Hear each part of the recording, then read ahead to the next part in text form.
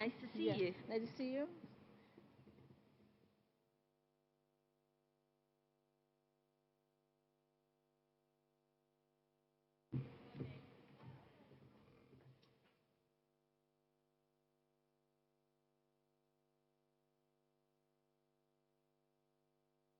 ¿Así, Rafa?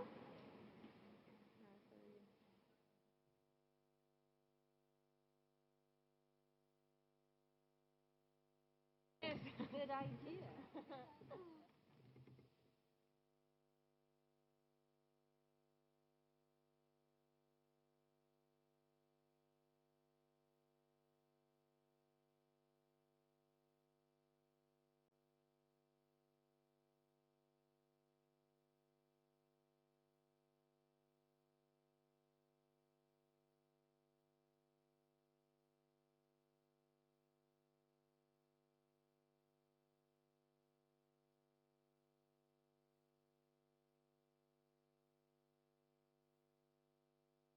Yes, of course.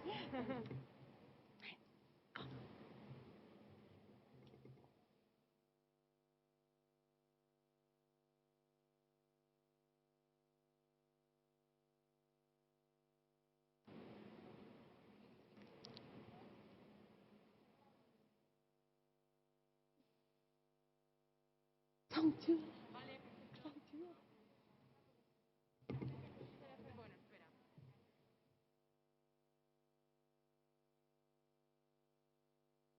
Xong chưa?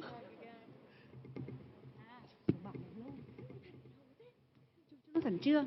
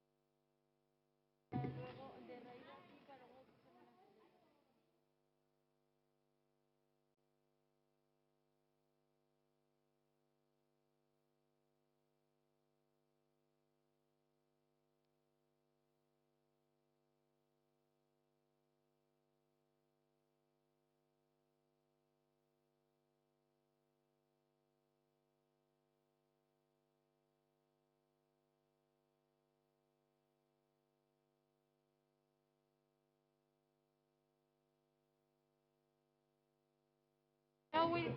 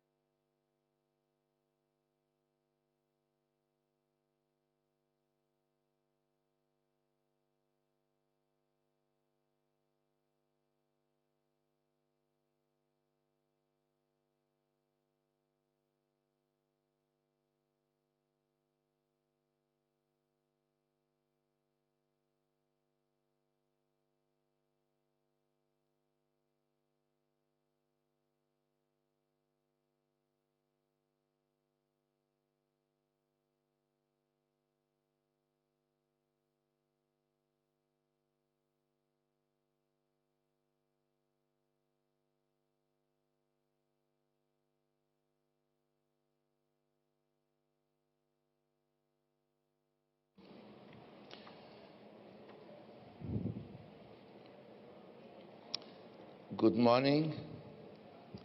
May we start our meeting?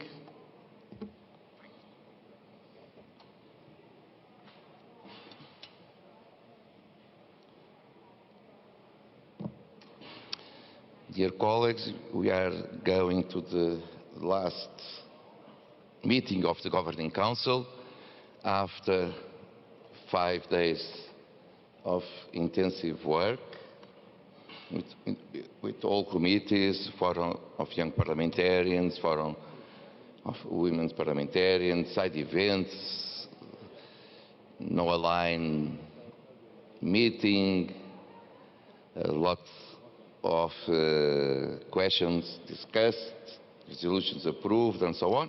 But here we are, and we will begin our agenda with the point 5 that we didn't discuss in our first meeting about the interim report of the Secretary General on the activities of the IPU since our last session of the Governing Council in May. So I will give the floor to the Secretary General to present his report. Thank you very much, Mr. President. Mr. President, distinguished members of the Governing Council, good morning. I am pleased to be presenting a very brief report. Normally, at this time of the year, I just give you an oral report, an update on what the IPU has been up to. And at the next assembly, and that would be in March 2022, I will then present a full-fledged report on the work of the IPU over the year, and that would be for 2021. That report, I intend to be also an evaluation of the achievements and setbacks that the IPU has experienced over the past 5 years of the implementation of the current strategy, which will expire at the end of this year. So this morning, you will bear with me that I don't go into any analysis of the results or impact of the work of the IPU. I will limit myself, with your permission, Mr. President, and your colleagues, to just giving you a rundown of the activities that we have been involved in since you last met in May 2021. This is just to reassure you that the IPU, as you have said, Mr. President, has remained open for business in spite of the ongoing health crisis. And I would very much like for you to see this update in conjunction with the activities report of the President, which he presented on Saturday to you. So I would, if with your permission now, just take you through the various strategic objectives of the IPU and indicate how we have, over the past several months, sought to implement those objectives. And we will start, of course, with the first strategic objective, which is building strong democratic parliaments. And there I want to report that, in tune with the times, we have been very present when it comes to looking at how we can harness digital technology for the benefit of parliaments. And that is why in June this year we did hold that very important conference on the e-Parliament in June. It was virtual, and we came up, or the conference came up with recommendations on how the parliaments can be harnessing digital technologies to make sure that they remain open for business and improve their engagement with citizens. The conference was also accompanied by the e-Parliament report that, in fact, looks at how parliaments have been performing during the pandemic and makes recommendations for greater resilience by parliaments. Apart from that, we have been engaged also with the normal capacity building programs for parliaments to help them build their skills and knowledge and know-how, so as to be able to better implement the activities of their parliaments. There we have been involved in Chad, Djibouti, Sierra Leone, Vanuatu, among other parliaments. And the highlight here is that we have progressed a lot in designing a modular training facility, which is an online learning platform that would allow parliaments and parliamentarians to have access to knowledge online, the skills and exchange of experience between parliaments with a view to better implementing their mandates in a democratic environment. So that modular training facility is well advanced, and in the very near future it will be very accessible to the cross-section of the 46,000 parliamentarians that are out there in the world. Let me now move on to strategic objective number 2, which is advancing gender equality and respect for human rights. You know, under this item, that we continue to encourage and promote women's political participation, but we also increasingly are seeking to protect and promote their rights as human beings. And that is why, under this item, we indicate the highlight of the past 6 months, which has been the Women's Summit, the Speakers' Summit in Vienna. You will receive a separate report on this summit later on during this session of the Council. I just want to mention here that when it comes to promoting women's rights, we have been working with the Parliament of Nigeria to empower women and make sure that they are present in increasing numbers in parliaments. We have been working with the Sierra Leone Parliament also to help that parliament put in place measures to fight and stamp out female genital mutilation. Of course, we have been very busy with promoting the Convention on the Elimination of Discrimination Against Women, with the publication recently of the Handbook on Gender Responsive Legislation, which is intended to promote or give parliaments the skills and practice to make sure that there is no discriminatory legislation that is skewed against women. At this conference or this assembly, Mr. President, we have had to launch the Africa Regional Study on Sexism and Harassment of Women Parliamentarians. And let me reiterate what you said, Mr. President. This study is not intended to shine the spotlight on Africa as the culprits, the only culprit. The issue of sexual harassment, violence against women, sexism against women parliamentarians and staff is something that cuts across the globe. It is present in all the regions, as was certified by the 2016 study that we did at the global level. but we wanted to drill down to the regional levels to find out if there were some specific factors that we could address in order to resolve the issue of sexism against women in Parliament.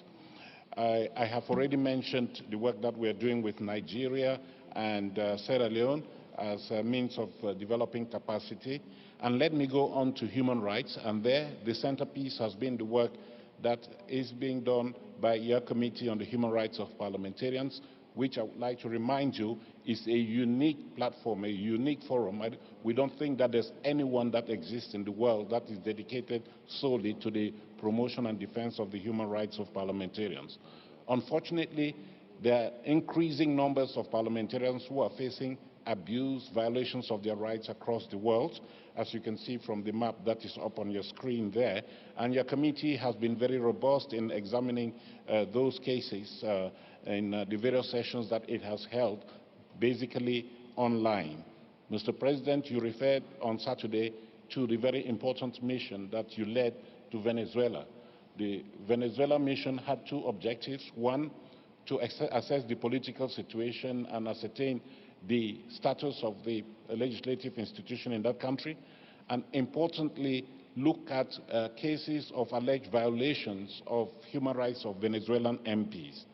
The Committee on Human Rights of Parliamentarians will later this morning be reporting to you on the various findings in respect of these cases in Venezuela, but also in respect of other cases that are before that committee. So you will allow me not to go into the details here. And if we move on to contributing to peace building, conflict prevention and security, the highlight has been what you have done to strengthen parliamentary engagement when it comes to preventing terrorism and what I call factors conducive to terrorism, such as hate speech, violent extremism. And there we were happy to have that summit on the counterterrorism that took place in conjunction with the summit of Speakers of Parliament in Vienna in September. A separate report is being circulated and will be presented to you at this session. We're also very involved in the Geneva Peace Week, and your colleague, Mrs. Cecilia Wedegren, was very involved in that week because she is a rapporteur on the item that is on the agenda of the first committee, standing committee of the IPU, rethinking peace processes, and her contribution to the webinar that took place during the Geneva Peace Week was greatly appreciated. And when I talk about promoting interparliamentary dialogue and cooperation, I think that you'll agree with us that the IPU continues to be very appealing to partners, and that is why during this council session on Saturday, you admitted 3 permanent observers, 3 interparliamentary organizations that are now part of the IPU family.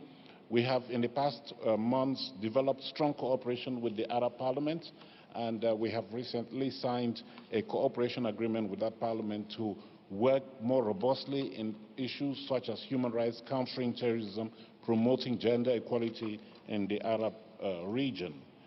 I will move quickly now to a very important component of the work of the organization, and that is youth empowerment. You will agree that the youth movement in the IPU is very vibrant. The IPU is rejuvenating. A moment ago, I was introduced to some 3 eminent MPs from Serbia, very young women. I do know we have a very young parliamentarian from Namibia. She came up to me and said she was 22 years of age, and several years ago, we would not have found such young people in the IPU. And so we are listening to them, but it is not enough what we are doing, because, as you said, Mr. President, the world, people under 30 years of age account for 50 and above % of global population, but they only represent in Parliament 2.6%, this age group. So there is gross underrepresentation, and that is why this year we have had the pleasure of launching the I Say Yes to Youth in Parliament campaign, which is intended to promote leadership and concrete action among change makers, presidents of countries, speakers of parliament, prominent members of the international community to work together to promote youth participation in parliament. And I must say that this campaign, since it was launched in Vienna in September, has gained traction, and some 20 countries have already launched the campaign. Some 20 parliaments have already launched the campaign in their country. And I would like to name those countries, Mr. President, so that it can serve as a stimulus for those who have not done so to join the bandwagon. We have Uzbekistan, India, Egypt, Nicaragua, Ecuador, Andorra, Belarus, Canada, Pakistan, Bahrain, Montenegro, Austria, Serbia, New Zealand, Thailand, I have Bahrain and Uruguay. All these countries have now launched national campaigns to promote youth participation. And I must say that this year, the president of Uzbekistan actually used this campaign in his message to the young people of Uzbekistan on International Youth Day. I think it was in June. So I would encourage those who have not signed up to this campaign. I know you have, Mr. President. You were among the very first to sign up to the campaign, but I do encourage other leaders present here to do the same. I move on to the Global Development Agenda very quickly, and here I just want to point out again, there is a report on this activity. It was the first global parliamentary meeting on achieving the SDGs.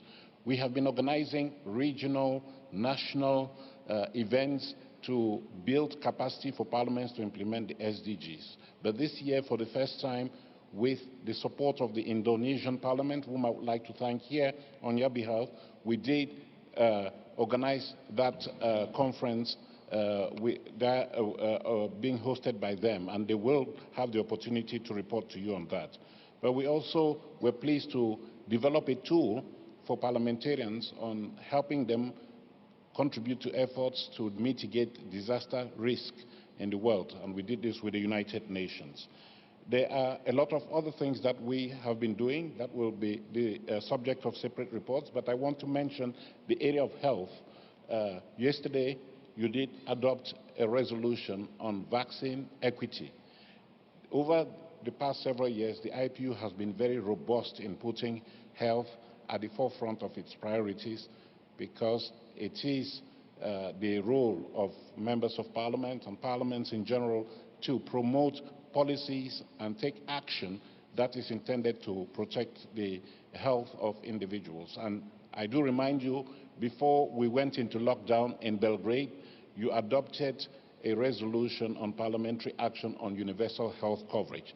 We've been therefore following up on that resolution. We have also been very robust in accompanying other UN processes, such as the high-level meeting on AIDS that took place recently in July. We had a parliamentary forum on that occasion, just as we had one on the Food Systems Summit. All of this will be reported to you earlier. But we're also We're also working with you at national level, such as in Uganda, to build capacity, to develop policies that are friendly to maternal, newborn, and child health. So it's a general package that we are providing to parliaments, and I would like to mention the specific capacity building programs that we have done with the Parliament of Zimbabwe when it comes to climate change, developing green growth in Zimbabwe, and similarly in the Seychelles. I would like now to conclude by just saying that parliaments have been very present on the global stage, and this has been largely through the IPU. And as you know, Objective 8, Strategic Objective 8 is to promote interparliamentary dialogue and in that way close the democracy gap in international relations. So here, the IPU has sought to be present wherever there are global processes and make sure that parliaments are fully on board. That is why just recently in Rome and then in Glasgow, you had the parliamentary summits on the occasion of the COP26 conference in Glasgow, where you were very strong in making recommendations on how we can accelerate action to mitigate the effects of climate change. And in July, we did the same with the high-level political forum on sustainable development, the forum that has been created to monitor progress in the implementation of the SDGs. Systematically, every year, on the occasion of that forum, the IPU organizes a parliamentary component to make sure that we are reporting on what you, as parliamentarians, are doing to support the SDGs. And of course, we continue to be very robust in our engagement with the World Trade Organization in the context of your own parliamentary conference. And recently, we were pleased to launch 2 webinars in the context of the ministerial. That has now been postponed indefinitely, but at least we did ask. So while WTO is closed for business, the parliamentary community, the IPU is open for business. We did have those sessions in which Parliament engaged in discussions with the Director General of WTO and the Chair of the Global General Council of WTO on how parliaments can better contribute to efforts to make the rules-based trading system accessible and accountable to the people. Mr. President, I will stop at this moment, it being understood, as I mentioned at the beginning of my presentation, that we will present to you a full-fledged report when you next meet in March 2021. And that report we intend to ensure that it is all-encompassing to give you a sense of what we have been up to with the resources that you make available to the organization. Thank you very much, Mr. President. Thank you, Mr. Secretary General. Sometimes people may think how important is this moment. I believe that accountability is essential also in our organization. So the report from the President and from the Secretary General is one of the key moments to say what we are doing with the resources that different parliaments are giving to the IPU. And Mr. Secretary General, again, thank you so much for your work, and also to the staff of IPU. All them are excellent, and also to the efficiency that you achieved. But as we talked 3 days ago, we have the same quotas of 2007. And so with the same contributions of 15 years ago, we are doing much more. It shows the efficiency that was possible to get in our organization. So thank you so much. No one wish to express or to raise any special question. Poland, no? Seychelles, I'm sorry, because lights pointing to the stage, it's not easy to see. Seychelles. Thank you, Mr. President of the IPU. Good morning, honorable guests and friends of IPU. I would just like to commend the reporting by the SG, and I would like to thank the Secretariat of IPU for the hard work that they are doing. And I think that the Secretary General and the Secretariat, they are very proactive, and thank you for everything that you are doing. Thank you. Thank you. I also see Senegal. I would like to thank you, Mr. President. Mr. President, I would like to congratulate you for the good organization of this assembly and its management. You have been presiding over these sessions in a very efficient way. And I would also like, Mr. President, to congratulate and give my encouragement to the General Secretary and his Secretariat, because he is doing a remarkable job. His reports are very complete, exhaustive, and they put our mind at ease in our position. We have always valued the General Secretary with regards to his aptitudes and skills, but we also want to congratulate him on the initiatives that have been identified, initiatives that have been much more efficient and efficacious. So we want to congratulate the General Secretary and the whole team that works with him. Thank you so much, Mr. President. Merci beaucoup. Thank you so much, dear colleague. And now, Gabon.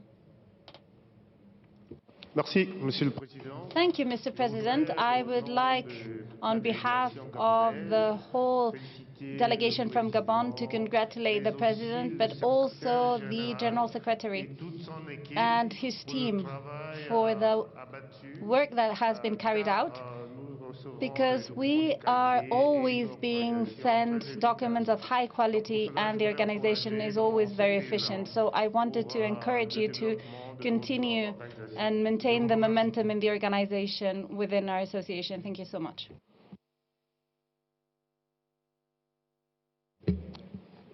Merci beaucoup. Maintenant, Thank you so much, and I will now give the floor to Turkey.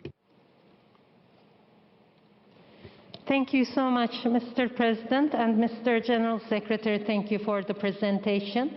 I think during the pandemic, one of the greatest successes of IPU was keeping in contact through all the different webinars and different meetings. We use the internet for all of these things. I think this is very valuable. I just wanted to express again the importance of involvement of youth. As Turkey, when I got elected, the age to get elected was 25. I remember before my term it was 30, but in 2017, one of the most exciting things that I did, I think, as a member of parliament was being a part of the constitutional change that also brought the age to get elected down to 18. Because people in Turkey from the age of 18 to 25 were able to decide who is going to lead the country, but they weren't able to get elected. 10% of our population, and this is very unfair. So I'm very proud that we're a part of the I Say Yes to Youth campaign, and we promote it in the Grand National Assembly of Turkey. And I think it's our job as members of parliament to make sure there is youth coming to replace us, and in addition to that, to give them a voice in our parliament. So I want to thank the IPU for this initiative. Thank you. We'll always support youth of all ages. There shouldn't be any age discrimination either, but I see myself as a 49-year-old young person. So, but of course we know that youth don't accept us as young, but I think all young people of all ages should be represented in the parliament. Thank you. thank you, Dr. Hauser. Netherlands.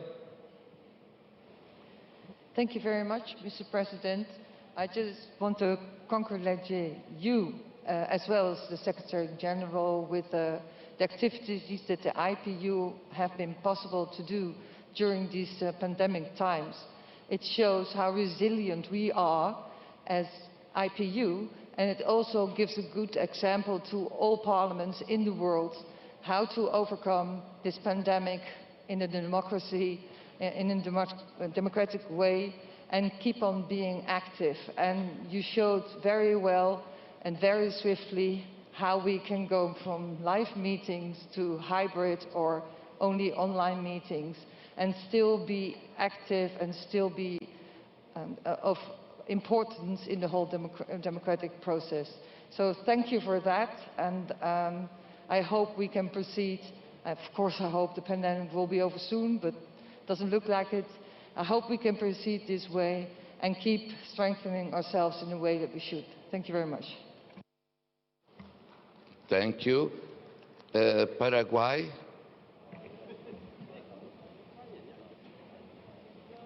Gracias, presidente. Thank you, Mr. President. Greetings to all the dear MPs of the IPU. I thank the Inter-Parliamentary Union, with its leadership, with the support of the Secretary General and the whole team, have rightly understood at the beginning of this pandemic what we were already saying in Paraguay. This was to be a very difficult moment, and everything could come to a stop but the Parliament. The Parliament couldn't come to a stop. It had to continue to pursue its work. And I think that has been the topic that we've been discussing chiefly here at the Inter-Parliamentary Union. There's been difficulties, but thanks to your efforts and your will, that of you and the Secretary General, have resulted in making it possible for many committees to get together, at least online, and do their work. So congratulations on that. And secondly, and very briefly, following on Turkey's intervention that just took the floor, I'd like to inform and announce of the fact that I'm fully convinced that young parliamentarians should be more present in parliaments. I'm not just going to support the campaign of the IPU. I actually already gave instructions to my staff in the Senate of the Republic of Paraguay so that they can start pushing this campaign, which we are very much willing to do. But at the same time, we are also going to propose a draft law to make it possible for citizens over 18 years of age, because as the colleague from Turkey already mentioned, these people can elect their governors, but they cannot be elected to take a seat in our chambers. So, once again, Mr. President, this is our intention, and I'd like to express our congratulations to you all, to the Secretary General and the team, because I know that there's a great team supporting the presidency and the Secretariat, and they also make it possible for us to make progress. Oftentimes, they are behind curtains, but we know that they are essential for the success of these events that we have been organizing throughout the past few months in which we suffered the pandemic. Thank you very much, Mr. President. Thank you. India. Honorable President, thank you for this opportunity to share the views from India. Firstly, Honorable President, we'd like to thank the IPU, your leadership, and the entire committee which has been providing all these various support and has made this IPU, despite various challenges, a success. Honorable President, during the pandemic, the role of the IPU in strengthening parliamentary democracy and using parliaments across the world to reach out to their constituents and to add value to their lives despite the challenges is truly remarkable. We thank IPU and your leadership for this wonderful effort. Apart from that, the efforts made by our Honorable Speaker of the Lok Sabha of the Parliament of India has been very commendable. The Honorable Speaker took the leadership of setting up the first online platform by which he reached out to the state legislatures of the country. He engaged with the state legislatures, with the parliamentarians, so that across the country, 1.3 billion people, through their respective members of parliament and members of state legislature, could be taken care of despite the challenges of the pandemic. India is a young country.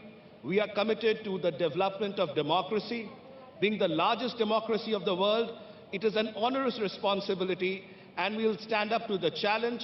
We again want to work and collaborate strongly with IPU. And in closing, on behalf of our delegation, we want to thank you for your leadership and for the IPU. Thank you. Thank you so much. And thank you so much also for your commitment with IPU and to the collaboration that you are giving to the IPU for a long time, and always try to be stronger and stronger. Zimbabwe. And I think this is the last person that asked the floor.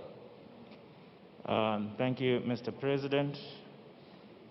Dear colleagues, Mr. President, allow me to take this time to thank the Secretary General of the IPU on the exceptional work he's doing on behalf of this organization. I think as an African, I am particularly most proud that he is representing us with exceptional quality in the IPU. Mr. President, as the Parliament of Zimbabwe and as a young person from Africa, and in particular the country of Zimbabwe, I am proud to say that our Parliament has gone forward to implement constitutional amendments that have increased the representation of youth within our Parliament. And as a youth of Zimbabwe, I am happy that I was part of that call that has put these 10 seats in place. I encourage the IPU, Mr. Secretary General and Mr. President, to continue working with the youths, and in particular the youth of Africa. As you know, Africa has a young population of at least 70%, which makes the representation of young people, especially within African parliaments, most important. And I encourage you to continue working with African parliaments to increase the representation of youths within their parliaments. In the spirit of leave no one behind, Mr. President and Secretary General, I would highly recommend that the IPU puts into consideration the possibility that we can have sign language be part of our social media and also part of the processes that we take place within the IPU. I think we need to put sign language as part of one of the implementations we should put. Thank you very much. Gracias. Merci. Shukran. Asante. Thank you.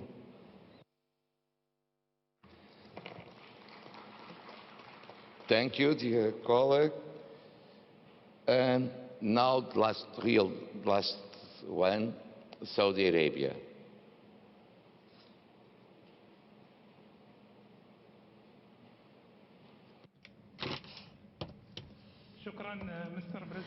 Thank you, Mr. President.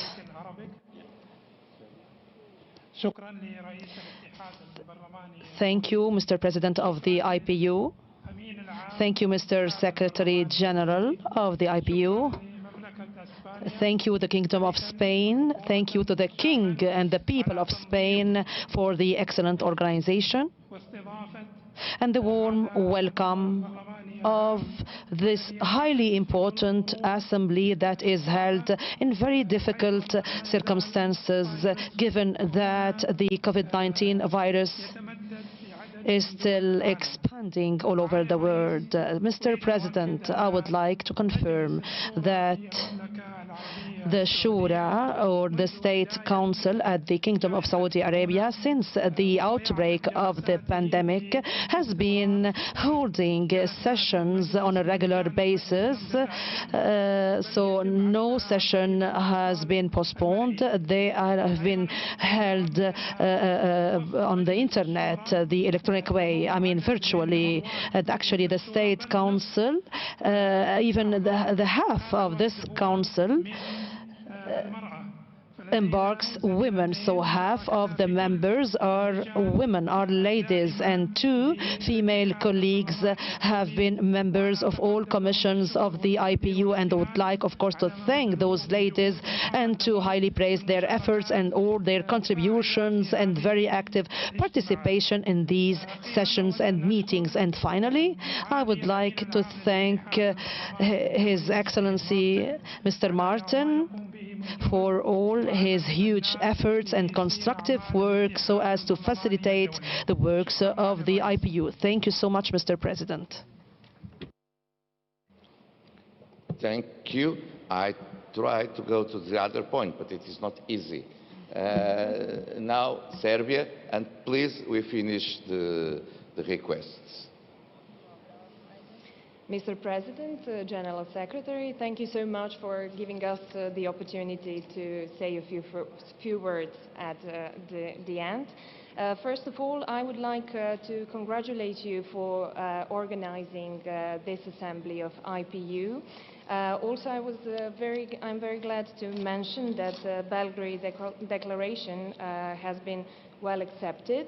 I would like to thank you, especially to General Secretary that had mentioned this youth campaign for participation in the Parliament that has been holding on our national level. We at the moment have in our Parliament more than 30% of young people, and that is something that our President Alexander Vučić is very proud of.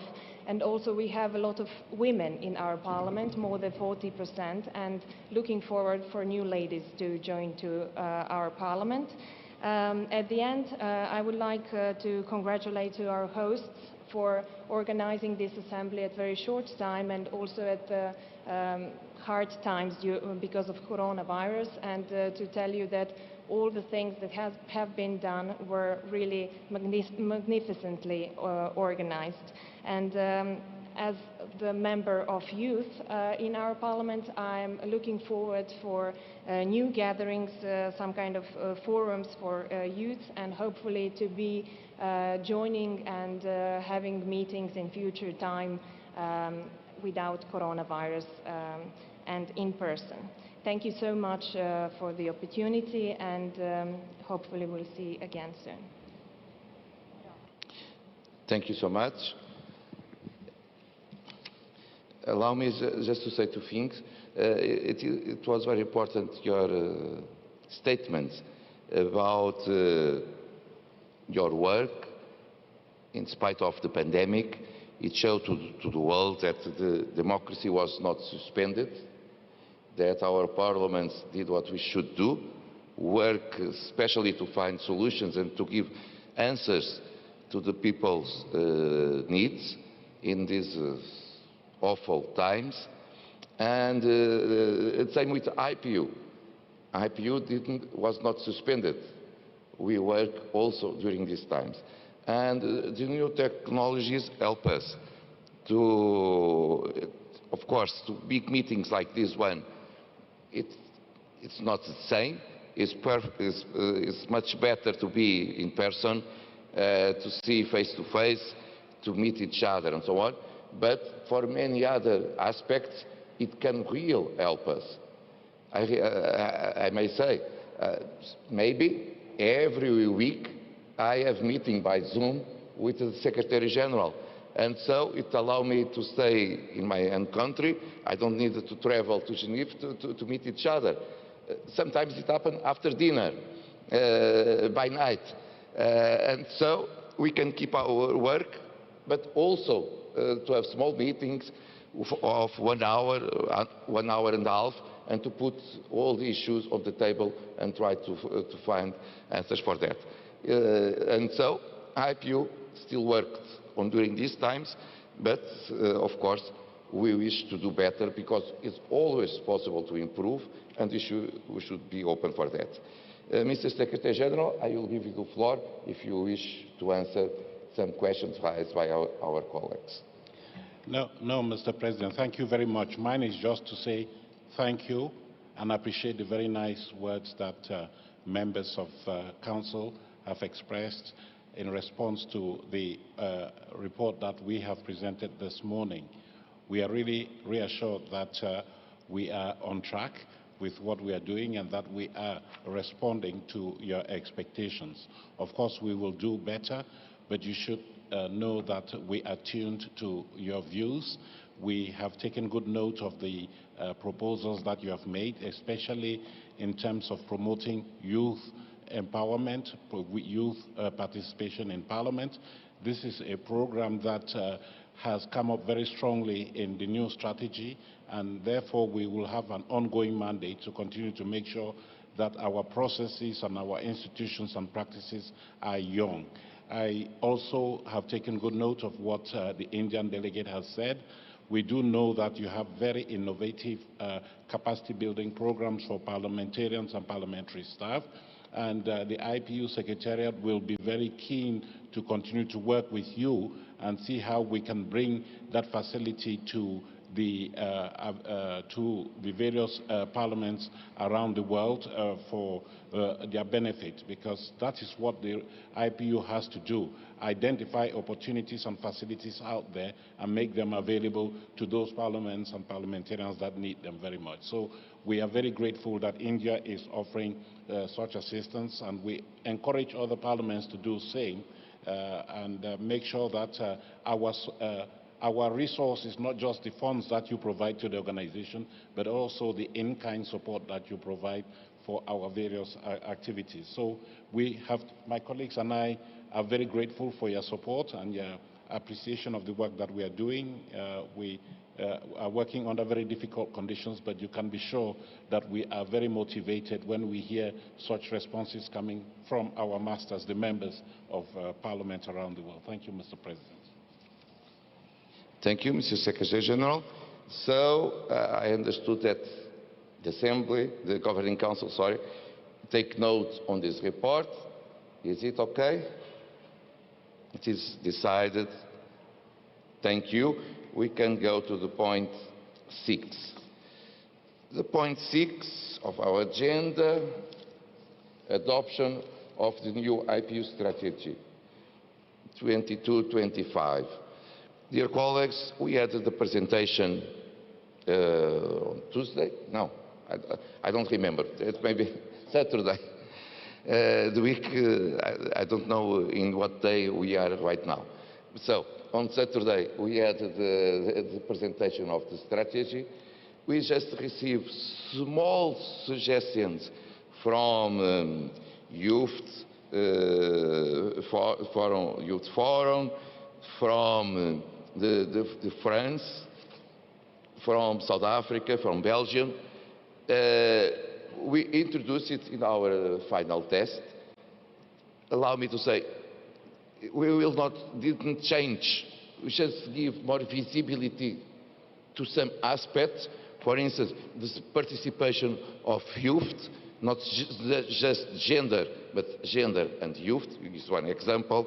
Or how important is the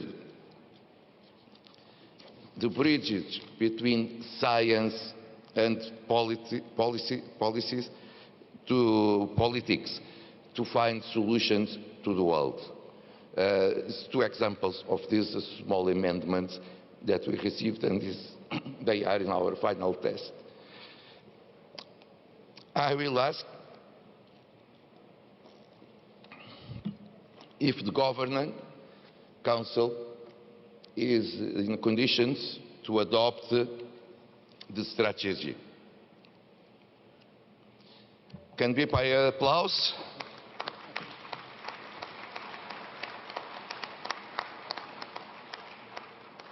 Thank you, dear colleagues.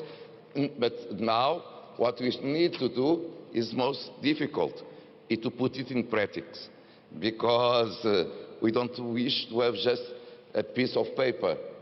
We wish a strategy that will help us to improve the IPU with the objectives very clear, to have more, to address climate change, democracy, human rights, gender equality, youth participation, peace and security, sustainable development for all. And this way, we will have parliamentary ecosystems for democracy and for everyone. This is one of our targets, and it will be more easy to understand. Thank you.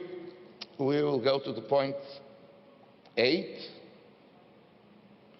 Consolidate budget for 22. The same, may I say, just a moment to see the file. We had the presentation of the budget on Saturday. The presentation by the Secretary General, by the President of Subcommittee on Finance. It was discussed at the Executive Committee, but we decided to give you time to reflect on that, of course. As I said, we still not to increase the contributions, but maybe it's better to prepare you all that for the 23 we will need to improve it, but we didn't right now. And I will ask if it's possible to adopt, to approve the consolidated budget for the year 22. No opposition, so was approved as well.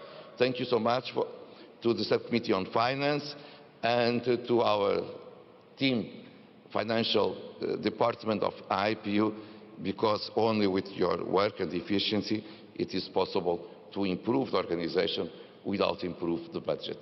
Thank you so much.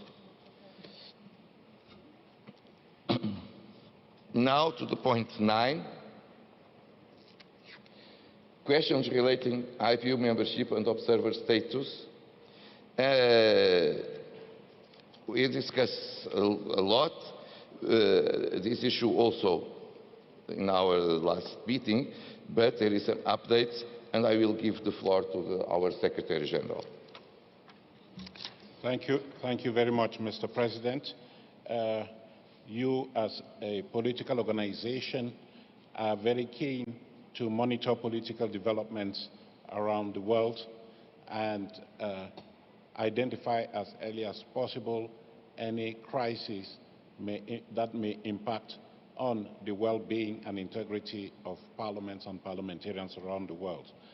And that is why during your assemblies you devote an item on your agenda to reviewing the situation of certain members, certain parliaments that may have been dissolved unconstitutionally or that are functioning in a context of crisis. You also have looked at other political situations, and you give direction to the Secretary General and his colleagues on how to help the IPU monitor these cases. And as some of you have said, project the IPU as part of the solution and not as part of the problem. So on Saturday, Mr. President, you and your colleagues took a number of decisions, I believe, on some of the parliaments that are on the watch list of the IPU. That is the case of Venezuela, Mr. President. We will not come back to this now again because I think you made a determination to continue discussing the status of Venezuela within the IPU. But I do know that the Committee on the Human Rights of Parliamentarians will be coming back later during this session to report on the situation of the human rights of parliamentarians in Venezuela. In Afghanistan, you and your colleagues, Mr. President, the Executive Committee took note of developments since the takeover by the Taliban of Afghanistan and the purported or reported dissolution of the parliament there. It is not very clear what the status of that parliament is, and your discussions indicated that you would like to receive more information on what that parliament has in terms of a status. Is it dissolved? Has it ceased to function? We have anecdotal evidence that that's the case, but you have not taken a definitive decision on the status of Afghanistan and have decided to recommend that Council continue to monitor the situation and maybe come back to this in a future session. Mr. President, I think that you and your colleagues may wish to endorse that position that was expressed by the Executive Committee. You want to do that as we move ahead? Okay. Mr. Secretary General, I ask the floor if there is no reservations. No reservations. It's done. Very good. Thank you, Mr. President. Myanmar is also virtually in the same situation, but in Myanmar you have taken the decision last time to continue to work with the interim parliament, the one that is in exile, the committee to represent the Myanmar parliament, as a means of showing your solidarity to your colleagues in a country where the democratic process has been subverted, where elections that had been held in a free and credible manner had been annulled by the military authorities. So you do have that interim parliament with whom you are interacting, but sooner I think you will have to take a definitive position on whether that parliament is in a position to exercise its prerogatives as a member of the IPU. So, Mr. President, you and your colleagues have decided to continue to monitor the situation in Myanmar while allowing for the committee to represent the Parliament of Myanmar to continue to be your interlocutor in these very difficult times. Council may wish to approve that decision. No reservations. It's approved. Thank you, Mr. President. I think a lot has been said about democratic backsliding, and I don't remember whether in your speech you mentioned, yes you did, you mentioned the, what I call the plethora of coups d'etats that are occurring now around the world where democratic institutions are being subverted. And one such case is Guinea, where the military recently took power and dissolved parliament. But then, as is the case in many countries, they intend and have expressed plans to put in place a transitional parliament which will serve as the legislative body during a transition period. We are monitoring the situation, Mr. President. You were apprised of the situation in Guinea, and you were informed that the latest news was that the authorities were going to establish a transitional parliament. And you and your colleagues have taken note of that development, and I believe, as you did for Mali last year, you will want to engage with that transitional authority to work as a facilitating institution with a view to return to normalcy or constitutional rule in Guinea. So, Mr. President, you may want to ask your colleagues to adopt the same decision as they adopted for Mali, to take note of this unfortunate situation, but work with the transitional parliament to bring back normal constitutional rule. Thank you. Thank you, Mr. Secretary General. I ask for if there is some reservations. No reservations. Approved. Thank you. Thank you, Mr. President. Haiti, very quickly, Haiti doesn't have a functioning parliament because elections have not taken place as a result of several crises that the country is facing. But there are plans to have those elections in the near future.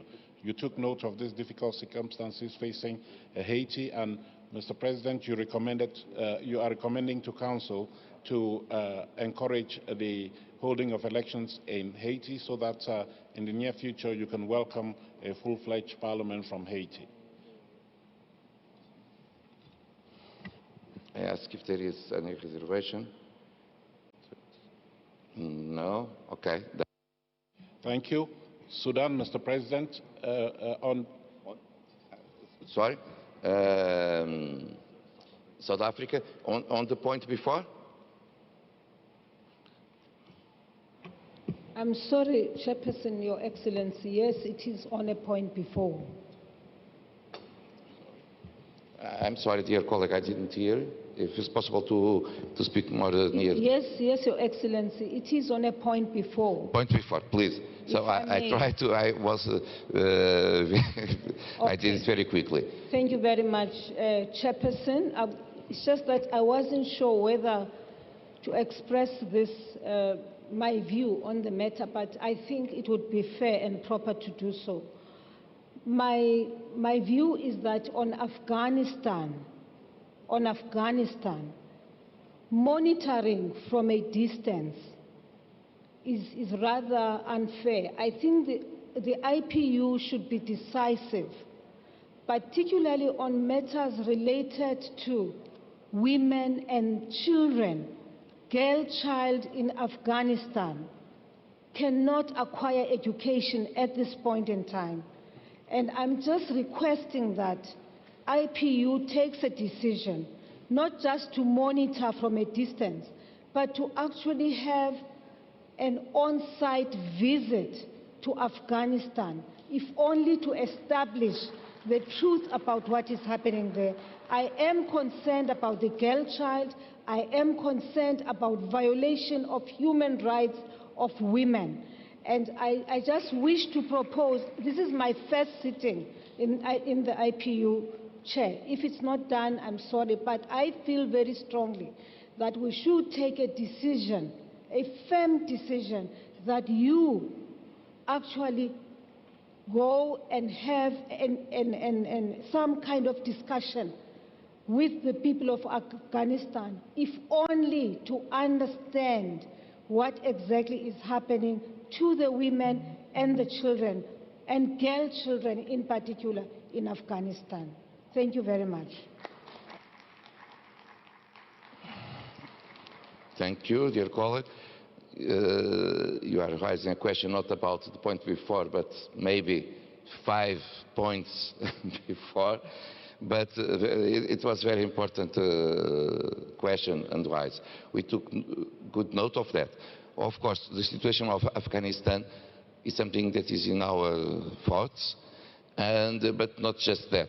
We need to act. That's why during the Speakers' Conference, we invite some former colleagues from Afghanistan to address the Speakers' Conference, and we will see how is it possible to really help the people of Afghanistan and our colleagues parliamentarians of Afghanistan.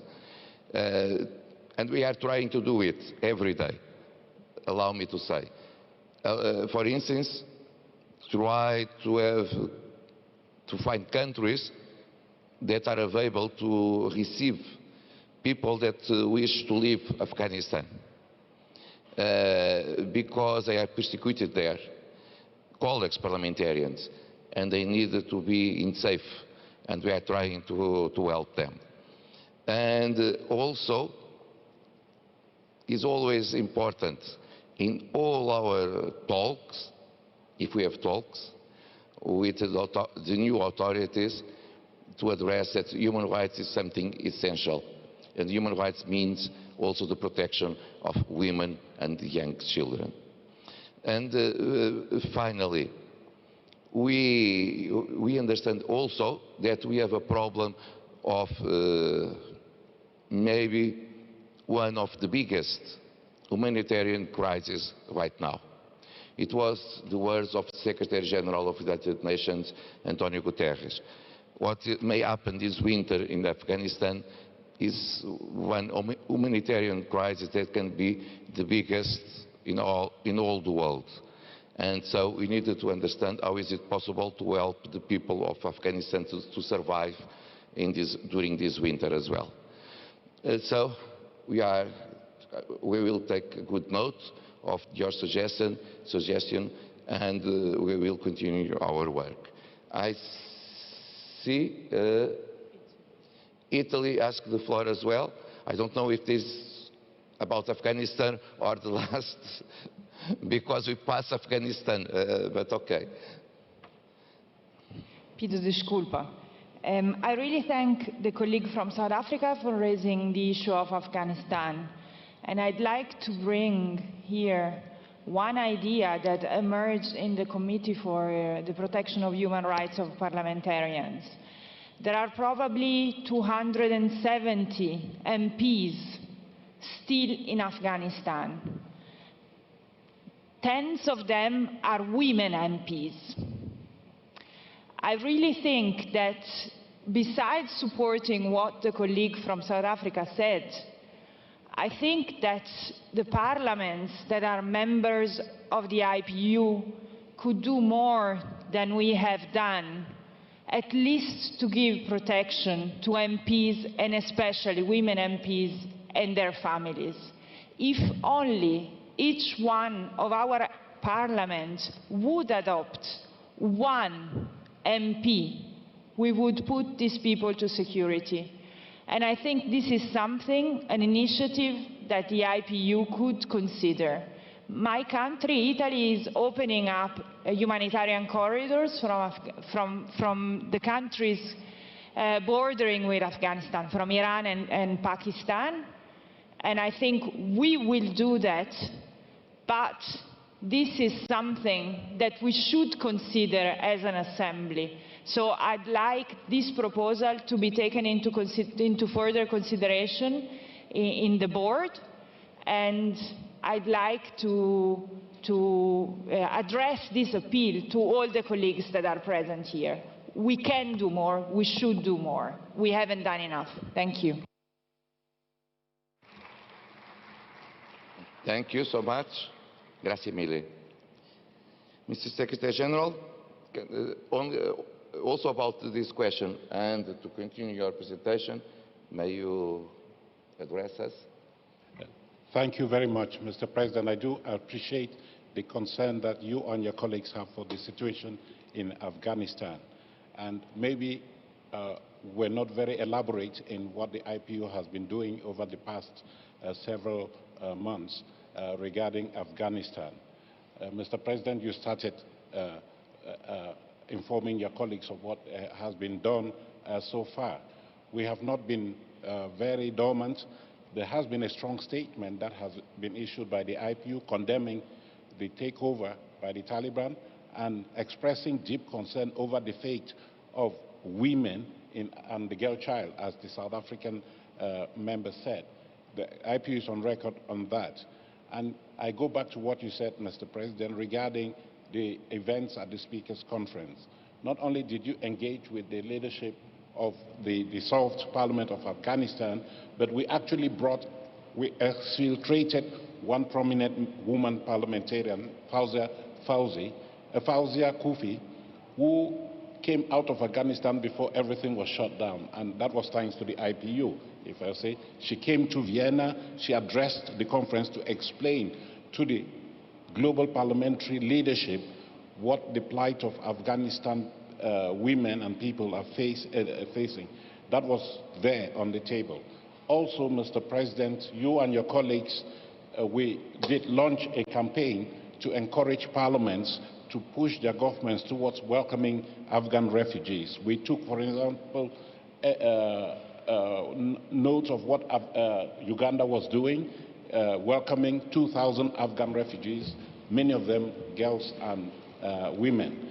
And we did establish a list there. There were many parliaments that signed up to that commitment, the commitment that you are making here, Italy, that your countries welcome as many Afghan refugees as possible because their lives are in danger in Afghanistan. So, and then the IPU, prior to the conference, had been working with a group of concerned parliamentarians to put in place a mechanism whereby we collect information on the specific situations of parliamentarians, especially women parliamentarians, where they are, how we can help push certain countries to welcome them if it is possible. So this is something, this is a mechanism that exists, and I think many of you here are part of that mechanism to continue to push your governments or pressure your governments into providing assistance to the refugees. So I think, Mr. President, you and your colleagues may wish to welcome this concern and the proposal that asks the IPU to continue to be very robust in looking into the plight of Afghan women and girl children, in addition to the general population in Afghanistan. So you may want to take note of that, and we will include this as a record of the Council. I ask the floor. There is no opposition. This way we will reinforce the question of Afghanistan in our reports. Very good. No opposition. Point of order. Speaker Modenda, please, from Zimbabwe. Thank you very much, Mr. President. Thank you, Secretary General, for the explanation. I thought the import of the contribution from the Honorable Speaker of South Africa was that we should not have an arm's length an arm's length situation analysis. And the response from the President and Secretary General doesn't seem to address that issue. I thought like what the executive of the IPU did for Venezuela, for example, and the other situations, either the President together with the Secretary General, or the Secretary General goes on the spot actually to find out what the situation is like. Apart from the girl child and women who are being oppressed there, there's the question also of people from Afghanistan who want to leave that country, and they seem to be restricted by the authorities. I think let's go beyond an arm's length intervention. Thank you, Mr. President. Thank you, Mr. Speaker. We took good note of that. Of course, all the people are important for us, but allow me to say that we, as a parliamentarian organization, we will give special attention to our colleagues from the Parliament of Afghanistan, especially women that can be suffered more persecutions from the Taliban regime. And so, Mr. Secretary General, we can go forward. Thank you, Mr. President. Point of order, Speaker. Yes, point of order. Not Speaker, who is asking? Yes, point of order, Mr. President. I'm trying to, of course I will give the floor. I try to see who is asking it. Okay. Can I go ahead? Nigeria. Yes. Okay, thank you. So, thank you, Mr. Speaker and Secretary General. I think in issue of this Afghanistan, there's need for fact-finding. So if there's need, at least this IPU could set an ad hoc committee to go there and look at what is there on the situation before maybe action is taken. Because, of course, it may be just an individual, come on, submit a report. I think it's not enough. We have to have a fact-finding, what is the real situation on the ground. Thank you very much.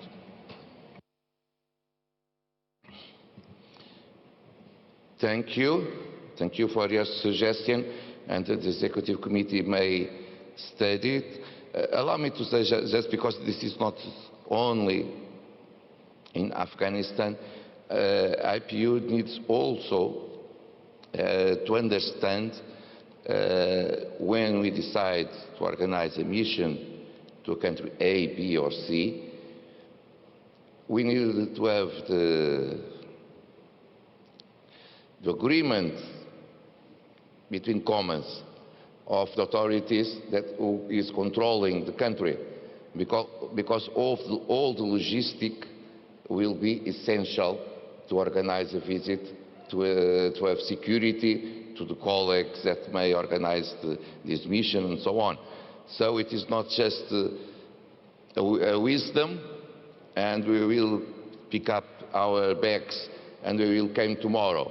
No, it's necessary to understand if the authorities will help us to receive one mission from IPU. Sometimes it's easy, I will say the most of the times it's easy, but there is some countries or some situations that is not so easy to have the welcome from the authorities to a mission of IPU, and so it will not be possible to organize it. But of course, thank you for your suggestion, and in our meeting of the Executive Committee after this Governing Council, we will discuss it, because one suggestion from the Governing Council it's always something that needs the attention of the Executive Committee, of course. Mr. Secretary General.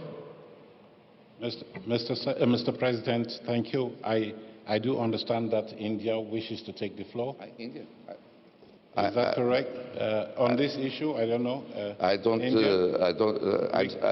will ask to apologize me. I didn't realize that. I've just been told they came Okay. Thank you, Mr. President. It's about Afghanistan. I'm really indebted to South Africa and also to Italy that they have raised very pertinent issue in this assembly. Peace is at stake in Afghanistan. And as we speak here, human tragedy is unfolding, and especially for children, for women, and for men who are in Afghanistan. Every night, people are going to bed with empty stomach. India had agreed and also announced to provide free food grain to Afghanistan. But for more than a month, free passage is not being provided. I would request this assembly to impress upon other countries, neighboring countries, and also to provide adequate support, not only relating to food grain, but also warm clothing, which can be provided to the masses of Afghanistan. They are in great difficulty. And this is something on humanitarian ground we should provide them. And it's one thing to bring out people from Afghanistan to safer places, but those who are trapped in that country, they also need support from our side. Thank you, Mr. President. Thank you so much. As I said before, the humanitarian situation in Afghanistan can be one of the worst in our world if we don't help the people of Afghanistan during this winter. And so we should do everything that is possible to help the people. When we are talking people, we are not talking about the regime, government, and so on. We are talking about people that need help, and we need to find a way to help them. Finally, Mr. Secretary General. Thank you very much, Mr. President. Just regarding Afghanistan, yes, I would like to reassure the Zimbabwean speaker that this proposal is very much on the table, and as he knows very well, there are other requests for visits, on-site visits, that come not only from you, but also from the Committee on Human Rights of Parliamentarians, who will be reporting to you later. You will see what has been done in many cases where the IPU has gone on-site visits or has recruited local observers to look at what is happening there. Let me just remind you that we have to be realistic. In the case of Venezuela, the mission, the request to have the on-site visit was originally made in 2013. And it was only this year that we were able to secure the acceptance by the relevant authorities of Venezuela to visit the country. So, Mr. President, as you say, we may express that wish here and we can convey this to the authorities concerned, but we cannot guarantee that they will accept to have an outside mission, especially in a very fluid situation as the one in Afghanistan currently. So we will continue to engage with them. And even then, I would normally have contacts with the diplomatic representatives of Afghanistan in Geneva. At this particular moment, I cannot ascertain who is representing who when it comes to Afghanistan, so we may not yet have a very clear interlocutor with whom we can have that type of dialogue. But that's why we will continue as best we can to monitor the situation and report to the Executive Committee, who then report to Council. But those proposals are well taken, and they will be in the records. Mr. President, I think the Indian representative made a very good proposal. We may very well envisage a situation where, following this conference, there is an appeal from the President and Secretary General to the Parliament concerned to see what type of humanitarian assistance can be extended to the people of Afghanistan. It is something that we can do. It's not onerous, but it can help muster that type of support. So those proposals are well taken note of, and we will do our best to follow up, Mr. President, with you. So if you do agree, I will just go quickly through the other countries. We have Sudan. You have already taken a decision regarding Sudan to suspend Sudan from membership of the IPU because they don't have a functioning parliament, and we do not have any confirmation that such a parliament will be established in the near future. On the contrary, there are several coups and counter-coups in Sudan, and the situation is very fluid. Of course, Mr. President, you and your colleagues will be pleased to welcome a new, fully fledged parliament of Sudan as and when it is established. I will go on Libya very quickly. Libya is on your watch list because of the ongoing crisis in that country. But the latest we know is that elections to the parliament and to the presidency of Libya will take place in January 2022. You have taken note of this developments, Mr. President, and recently we have received requests from Libya to renew cooperation that we have had in the past with the Libyan parliament. This is something that we are looking at the working and technical level in the Secretariat to see what type of support that we can continue to extend to Libya. Mali, I think you've dealt with Mali before. You have maintained Mali's membership in the IPU while encouraging the IPU to continue to work with the transitional authorities with a view to speedy return to constitutional rule. You've taken note of recent developments there, and for the time being, elections are foreseen in February 2022. Then Tunisia also is another example of democratic backsliding, where Parliament has been initially suspended for a limited period of time, but has now been suspended indefinitely by the President of the country. It is a worrying situation. The IPU has had to pronounce itself publicly on the need to defend the integrity of the parliament in Tunisia and to make sure that that parliament can continue to do its work, while also engaging the parliament on cases of abuse of human rights of parliamentarians. The Committee on Human Rights of Parliamentarians will report to you on that. Just yesterday, Mr. President, you and I met with representatives of the suspended parliament, and the message you were conveying, Mr. President, is that the democratic gains of the Arab Spring should not be lost or should not be wasted in Tunisia, and that we continue to look at the situation, and there was agreement that we may wish to reach out to the leadership of the suspended parliament as well as the president of the country to see what it is that the IPU can do to foster dialogue between the conflicting sides. For Yemen, I think we have just taken note of the humanitarian tragedy that is going on. In the past, you have had to review the status of Yemen in the IPU. That has been resolved now, and so there is no further action that you need to take here. You were also briefed, Mr. President, during your meeting in the Executive Committee and on the situation in Bosnia. There is no crisis for the time being, but there may be the warning signs of crisis in Bosnia from information that we have received that the peace process, the Dayton peace process, peace agreement may come unraveled in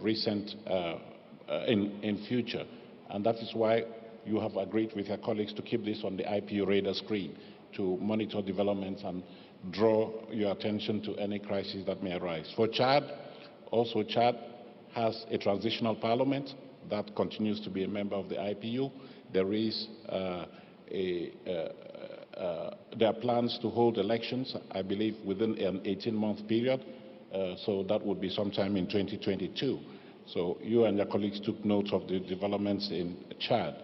When it comes to Eswatini, you were informed of recent protests in the country calling for more freedoms as a result of the deaths of a number of activists in the country. To the best of our knowledge, the authorities in Eswatini have agreed to dialogue with the various sectors of Eswatini society with a view to finding solutions to the problem. Your Committee on the Human Rights of Parliamentarians may brief you on possible human rights violations for members of parliament in Eswatini, and you'll be asked to take decisions in that regard. So, Mr. President, I go on to Guinea-Bissau, where there is a standoff between the parliament and the president. I believe this is an ongoing dispute, and Mr. President, I'm sure that you want to be involved to try to build bridges between the conflicting sides so that the stability that has been achieved so far should not be unraveled.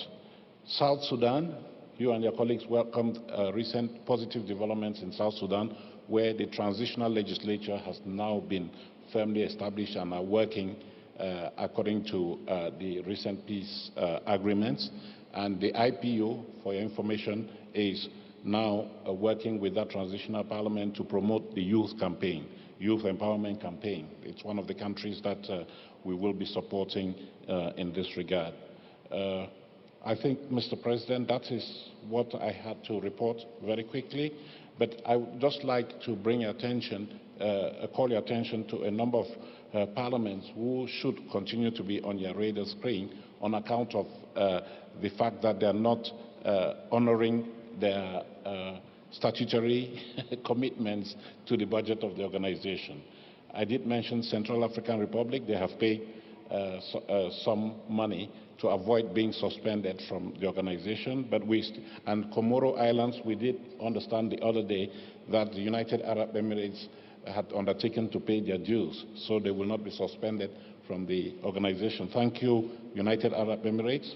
Republic of Congo is Cote d'Ivoire, Guinea-Bissau, Libya, St. Lucia, Sudan, Venezuela, the Inter-Parliamentary Committee of the West African Economic Monetary Union, and the Parliament of the Economic Community of West African States.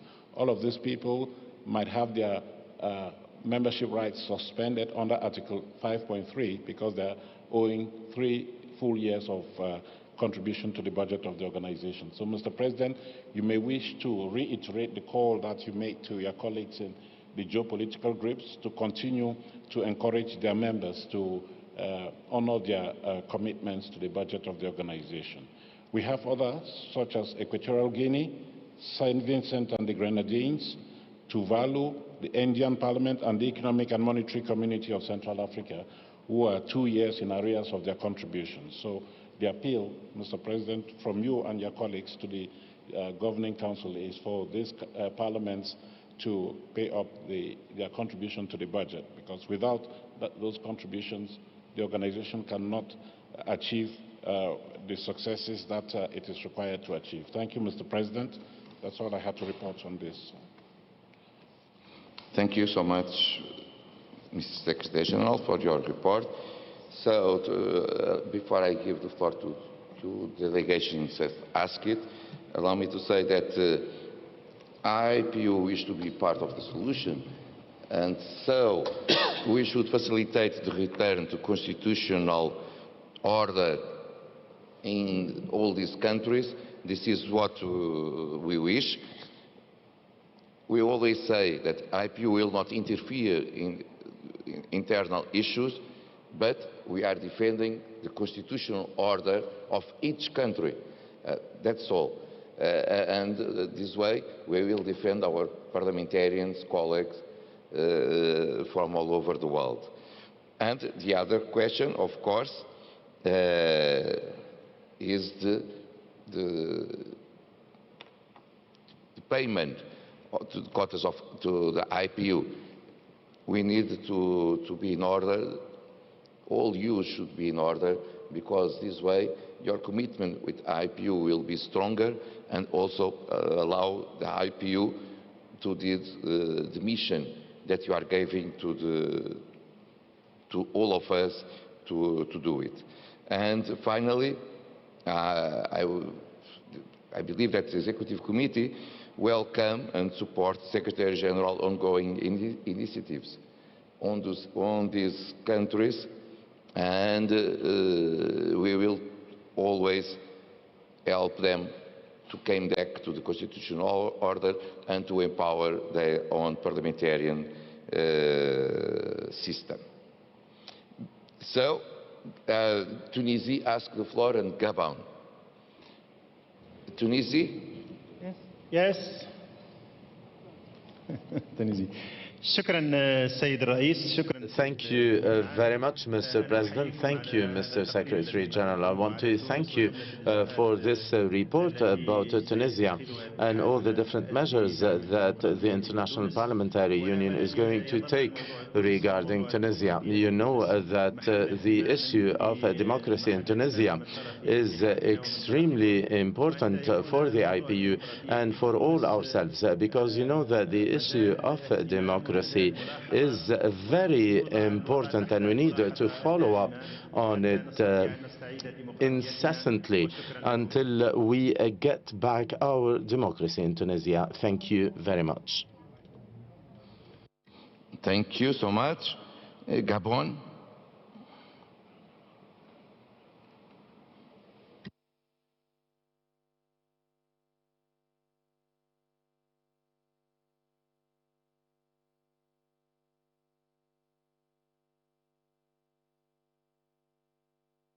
Okay.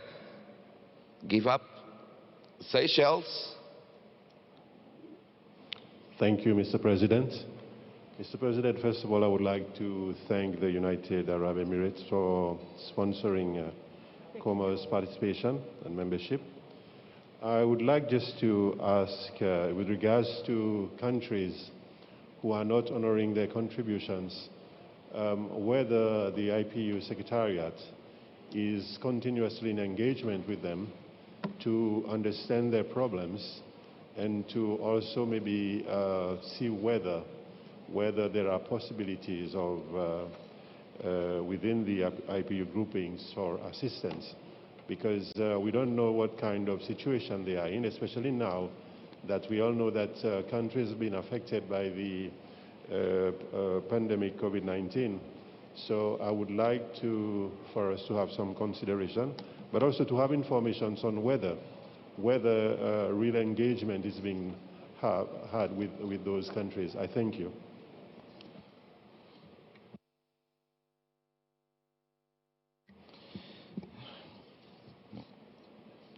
Secretary General. Thank you very much, Mr. President. Very quickly, I would like to say that yes, Seychelles, we are engaged with all these countries on an ongoing basis. It has become a very important component of the work of the Secretariat during the year. We reach out to all these defaulting parliaments to try to understand the situation. And in the past and currently, we have recorded a lot of success after we have understood the situation, the specific situation of the country. I think that what the United Arab Emirates has just done is a result of the efforts that we have been making to shed light on some of the difficulties facing some of these parliaments. We have yesterday one country that came to report to the Secretary General that they had found a solution to I would not like to mention that country here, but they have not been able to transfer their contributions to the budget of the organization because they are facing a blockade. They are not allowed to carry out international banking transactions, and so they have found an alternative method, and so they are pleased to inform the IPU that they will pay their contributions. So we are engaged on a regular basis with all these countries that are owing in the budget of the IPU. Some of them are owing huge amounts of money, and that is why we reach out to the geopolitical groups. We do have a small fund in the IPU, what we call the Parliamentary Solidarity Fund, but it is not intended to pay countries' contributions. It's intended to help them engage with the IPU pending full membership in the organization. And so, but we are also looking at other modalities for supporting those countries that are finding it difficult to pay their contributions. Thank you, Mr. President. Thank you, dear colleagues. I will ask if the Council is available to approve the recommendation of the Executive Committee on all these cases. Before that, Turkey. I'm sorry, I'll be very short, Mr. President. Of course, Afghanistan is very important. We talked about it. I agree with what was said, and I understand your position as well.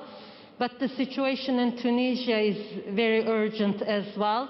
You know that the President put the Parliament on hold. That was something under the Constitution. I think that could be done for a month, but it's been way more than a month. And I understand that the Speaker, Ghanouchi, he joined one of our online meetings, and he stated at that time that he wasn't able to serve, he wasn't able to leave his home. So I think Tunisia is also something very important issue that should be on our agenda. I just wanted to reiterate that. Thank you very much. Thank you. Of course, the situation in Tunisia is something that is in our worries, because the Parliament was suspended and the colleagues have no access to the Parliament building, no salaries, nothing. So it's something that we need to accompany, because this is a special situation as well. Mr. Secretary General, on this issue.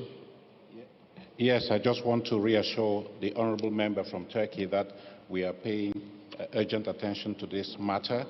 I have been in touch with the Tunisian parliamentary authorities, and just before I came to Spain for this assembly, I welcomed the visit of the Tunisian ambassador in Geneva, who had been instructed by the head of state to come and brief me on the situation in Tunisia. And I promise to convey this message to the Executive Committee and to the Council. We do agree with you that we'll continue to engage the authorities there. As I mentioned in my introduction, the President and I met with the Tunisian delegation here, and it is being mooted that we would reach out to the executive authorities in Tunisia to see how the IPU can position itself as a mediator, not as part of the problem. So you can be sure that this is something that the President and I are robustly engaged in. Thank you.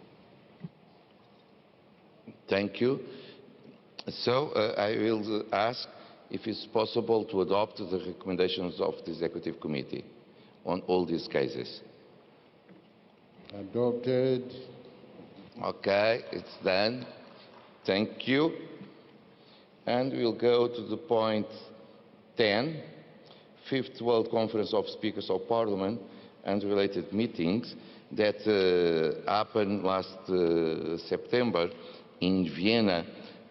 I remember the first in-presence meeting of IPU since 2019.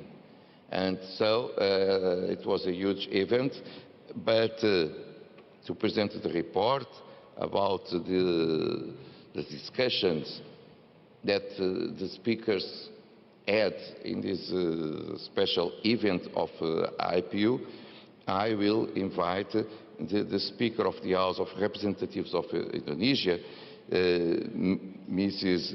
Maharani, to take the floor. Please, Madam Speaker, you have the floor.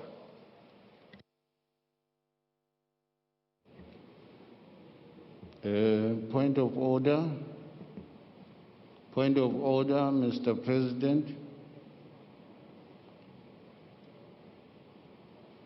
Sorry, Mr. Speaker, I had the information that to present the reports of the Women's Speakers Parliament will be Madam Speaker of Indonesia, and afterwards to the Speakers Conference itself, Mr. Speaker Mudenda. Because they were on the same week, may I say joint meetings or joint events. Madam Speaker is coming, and afterwards we will talk about the Speakers Conference itself, and I will give the floor to the Speaker Mudenda to make to present the report of that. So, Women's Speaker Conference. Madam Speaker, thank you so much. Thank you.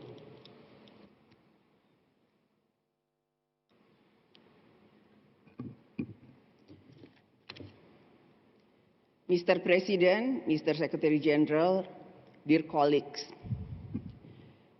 the 13th Summit of Women Speakers of Parliament took place last September 6 in Vienna.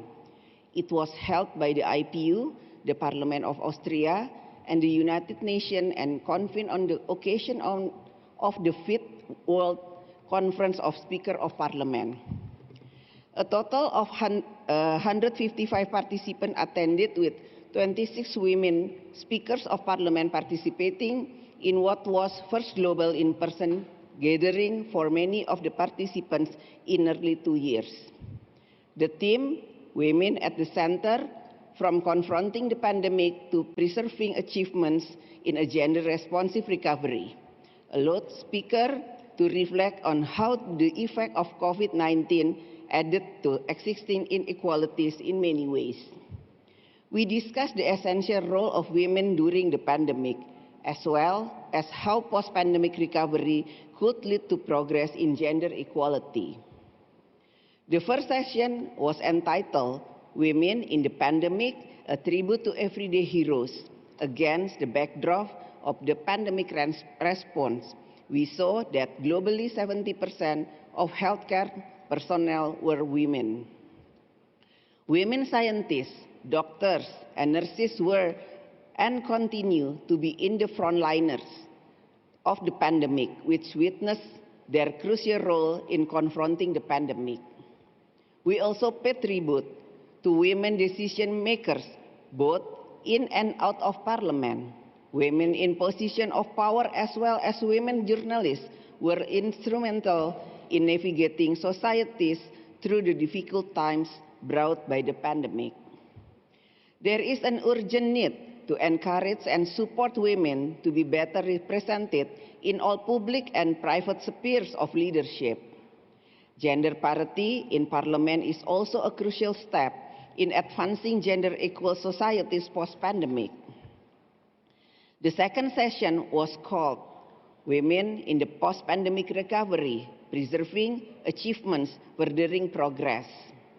We discussed that economic empowerment must also come in the form of universal and gender-responsive social protection schemes. Today, 60% of women worldwide are not covered by any type of social protection.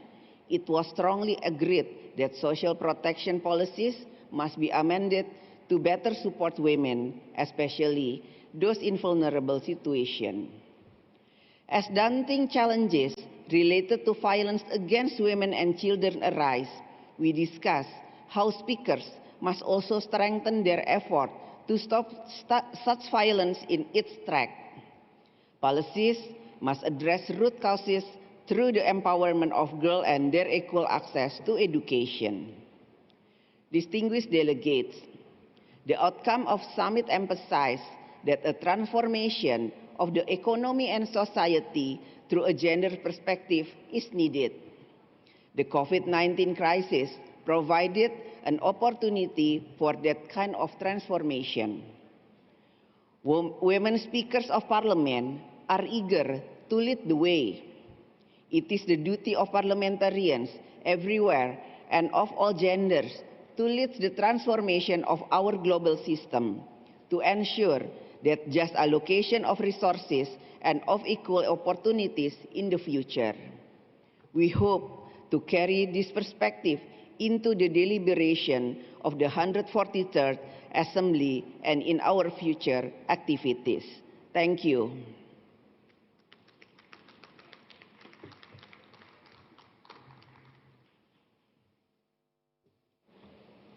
Merci, Madame la Présidente. Thank you, Madam President, for this report. Dear colleagues, do you have any questions with regard to this report that has just been presented by Madam President?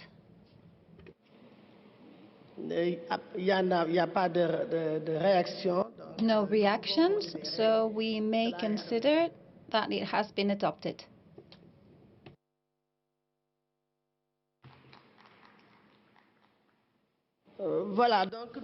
Very well. So we will now give the floor to Speaker Mudenda, the President of the National Assembly of Zimbabwe. Mr. Mudenda, the floor is yours, so that you may introduce your report.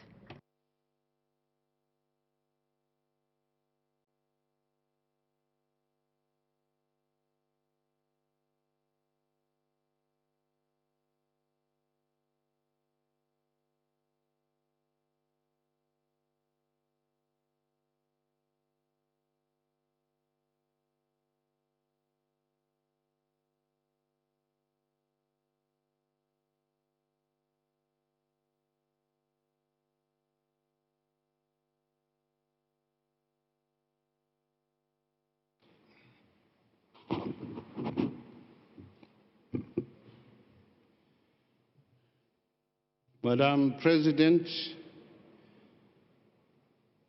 Secretary General, distinguished speakers of parliament and heads of delegations. This is a statement by myself regarding the report on the 5th World Conference of Speakers of Parliament.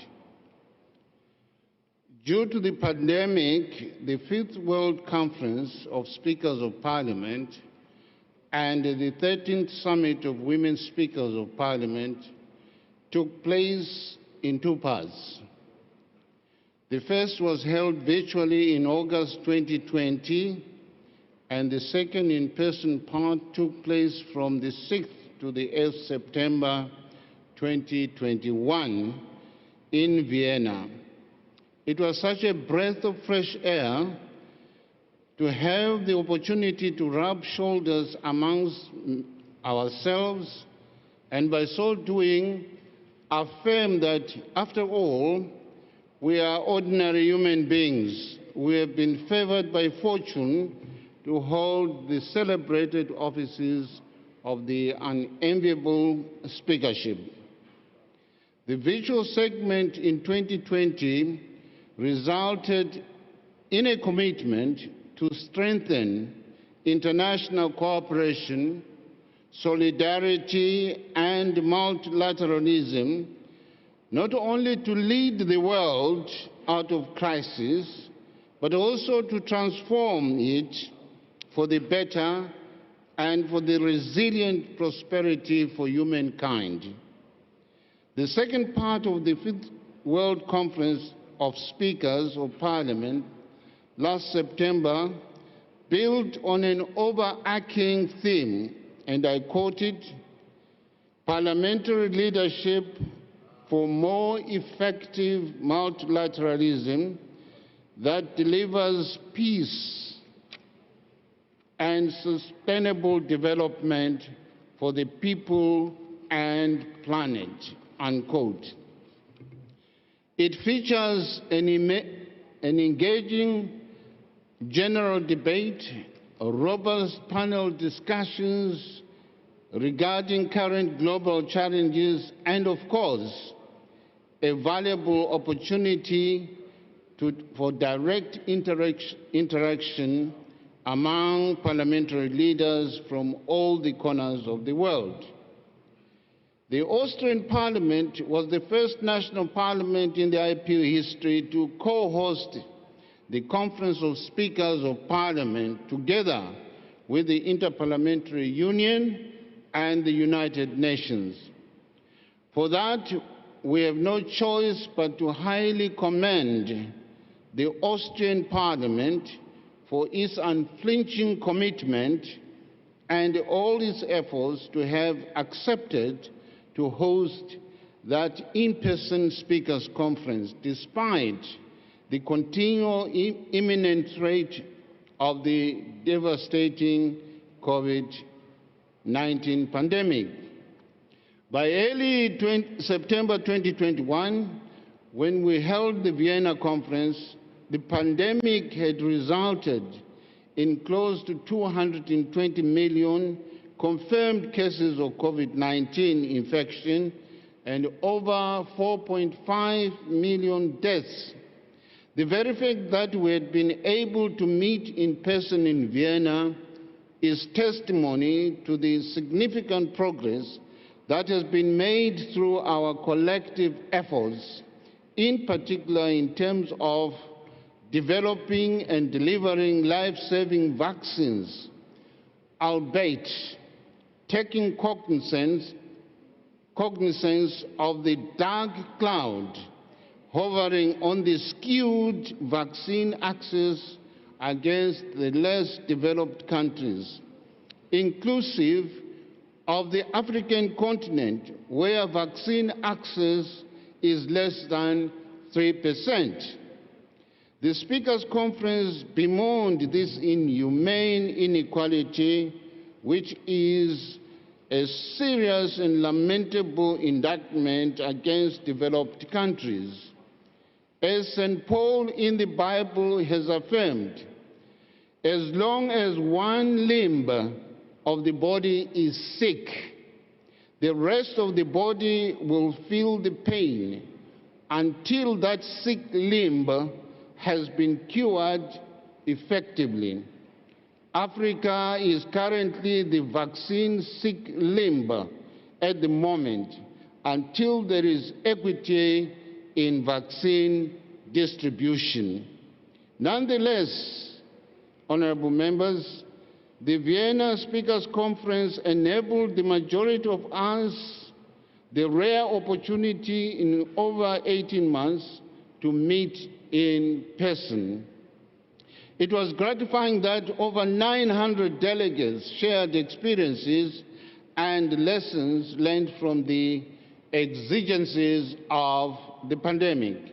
Equally, we welcomed the presence of 103 speakers, among them 23 female speakers of parliament from 110 countries, as well as 24 multilateral organizations.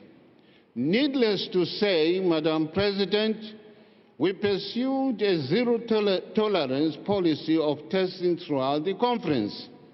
The testing was expensive for us and time-consuming for participants. The testing ritual proved to be very effective and efficacious in terms of containing the possible COVID-19 infections during the conference. However, what is pleasing, Madam President, is that we dedicated a lot of time on methods of how best to overcome the pandemic. Our shared commitment was to build back and build forward better through our parliamentary processes. As we moved forward, Madam President, the conference noted that the recovery should take into account the negative impact of the pandemic has had on women and girls, young and the elderly, persons living with disabilities, marginalized and vulnerable populations, refugees, and communities affected by conflicts. In so doing, Madam President, the recovery efforts must uphold the rule of law, democratic principles, and universal human rights. At the same time, Madam President, the conference pointed out that the objectives of the recovery must be inclusive, sustainable, embrace the green ecosystem, as well as incorporating innovative solutions to the climate crisis. The conference urged the speakers to work together as one human family in tackling epidemics and other crises by overcoming differences of all kinds and seeking to foster a culture of tolerance and acceptance of the other. A renewed commitment by all parliamentarians worldwide to meaningful and effective multilateralism was accepted as critical to such an envisaged recovery. What was more rewarding too were the lively debates we had during the conference in its panels and motions. We are proud that there were fruitful exchanges of opinions and best practices instead of only the reading of prepared statements without constructive interface. Thus, as in the Assembly and all other related meetings, the Speakers' Conference offered the possibilities for bilateral exchanges that were long missed due to the force majeure of the COVID-19 pandemic. I just have to share the information with you that there was no single bilateral meeting slot left in any booth, so as to give you an idea of how welcome this in-person Speakers' Conference was for everyone who attended. Ultimately, Madam President, the conference adopted a high-level declaration on parliamentary leadership for more effective multilateralism that delivers peace and sustainable development for the people and the planet. That declaration was widely circulated to all IPU member parliaments for their perusal and action. In concluding, Madam President, I wish to thank you. In this case, it was the President himself of the IPU, not the Madam President here present. I wish to thank you for your sterling leadership during the Speakers' Conference in Vienna and commend the dynamic participation of all speakers who attended the historic in-person Speakers' Conference. The Austrian Parliament deserves our supreme commendations for having been such a gracious and generous host. I so submit, Madam President and dear delegates. Thank you.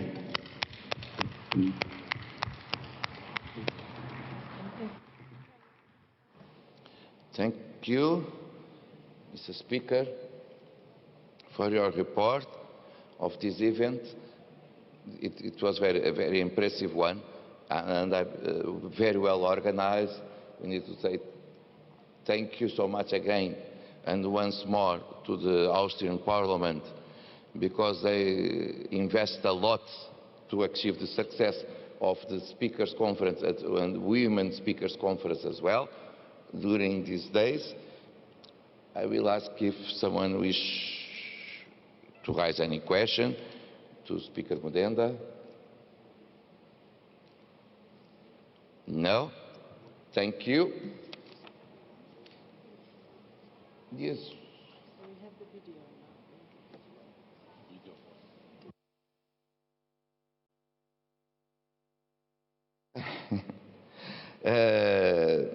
We will see a small presentation, a video presentation, before go to the other part.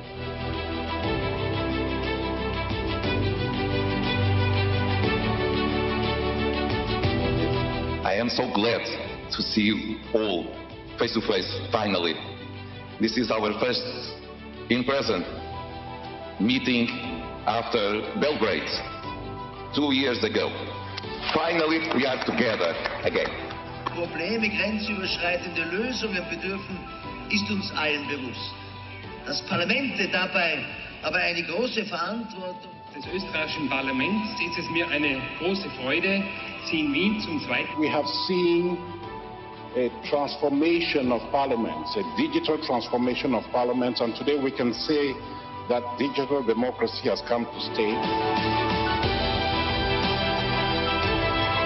Dear colleagues, we must stand united in the fight for gender equality, even more so during crises like those we currently face. In times of pandemic and conflict, we must ensure that the least privileged among us are never left behind.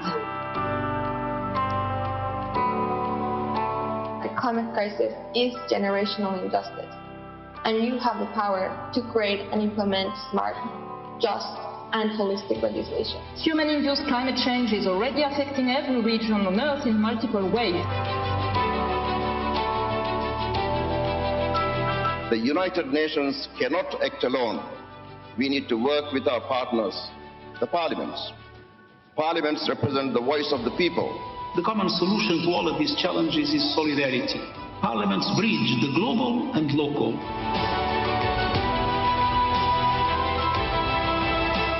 I came from a city and a country that looks like a graveyard of people alive. There are people breathing without any liberty. It's high time that Afghans can decide on their own future.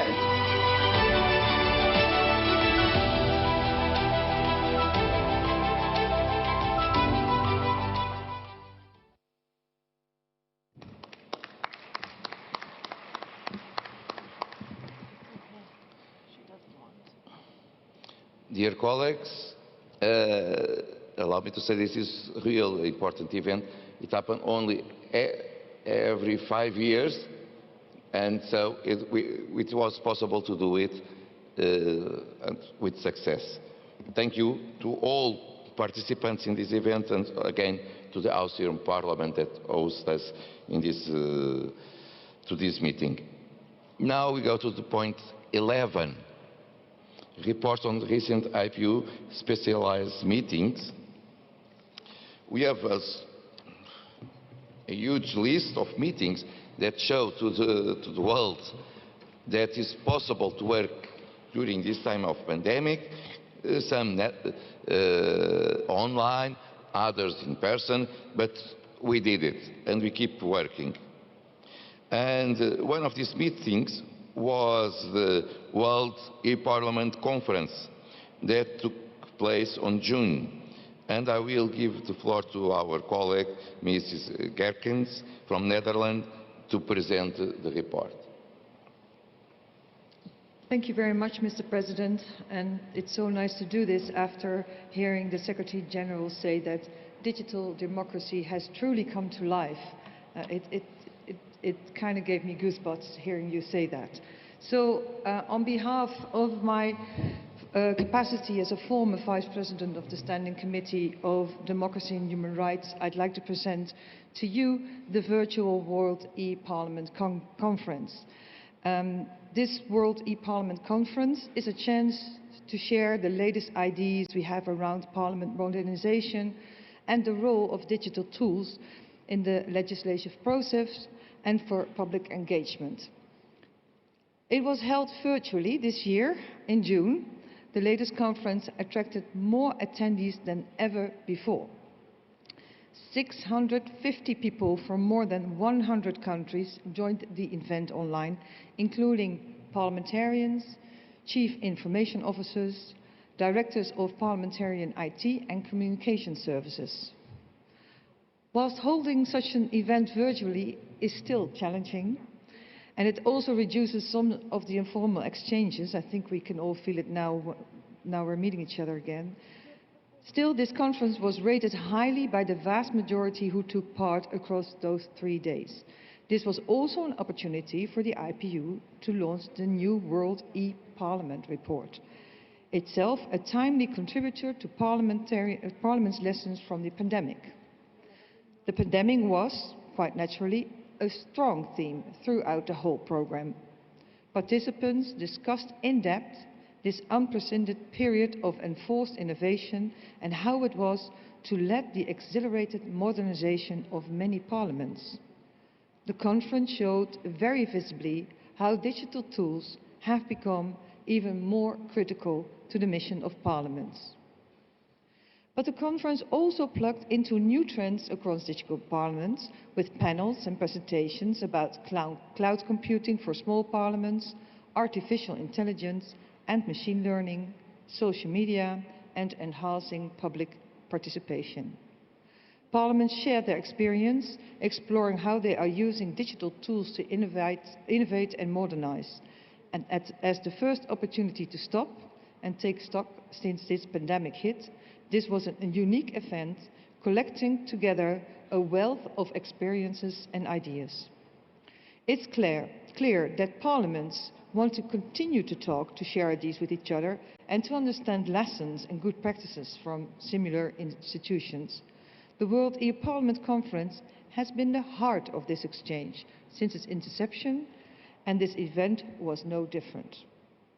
Since the conference took place in June, it has also been possible for the IPU Centre for Innovation in Parliament to generate a series of follow-up events based on ideas that emerged at the conference at the demand for delegates. And I'd like to show a short video that illustrates how some of those innovations adopted by parliaments in remote working during the pandemic. Thank you very much, Mr. President. You can start the video.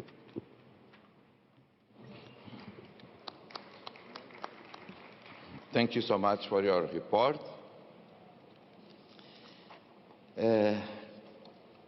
I now will invite Mrs. Odul, the Vice Chairperson of the High-Level Advisor Group on Counterterrorism and Violent Extremism, to share us the report on the outcome of first global parliamentary summit on counterterrorism that happened in September for the occasion of the 5th World Conference of Speakers of Parliament. Mrs. Odul, you have the floor. How does it? Mr. President, Mr. Secretary General, honorable delegates, it is an honor for me to be here as the Vice Chair of the High-Level Advisory Group on Counterterrorism and Violent Extremism to present the report of the first Global Parliamentary Summit on Counterterrorism. The meeting was approved by the IPU governing bodies and took place on 9 September 2021, right after the 5th World Conference of Speakers of Parliament in Vienna. The meeting was funded by IPU, and it was agreed that this summit will be biannual. This summit allowed parliamentarians to identify lasting solutions and make a parliamentary contribution to global efforts in counterterrorism and the prevention of violent extremism. The ultimate goal of the summit was to advance peace and sustainable development in regions where terrorist groups have exploited the pandemic and remain a significant threat to international peace and security, as it is the case in the Sahel countries. This global parliamentary summit brought together various stakeholders, including parliamentarians from around the world, the United Nations, experts, members of regional parliamentary assemblies, victims of terrorism, representatives of civil society, and community leaders. The objective was to identify appropriate measures that can have real impact on the ground and within communities. The summit was composed of the high-level session and 3 thematic interactive sessions. The high-level session had the special participation of the Speaker of the Austrian National Council, the IPU President, the Director General of the United Nations Office in Vienna, and the Executive Director of the United Nations Office on Drugs and Crime, the Under-Secretary General of the United Nations Office of Counterterrorism. Session 1 on parliamentary response to the support and victims of terrorism addressed the global parliamentary community and the United Nations to provide their testimony and perspectives. Since 2016, the IPU has increased efforts to raise global awareness about the victims of terrorism. And since 2017, it has organized sessions with victims of terrorism from the Sahel region and the Middle East to bring forward a strong counter-narrative to terrorism.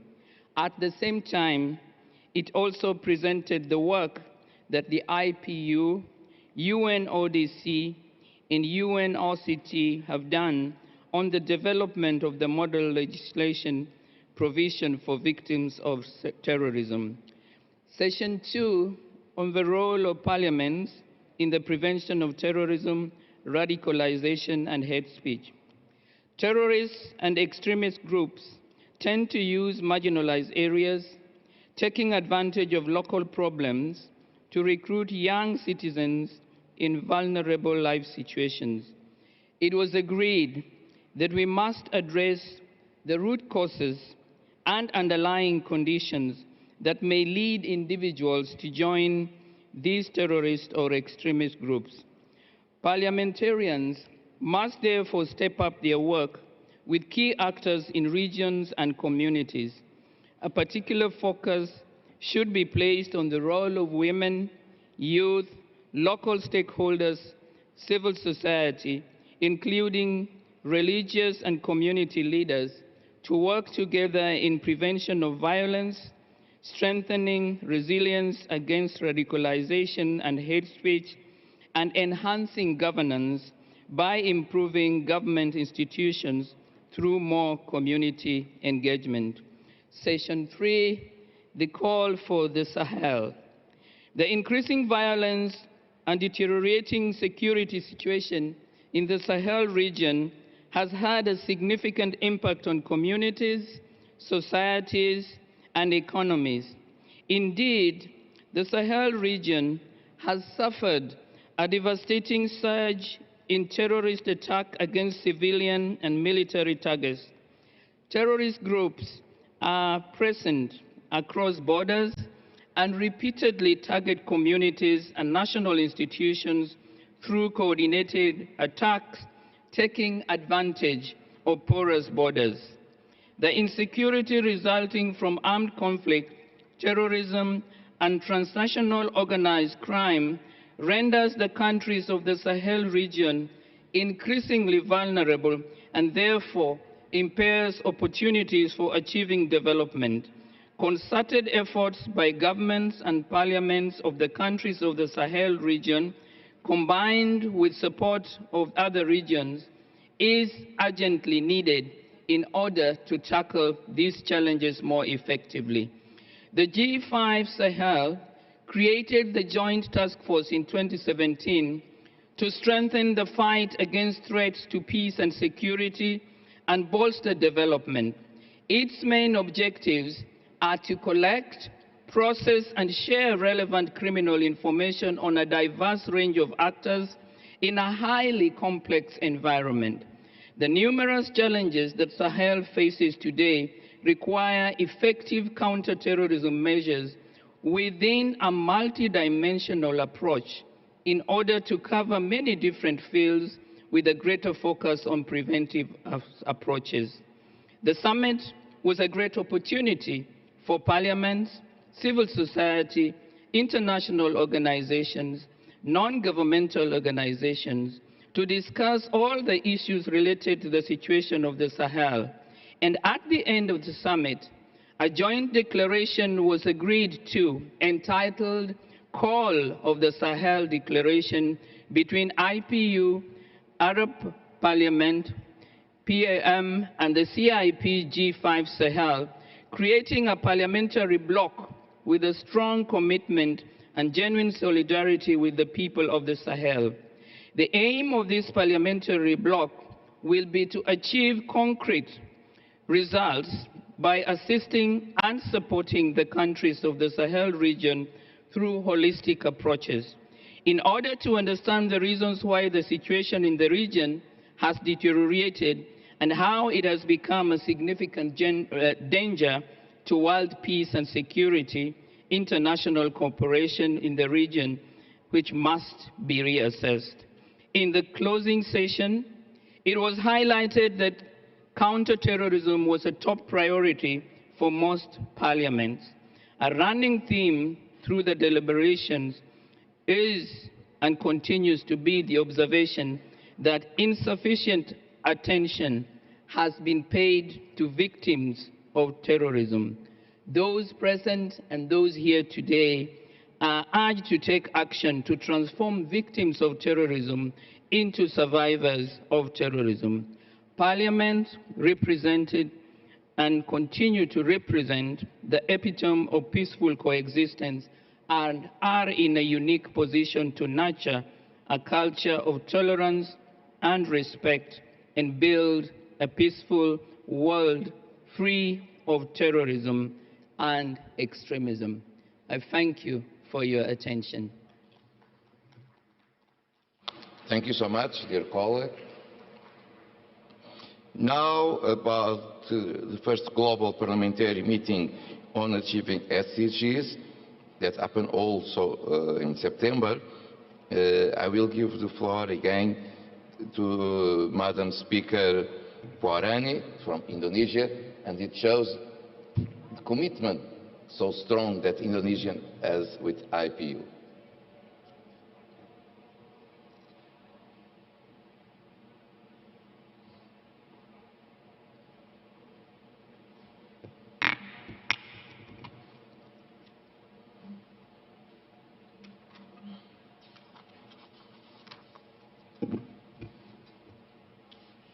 Excellencies, Chairperson, Speakers, and Honorable Members Parliament.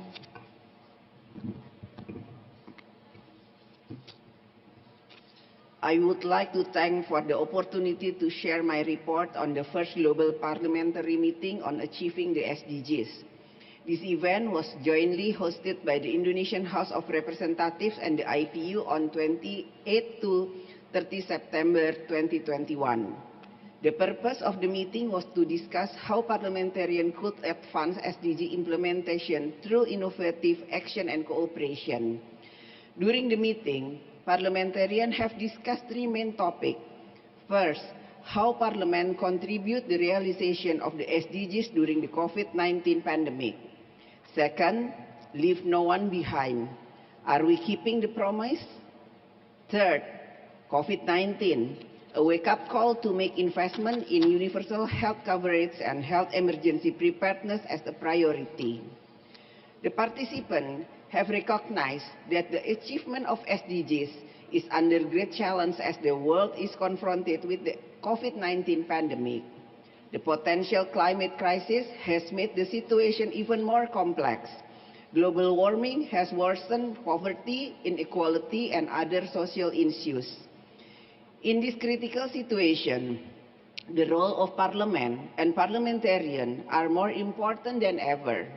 Thus, the discussion found that there are four important points to drive the achievement of the SDGs, namely, pushing for acceleration of pandemic recovery, economic and fiscal policy coordination, coordinated effort to help poor and developing countries, continuing to maintain global commitment in tackling climate change. As a way forward, three possible actions are considered by parliamentarians. First, to strengthen awareness of the SDGs among parliamentarians. Second, to formalize a specific body with a strong legal basic on the SDG in the Parliament.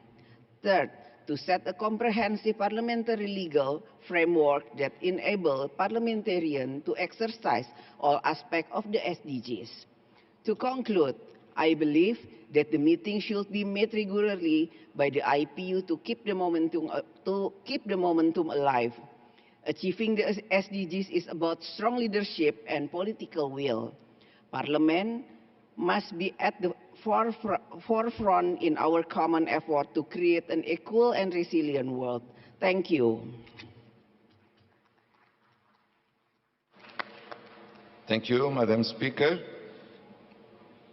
Now about the P20,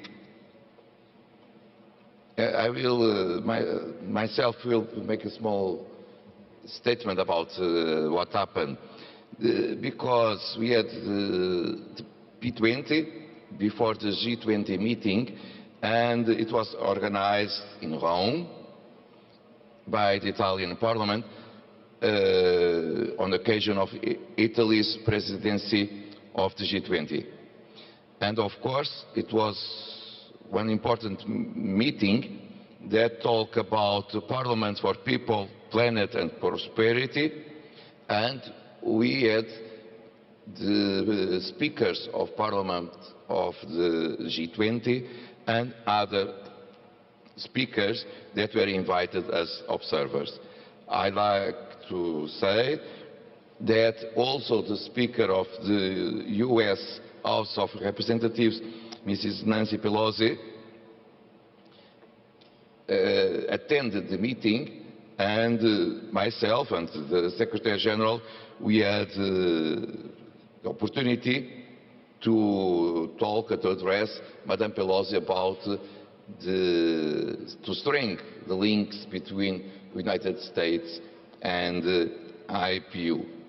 Also, it was very important to say that the President Casellati and the President Fico and our Honorary President Ferdinando Casini did a great job to welcome all of us during this meeting. And I will make one emphasis at the speech of the Prime Minister Draghi, because it's always better to have someone from outside of IPU to work about the whole of IPU than we talk about ourselves. And the remarks of Prime Minister Draghi about the importance of parliamentary diplomacy with the IPU at its core was very impressive, and it shows to the speakers of the G20 and to the world that, yes, IPU has a special role in the multilateral system and as a global organization of parliaments. And so, we approve the final text that was sent to the heads of states of the G20, and we share our worries to work together. Multilateralism is essential to work together for achieve one planet more safe and with more prosperity. Thank you. If no one asks the floor, I will give now the floor to Mrs. Lia Quartapelli to talk us about the PrepCom that happened also in Rome. The environmental issues and of course climate change is on top of our worries. And so we organized not one, but two meetings about this issue. The first one happened in Italy with the support of the Italian Parliament. Mrs. Quartapelli, you have the floor. Thank you. Thank you, Mr. President. Well, as the President was saying, we all know how important it is that parliaments work in advancing and pushing for an ambitious climate agenda, both to meet ambitious environmental targets and to make sure that the climate transition will leave no one behind. That's why the Italian Chamber of Deputies co-organized with the IPU a pre-COP26 parliamentary meeting in Rome, in Italy, on the 8th and 9th of October, as part of a series of pre-COP events hosted by our country. The Parliament brought together parliaments from around the world to provide a platform to discuss how to advance parliamentary action on climate change at the national, regional and international level. The meeting in Rome had the aim and was targeted at parliamentarians within climate and environmental related committees and was attended by 370 MPs and parliamentary staff from 73 countries. There was the presence of the President of the Italian Republic, Sergio Mattarella.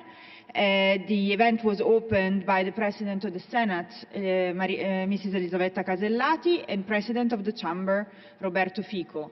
There were there the Speaker of the House of Representatives, Mrs. Nancy Pelosi, IPU President, our President, Mr. Duarte Pacheco, the Italian Minister of Foreign Affairs, Luigi Di Maio, and the Physics Nobel Prize laureate, which this year is an Italian, and is Professor Giorgio Parisi. There were experts, professors, ministers informed the 4 sessions. The Pope also received national delegations in a special audition where he encouraged delegates to work for the common good and for the future of next generations, which in the context of climate action is particularly important.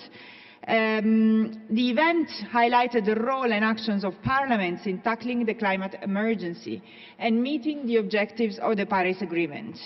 The participants supported the goal of ensuring the global greenhouse emission at 0 by 2050 and limiting global warming to 1.5 degrees Celsius. The event was helpful in sending a vision of a world that is greener and more equal than the one we live in right now. This vision is expressed in the draft outcome document that was adopted at the end of the 2-day meeting, which charts a course for increased parliamentary activity on climate change. Thank you. Thank you, Ms. Quastapelli. It was a very important and with success event. And a few weeks after it, we meet again to talk about climate change during the COP26 on 7 November in Glasgow.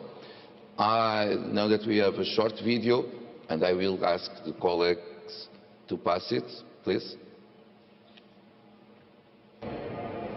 Hello, I'm Alex Sobel from the British group of the IPU, and I'm co-rapporteur for COP26. Hello, I am Alexia Rotta, the co-rapporteur with Alex from Italy. I am the president of the Committee of Environment in Italy, in the Chamber of Deputies. So we're here today to speak to you in Madrid at the Assembly about how we came about to deliver the outcomes document, what's in the outcomes document, and how we're using it here at COP with all of the IPU members in Glasgow from all of our countries around the world. We started this process, myself and Alessia, drafting a document. Then we sent it to all of you, all of your parliaments, for feedback. We received a number of amendments. After the amendments, we debated the outcomes document at a pre-COP meeting in Rome 2 weeks ago. We took further amendments, and now today here in Glasgow we are completing the process, and we're hoping that the IPU delegates here are going to accept our document. And Alessia, what are the main points of the outcomes document? The main point, in my opinion, is that for all of us, there is very clear that we have no more time. It's time to act. So this urgency is common for all of us, and so is the first point in the document. And also, we underline very clearly the double emergency, because to act. The double emergencies is the climatic emergency and the COVID-19 emergency, which are interlinked. And the document sets out a series of priorities, as you remembered. So the key role of Parliament, a central role, especially through the adoption of ex-ante and ex-post climate impact analysis tools for legislation and the use of new technologies, because we have to force our government, Alex. Yes, absolutely, absolutely. And also the need to increase climate funding for less developed countries, and the strong emphasis we have to notice that the battle against climate change is also a battle for gender equality. Absolutely. And I also think it's important to remember that actually there are reparations needed from industrialised countries like ours to countries on their development pathway, and the need not just for finance but for reparations and technological support, which are also really important in the document. And we're taking these messages out to our own countries, negotiators, from myself to the COP President, and we're asking people here today in Glasgow to take the outcomes document to their negotiators to push on all of these points to ensure that we have more money, that we have better climate justice, that we ensure that we stick to the 1.5 degrees pathways and that it's a fair and just transition. And I think that that is really the strength of us as parliamentarians, to hold the feet of our nation's governments to account.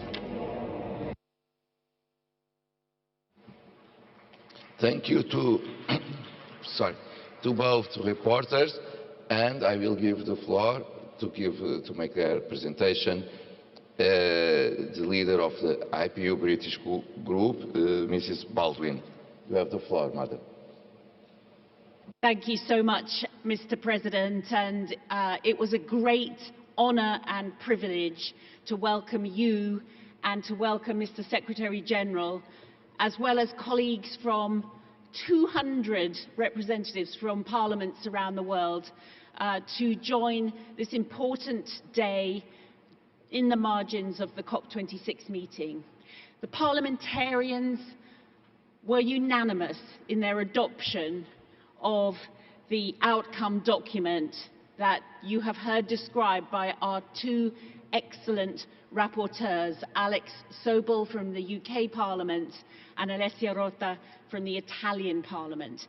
And they and so many of you have worked so hard and so effectively in producing this document, which was unanimously adopted by the gathering. We all know how important it is for us all to act together as parliamentarians across the world to combat climate change. We are the ones who will be holding our governments to account on those commitments that they made at COP26, those nationally determined contributions, and I thank all of you for delivering such big improvements in your contributions. These were important commitments by governments, and it is we as parliamentarians who will scrutinise, who will hold these government commitments to account, and who will legislate, importantly, for them to be put into practice. This is so important, given the irreversible damage that climate change will trigger. The document, which was applauded by many other bodies, demands that governments do not shirk their responsibility. They must adhere to their climate change objectives, the net zero by 2050 contained within the Paris Agreement, and the world's most important and legally binding document. It demands that responsible stewardship of the planet and the well-being of humanity must be at the heart of all political ambition and activity. And it demands that developed countries must meet their existing climate commitments, in particular to provide and maintain a minimum $100 billion in climate financing annually. And this was announced at COP26, falling somewhat short, but still committing $500 billion over the next 5 years. And importantly, a very significant commitment in terms of the financial sector for $130 trillion, Mr. President, to be aligned with net zero, which is a massive commitment from the world's global financial institutions. This transition to net zero will have profound implications for all of us. We as parliamentarians must scrutinise the challenges we face. There is hope in this endeavour. As we heard from the inspiring Sir David Attenborough, the World Wildlife Fund ambassador, he said that in his lifetime he has witnessed terrible decline, but in our lifetime we can and we should witness a wonderful recovery. There is hope, parliamentarians. We must work together on these agreements, we must scrutinise and hold our governments to account on delivering their nationally determined contributions. As Mary Robinson, who graced our event with her presence on the 7th of November, she's the chair of Elders, she said that legislatures and legislators can deliver significant, progressive, social and political change. And Mr. President, while the final Glasgow Climate Pact made very good progress, completing the Paris rulebook and keeping the targets alive, there were also some disappointments which we must acknowledge, including a final watering down by some parties on the phasing out of the use of fossil fuels. COP27 next year in Egypt will be an opportunity to exert further pressure on governments to achieve even greater results and action. In the meantime, we as parliamentarians have a lot of work to do if we are to ensure that the launch pad provided by Glasgow can propel us forward towards the urgent policy measures that we must take collectively. We must learn from each other. We must address the climate change crisis. Thank you very much, Mr. President. Thank you so much, Ms. Baldwin. The outcome document was very impressive because we all know we are out of time and it's important to act. We are out of time, yes. That's why it's so important to act now and not wait one more day. And we have responsibilities. We are members of parliament. We have power in our hands. So not just to talk about it, but to act, to resolve, to give a contribution to resolve the problem of climate change. I understood that Saudi Arabia wish to take the floor. Thank you. Thank you, Mr. President. Allow me to speak in Arabic, please. شكرا معالي الرئيس. Thank you so much, Mr. President. As you have pointed out, Your Excellency, the conference on climate change was held in Rome, then in Glasgow, in the UK. And of course, I would like to thank the Republic of Italy and the United Kingdom for hosting these very important conferences.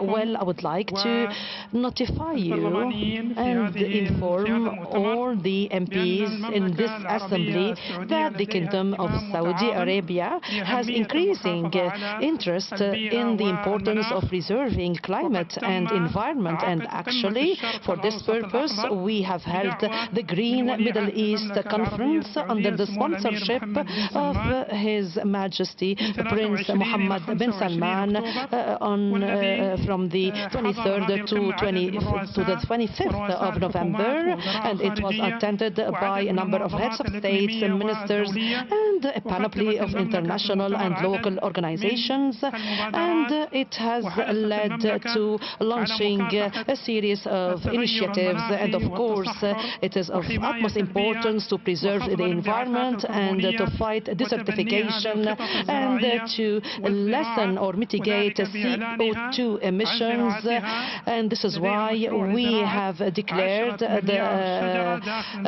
or launched the project of planting thousands of trees inside our territory and millions of trees all over the Middle East.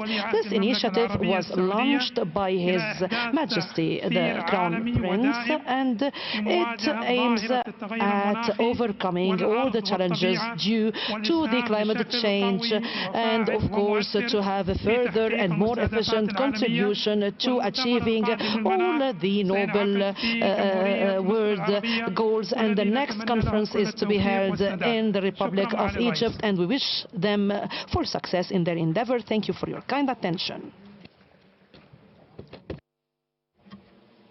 Thank you so much. We will all wait for the next COP in Egypt, and we hope also that it will be possible to have more concrete decisions on that COP 26-27, and afterwards to act in our own parliament and also monitorize the behavior of our governments, because not just a compromise, they needed to put it in practice. I see Turkey asking the floor. Thank you, Mr. President. I wanted to take this opportunity for the delegation of Austria for hosting us for the Speakers Conference. I had the opportunity to accompany the Speaker of Grand National Assembly of Turkey. And also I would like to thank the delegation of Italy for hosting us in the pre-COP meeting in Rome, and also the delegation, the British IPU group, for hosting us in Glasgow. As Turkey, we're excited because during the Speakers Conference, we were able to ratify the Paris Agreement that we had signed in 2015. So that was something important, and the issue of environment is urgent. I just wanted to take this opportunity to thank all the delegations who hosted us. They did a great job. Thank you. Thank you, Dr. Hafsa. I think we can go to the other point. And thank you again to all the countries and parliament that host these meetings that we had the report a few minutes ago. Just because they cooperate with IPU, it was possible also in these times of pandemic to organize it virtually, some presential other times. We are going now to the point 12, future IPU meetings. Of course, I need to say something. Sometimes when we have informal talks, it is a decision of the Executive Committee. You have the list with you. We hoped that will be possible to organize everything, but in these times of pandemic, we never know what will happen tomorrow.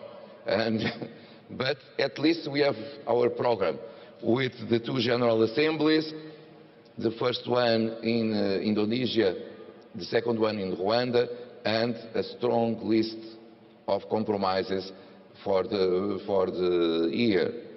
And I will give the floor to the Secretary General to make a very short presentation of that. Yes, it will be very short. The list is very long, Mr. President, but the presentation is very short. Just to mention that this list has been circulated to you all, and it is meant to be a document for you to put in your diaries, give you predictability as to the events that will be taking place over the next 1 year or so. And many of the meetings on that list that you have already been approved by the Governing Council. There are a number of others that require now your approval so that we can proceed with the organization of these meetings. The President has mentioned the two assemblies that will take place in Rwanda and Indonesia next year in person. But then we have a list of specialized and other meetings, many of which will take place in virtual format as part of our ongoing digital transformation strategy. This is something that we will continue to do, but I think that the challenge will be to strike a very judicious balance between virtual and in-person meetings, because the President and many of you have stressed the need to continue to meet physically in order to interact and, as Speaker Mudende said, rub shoulders with one another to share experiences and common challenges. So that list is there, Mr. President. For each of those meetings, we do have funding, either from the external budget, from extra budgetary sources, or from the core budget of the organization. So if a meeting is not organized, it is not because we don't have the resources, it's because we have not been able to identify the other arrangements that are required for hosting such meetings. Mr. President, I think you did encourage your colleagues when we had the meeting with the presidents of the geopolitical groups. You did encourage them to make offers to host some of the in-person meetings that are on this list. So, Mr. President, you may wish to call on your colleagues now to approve this list so that we can have it as a roadmap for the implementation of the work plan of the IPU. And I want to point out that all these meetings are consistent with the current strategy and the new strategy that you have just adopted. Thank you very much. Thank you. May we approve the list as a roadmap? And allow me to say thank you also to all the parliaments that already show that they are available to host the meetings itself. From different geopolitical groups, we wish to diversify so much as possible our presidential meetings. Of course, we will keep others virtual, and thank you also to the Secretariat and Secretary General to help us to keep working in these difficult times of the pandemic, but we will try to do our best. Before to go on, allow me to say that the Executive Committee welcome also the invitation of the Parliament of Uruguay to host one Executive Committee there on the occasion of the IPU regional event in that country. We will wait for that, maybe in June. And the Executive Committee also apprised of the 5th United Nations Conference on the Least Developed Countries in Doha next January. And as a part of our efforts to bring parliamentarian perspective to the most important UN process, the IPU and the Shura Council of Qatar will hold a parliamentarian forum at LDC 5 conference on the 22nd of January. And so we will present a formal parliamentary message to the UN conference. This message draws from agreed positions of IPU over the years and was prepared with the input of a core group of parliamentarians from developed and developing countries. We, the Executive Committee, accept the draft document that is before you today, and so I ask if you all agree that this message can be acceptable and to be as a message that can be essential to our meeting and address also the UN meeting on LDCs. No one make opposition on that, so we will endorse the document. But before we move ahead, I understand there is a video message from the UN High Representative for LDCs, Mr. Rattray. Could the technicians should show us the video, please? Mr. Duarte Pacheco, Honorable President of the Inter-Parliamentary Union, honorable members, ladies and gentlemen. I'm honored to address this august gathering in my capacity as the Secretary General of the 5th United Nations Conference on the Least Developed Countries, LDC 5. This vital gathering will take place with the generous support of Qatar in Doha from the 23rd to the 27th of January next year. LDC 5 is a once-in-a-decade opportunity to set the world's most vulnerable countries on a path to irreversible, sustainable development. The progress we make at Doha will ensure that no one is left behind in our march towards achieving sustainable development. This will shape the lifetime of millions of people, the lives of young boys and girls growing up in these vulnerable countries. In Doha, the international community will reaffirm its commitment and solidarity and renew its contract with the world's poor.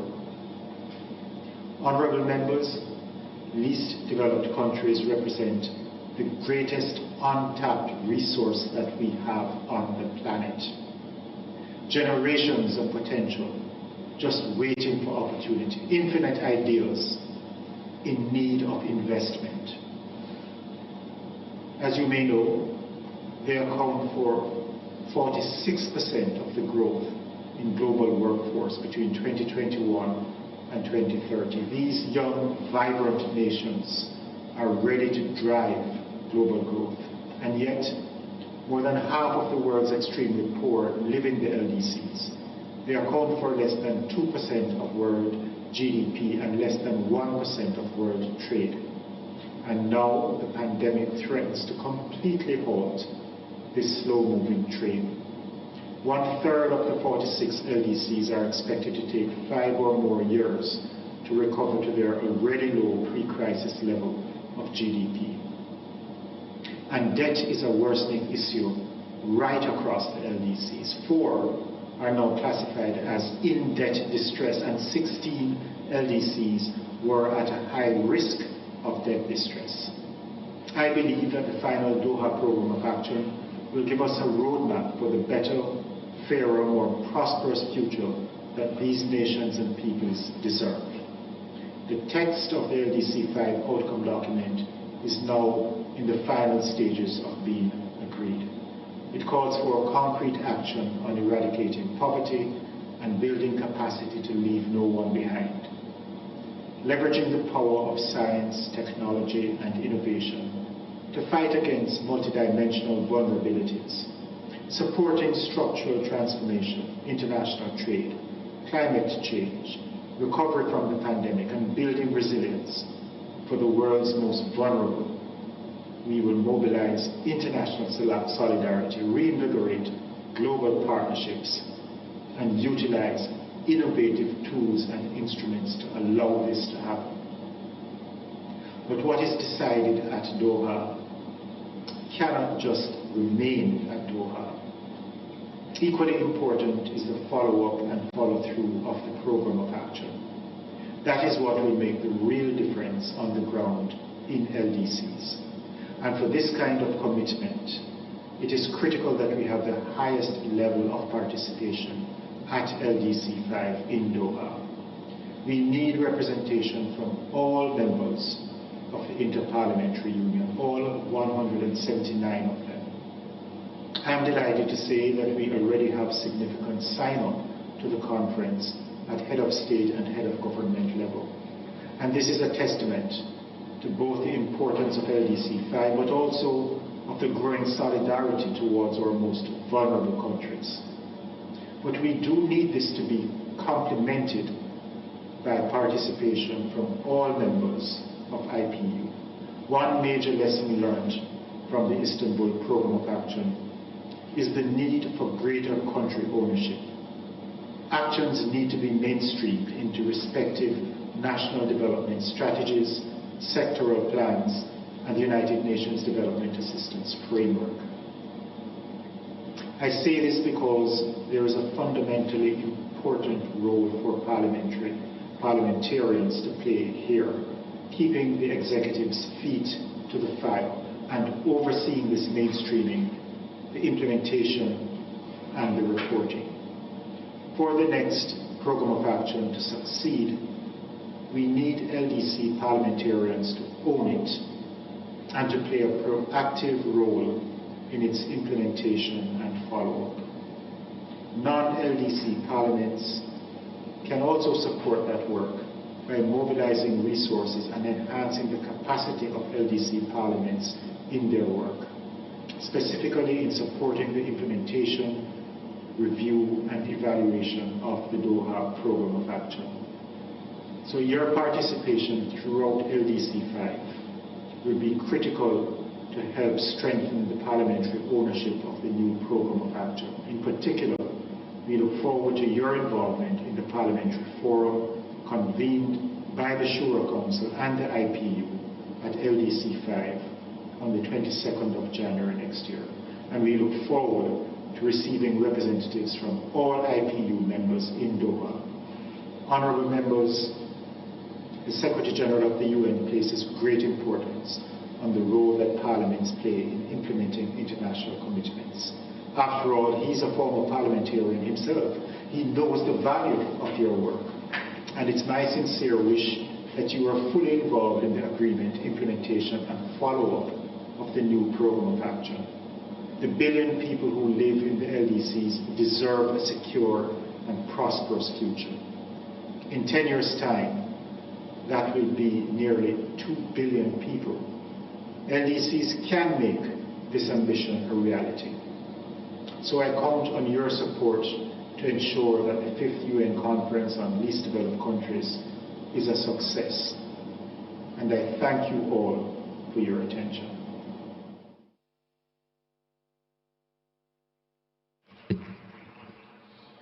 Thank you.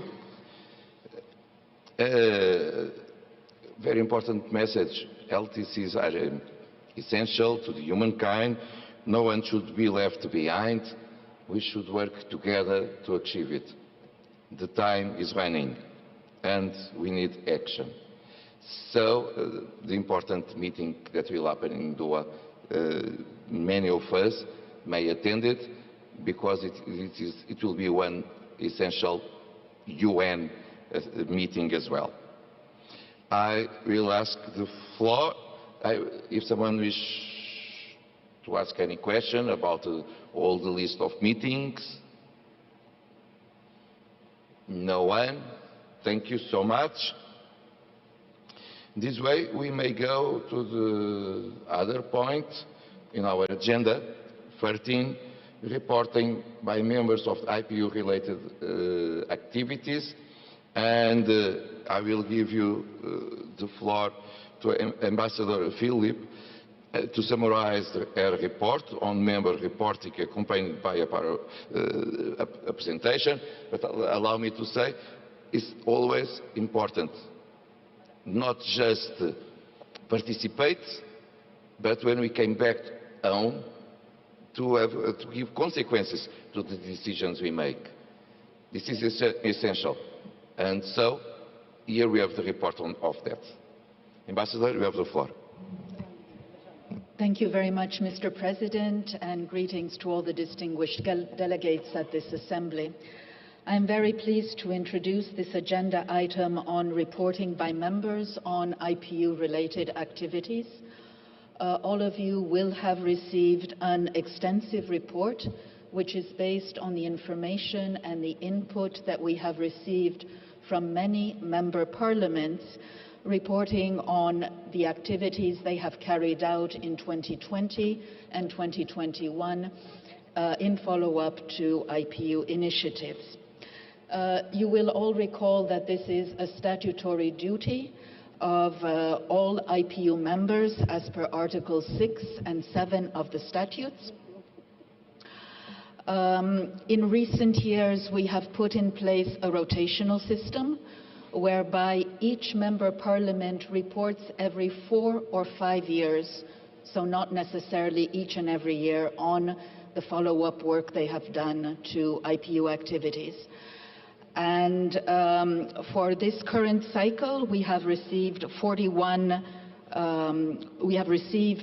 responses from the 41 selected parliaments. For 2021, we received 28 contributions. Of course, the rate of response is not tremendously high. This is understandably also due to the conditions of the pandemic. And in this context, maybe I will recall that during the pandemic, the IPU did launch an online initiative aimed at assembling information on how parliaments function during the COVID-19 pandemic and how they are implementing emergency health measures. There was a lot of response to this initiative, and all that information is available on the IPU website. A first general question had to do with follow-up by members to the outcomes of the 141st and 142nd IPU assemblies.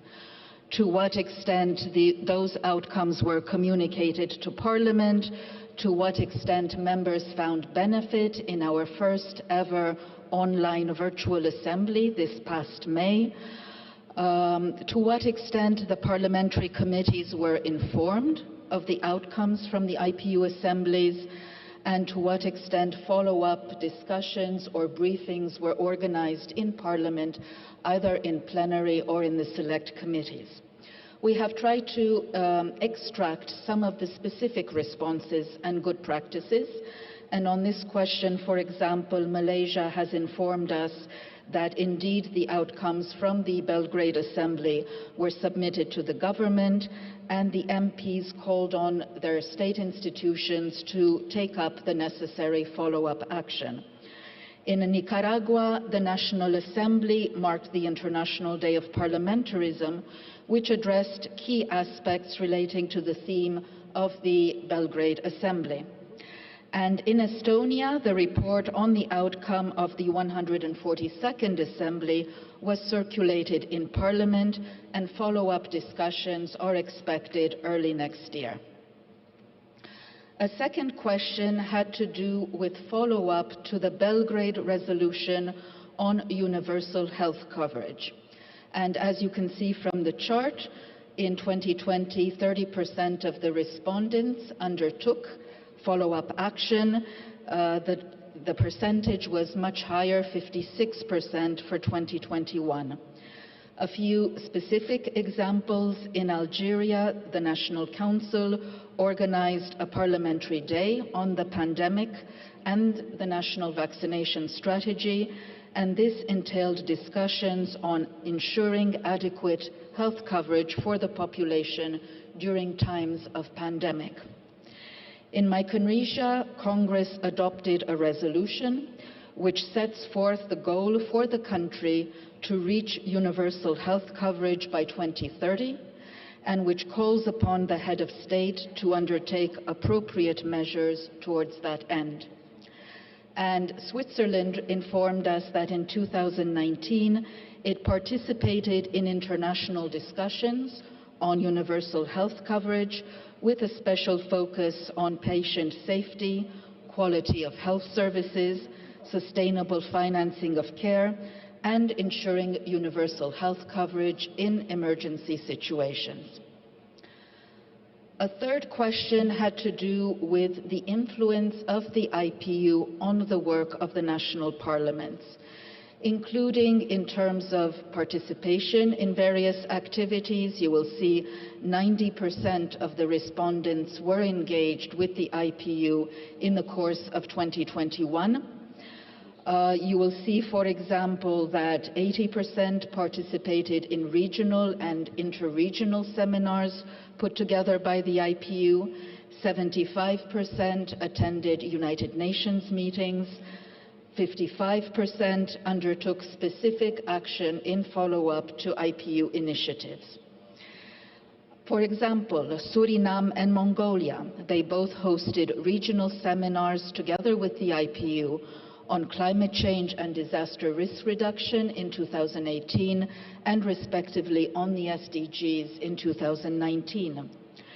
The United Kingdom drew our attention to the fact that it has written to the Foreign Secretary to raise the issue of the decisions on the human rights of parliamentarians. In New Zealand, the IPU's guidelines for the elimination of sexism, harassment, and violence against women in Parliament was useful for the Parliament's cross-party women's group. The group undertook its own survey, and those findings fed into the Parliament-wide Francis Review. A fourth question had to do with capacity building and advisory services provided by the IPU. You will see that 15% of the respondents benefited from such services in 2020, 25% benefited from them this year. And as a few examples, Costa Rica organized in November 2019 a regional seminar, the first ever information seminar on the functioning of the IPU for the parliaments of the GRULAC region. And this offered a very useful opportunity to share good practices across the entire region. Pakistan reported that it has signed a memorandum of understanding with the IPU to provide technical assistance to the Senate Secretariat, committees and the members. And Ukraine informed us that the Parliament sought advisory assistance from the IPU and organized in Parliament an exhibition dedicated to the 130th anniversary of the IPU. Another question had to do with how parliaments interact with the United Nations at the country level. You will see from the pie chart that this year, in 2021, 13% of the respondents of the parliaments received briefings from the UN resident representative on a major UN process. 34% of the respondents had joint activities with the UN country team or a UN agency during the past 2 years. And 44% responded that they have been including members of parliament on their national delegations to the HLPF or other major UN meetings. There were examples provided by Qatar that signed an MOU with the UN Office on Counterterrorism, establishing an office in Doha. The Russian Federation that was very much involved, the Parliament, in promoting the 2018 resolution of the UN General Assembly on interaction between the UN parliaments and the IPU. And Croatia gave the example of including their MPs on the national delegation to the UN High-Level Political Forum on Sustainable Development in 2019. And just a gentle reminder here to all distinguished delegates that in fact through the successive resolutions of the UN General Assembly, your own governments, the heads of state and government, have recognized the importance of making sure that MPs are part of the conversation, that they are included on national delegations to major UN conferences and events, and that they have the opportunity to work together and engage afterwards in the implementation of the respective international commitments. Another question had to do with contribution by parliaments in meeting human rights commitments.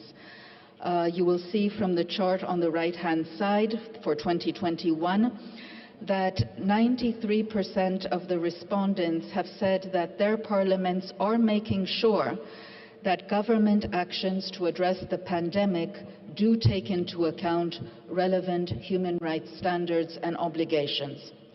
54% have reported that they are involved in the reporting process and implementation of the relevant UN human rights recommendations.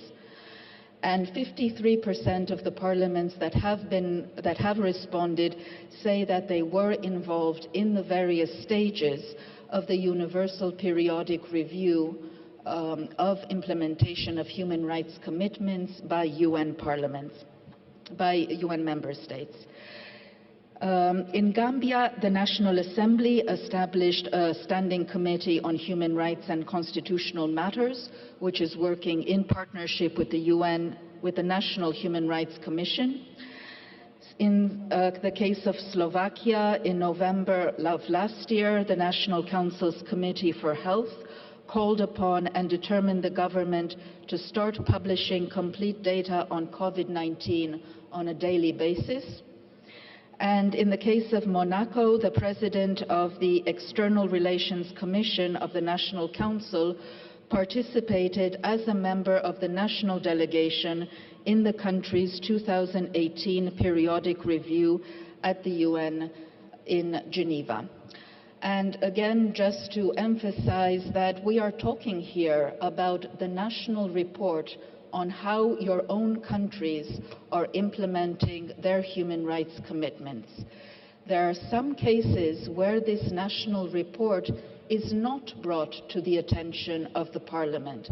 And it's really important for you, again, to be engaged, to make sure that the government shares that report with the Parliament, that you have the opportunity to organize discussions in your parliament on that national report, that you then are part of the process in Geneva and involved in the follow-up on the UN recommendations. Once again, between 65 and 80% of the recommendations coming to the United Nations on human rights matters do have legislative implications. So your role as parliaments and parliamentarians is absolutely critical. Moving on, just a few more questions. One had to do with parliamentary work to advance disarmament, non-proliferation and arms control. This has to do with undertaking parliamentary action related to major international agreements, such as, for example, ratification. It has to do with following up on the landmark IPU resolution of 2014 on a nuclear weapons-free world. And it has to do with undertaking specific actions to implement recommendations, for example, from the recent publication on Assuring Our Common Future, which was produced by the IPU together with a number of partner organizations. And you will see in the report some very interesting good practices from Benin, which has been very active in advancing the Arms Trade Treaty, from Ireland that adopted the Prohibition of Nuclear Weapons Act, giving effect to the Treaty on the Prohibition of Nuclear Weapons, but also the example from Netherlands, in which case the Senate adopted a motion on a nuclear weapons-free world.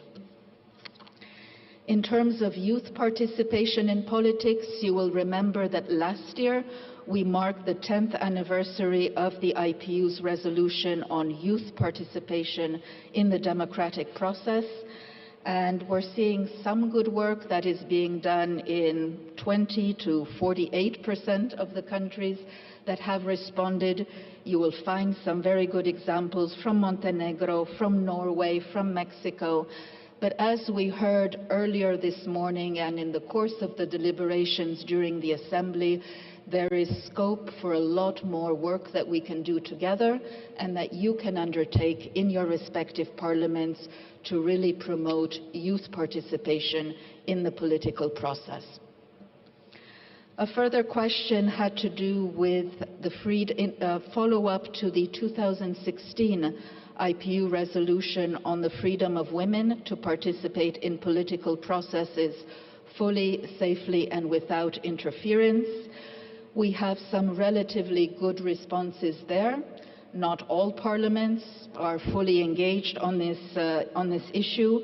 We have retained some good examples from South Africa, from Thailand, from Uruguay, and again encourage all our members to take inspiration from these good practices from fellow parliamentarians. And finally, there is a last question in follow-up to the 2015 Hanoi Declaration on the Sustainable Development Goals, turning words into action. We will see, for example, that in Canada, Parliament has passed legislation requiring the government to set national targets for reducing greenhouse gas emissions with the aim of achieving net zero emissions by 2050. In Turkmenistan, the National Assembly established a commission for the implementation of the SDGs and the 2030 Agenda, and the UAE has reported that it is allocating a significant amount of the national budget, 14.8%, to the education sector, which of course is a strategic and a critical area for the development of any country. In conclusion, Madam President, just to recall again, as was reinforced in fact by the Executive Committee, how important it is for all the members to make sure that they do submit a report to their other colleagues in Parliament following assemblies, such as this assembly in Madrid, that they ask that the report will be shared with all the members of Parliament, and that they try to raise awareness in plenary and select committees as appropriate as to the outcome of their work at the IPU. It is equally important to make sure that copies of the outcomes, the resolutions, the decisions, the statements, they are sent to the government and the relevant national agencies, inviting them to take action and to report on progress made. That it is useful always to address questions to government on the topics discussed and on the resolutions that are adopted at the assemblies, as appropriate to draft legislation or amendments to draft legislation that are in line with IPU resolutions and other recommendations. And finally, the outreach work, to quote these resolutions in various communications, including through press releases, press conferences, social media messages, and interviews. And of course, we would encourage all members, there's always an opportunity, even if your country is not under review in a given year, you are more than welcome to submit voluntary contributions. And if all of us can do that, then together we are confident that we can, as the strategy, the new strategy that you have just adopted, encourages us all, this will go a long way in making the IPU a more relevant organization, a more impactful organization, and one that has greater visibility both within the national parliaments but also at the level of the broader international community. Thank you, Madam President. Merci beaucoup, Ambassador Philippe. Thank you very much, Ambassador, for this presentation on the implementation of the Assembly's recommendations and other activities of the IPU. Bravo. The Executive Committee is congratulating the Parliament for the follow-up that has been made and has thanked them for their efforts that show the support that Parliaments are providing to IPU's work. The Executive Committee also considered that the implementation of the recommendations should be reinforced and that we should have a better positioning in the international arena. The Executive Committee asks the members of the steering committee to please ensure that resolutions are to be followed up as well as other decisions of the IPU so that the reports drafted by each assembly may be presented to all parliaments, followed by debates on the implementation of said recommendations and resolutions. The Executive Committee recommends that the MPs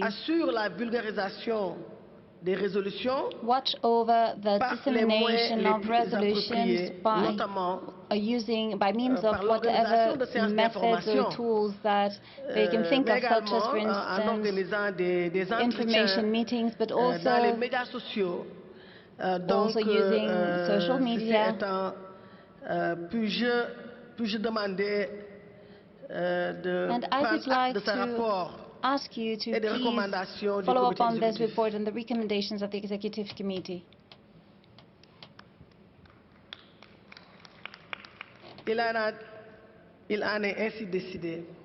This is what has been decided.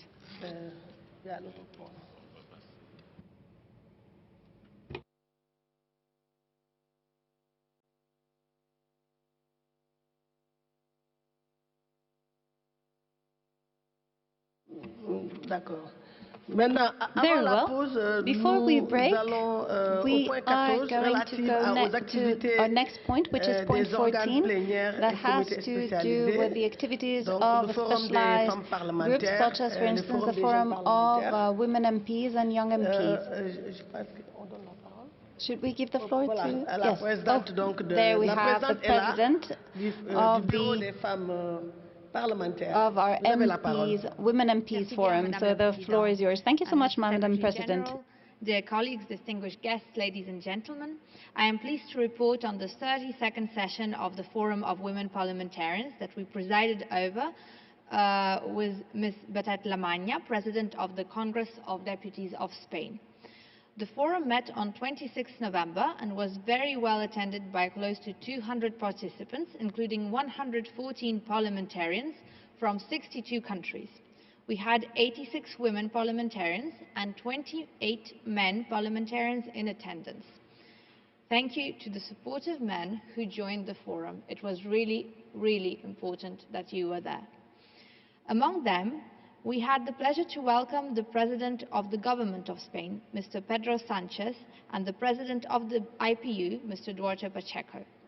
Both gave inspiring remarks on their support to gender equality and their call for gender-responsive policy making. The forum considered from a gender lens the resolution on legislation worldwide to combat online child sexual exploitation and abuse. And thus, we ensured the resolution was gender-responsive, survivor-centered, and empowering for boys and girls alike.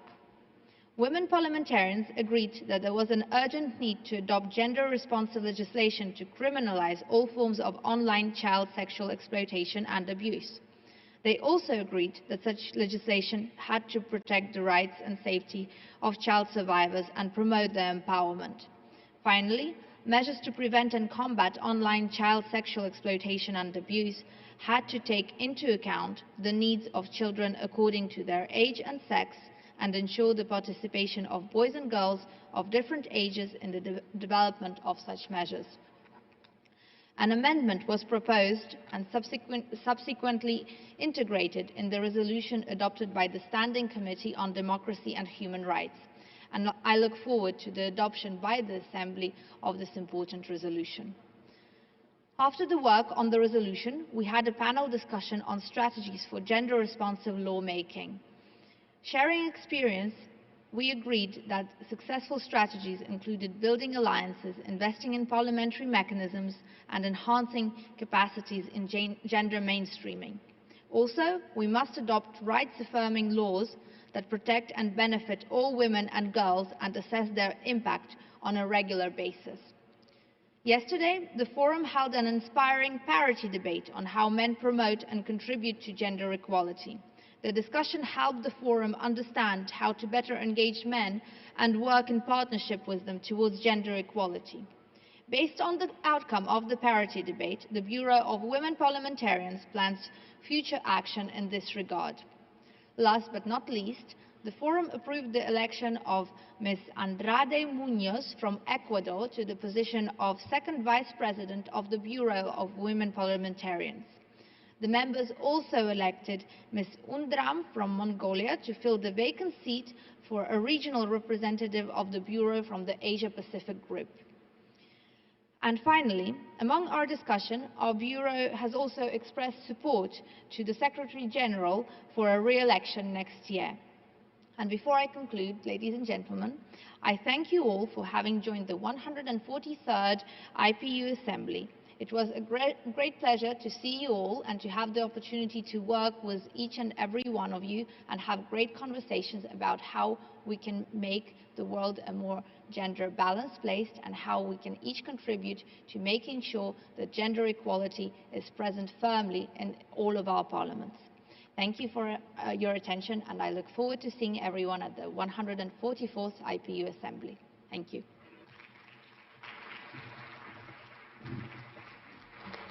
Merci beaucoup, Thank Madame you so la much, Présidente du Bureau Madam des femmes President parlementaires, of the Madame Women Lucia MP Forum, Vasilenko. Ms.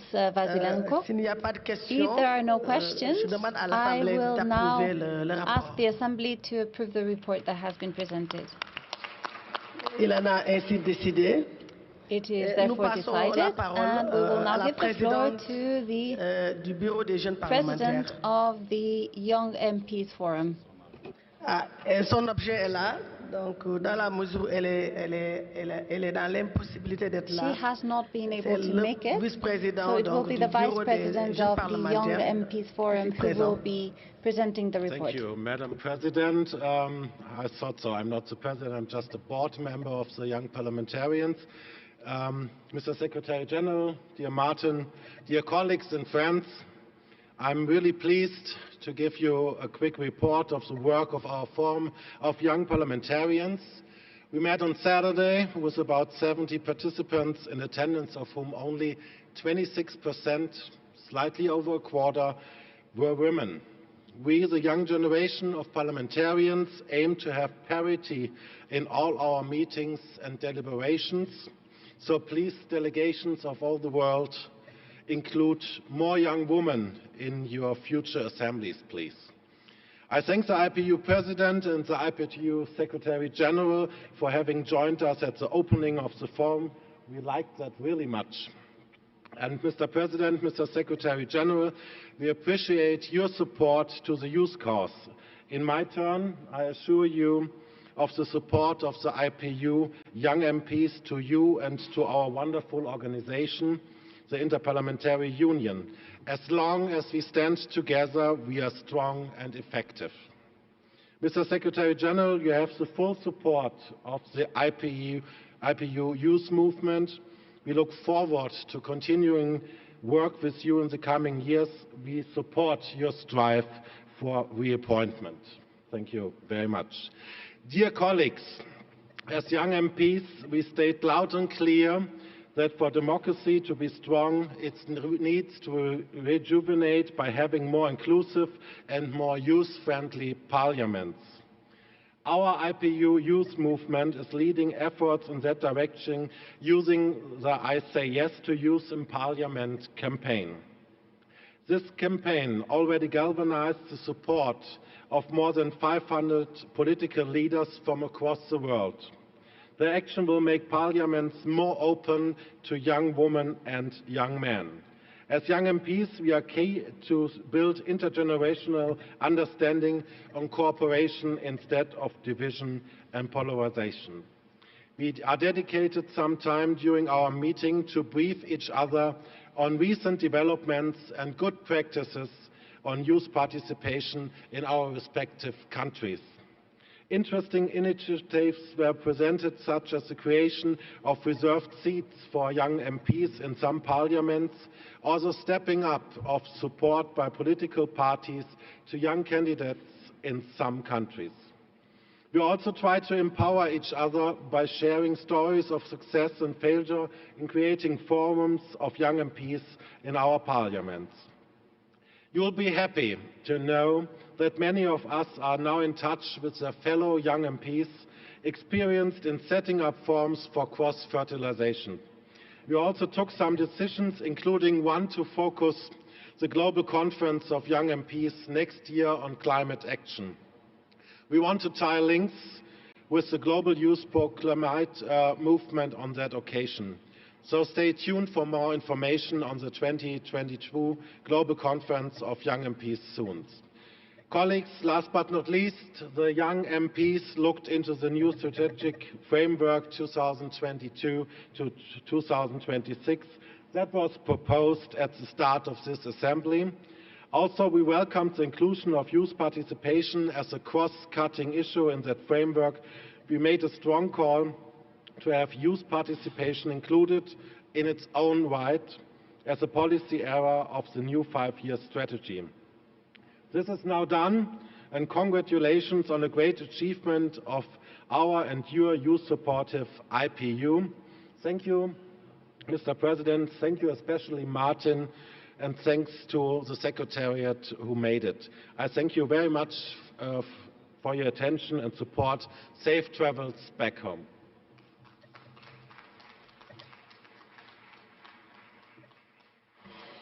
Merci beaucoup, Monsieur Thank you pour so le much rapport. S'il y a for pas de this questions. report, and if there are no... Oui, merci, merci. Okay, thank you, Nous General voudrions Secretary. passer la parole We will now à give la the floor représentante to du the comité representative relatif aux of the questions committee au Moyen-Orient. dedicated to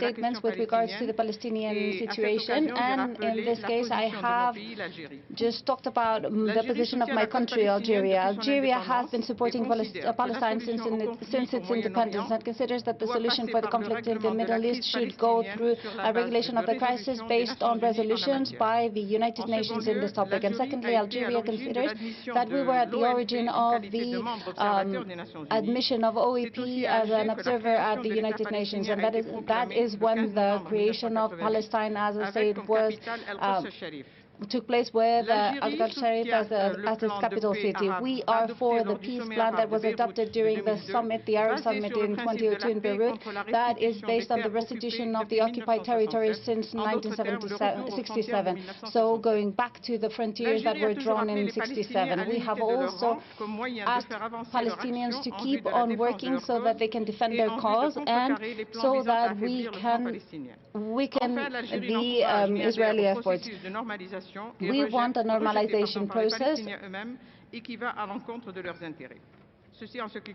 That is with regards to the declaration of Algeria. This is since I am the representative of Algeria. And the fourth topic, the fourth item that was tackled during the work of the committee was the following. The committee has decided that considering the fact that the situation of the COVID-19 pandemic is ever-changing, we needed to visit the Middle East so that the members of the committee could really meet the people and see the situation in the field with their own eyes. And the last topic in this meeting was that of the proposals for the modification of our bylaws with regards to the balance between genders in its composition. The committee has looked at a possibility of reviewing our bylaws, and we will ask for the executive committee to approve this revision in March 22 in Bali. And I thank you very much.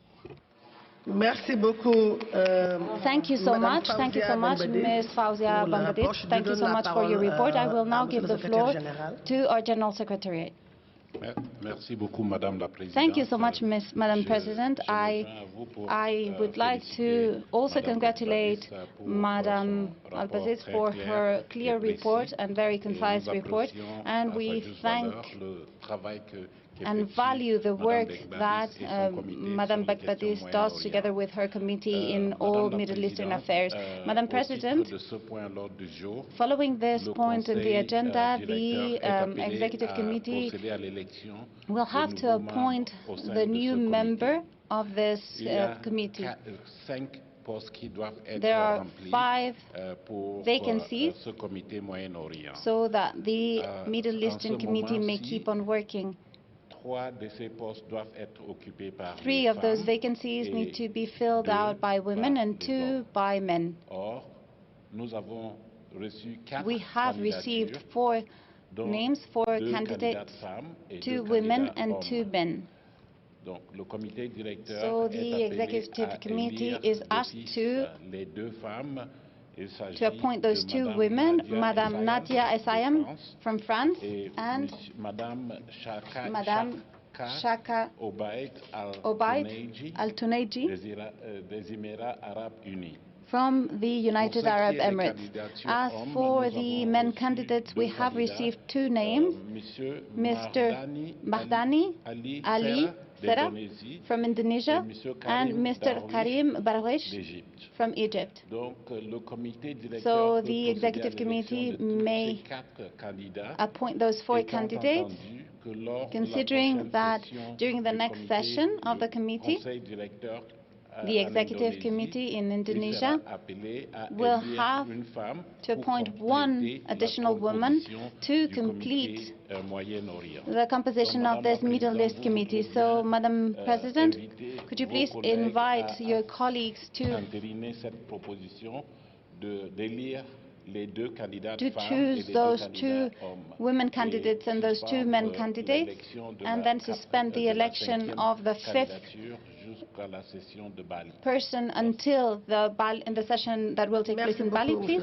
Yes, thank you so much, Mr. General Secretary, for all of these clarifications. I would like to invite the room, the Assembly, to approve what has just been said. Voilà. Je pense que nous prenons acte et nous pouvons suspendre la séance et reprendre nos travaux à 14h30. Suspend the session and start working again at 2:30. Thank you all very much.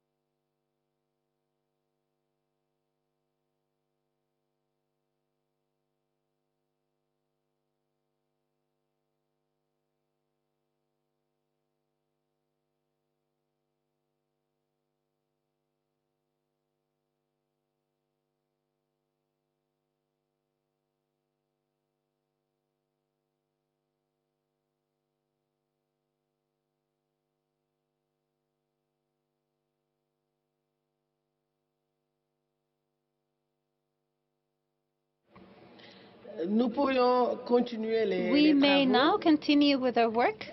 Nous allons continuer We avec le are point going 14 to relatif continue aux with point activités des 14 that organes has to do plénières with du comité the spécialisé. activities of the Et nous specialized allons groups. très rapidement donner la parole And we're going to au give the président floor du comité to des the droits president de l'homme of des the parlementaires, work group Bako dedicated to human rights of MPs, Mr. Lafari. Vous avez la parole. Please, the floor is yours.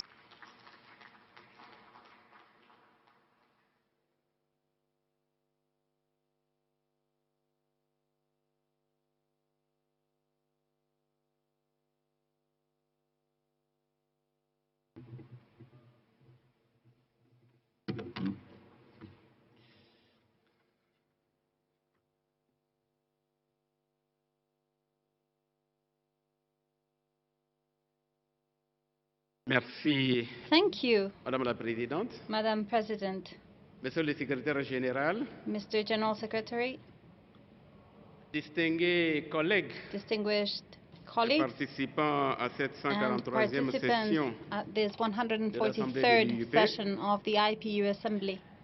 J'ai l'honneur de vous It présenter is an honor for me to le rapport du present to Comité des you droits the de l'homme report des that was issued parlementaires by the Committee on Human qui Rights of MPs, découle de sa 166e session which is qui the s'est result tenue ici of même our à Madrid. 166th session here in Madrid.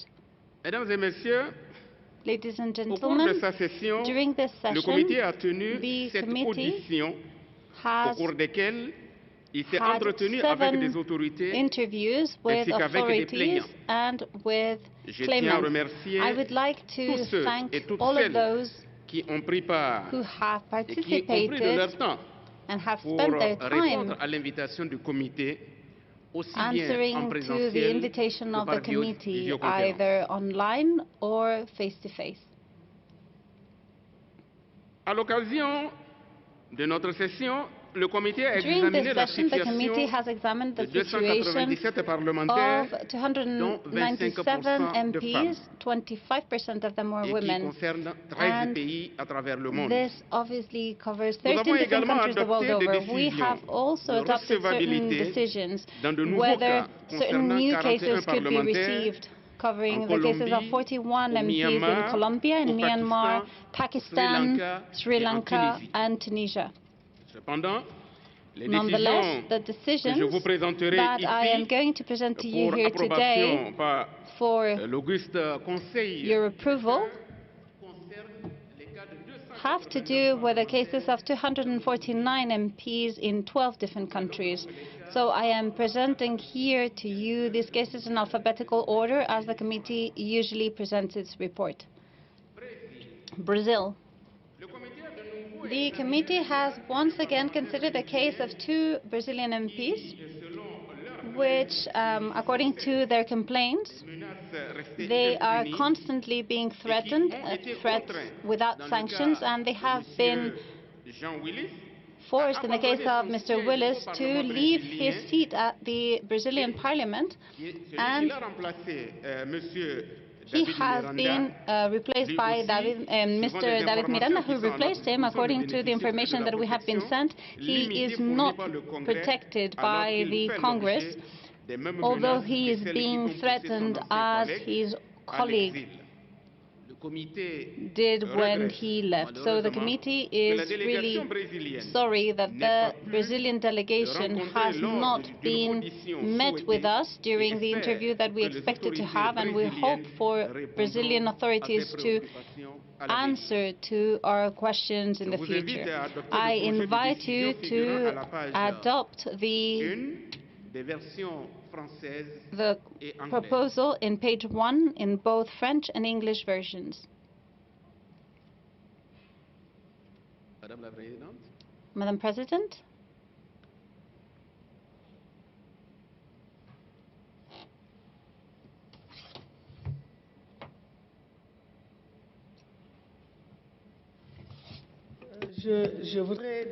I would like to ask the Assembly if they accept the committee's proposal.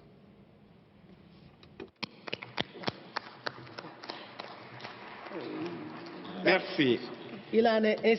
Thank you. So it has been decided that you will this has been approved and you may continue with the report. I will continue with the case of Cambodia. The project that is presented to you has to do with the old case of 57 old MPs, all members of the National Salute of Cambodia, which was dissolved by the High Court in 2017, that has made them lose their seats in the parliament.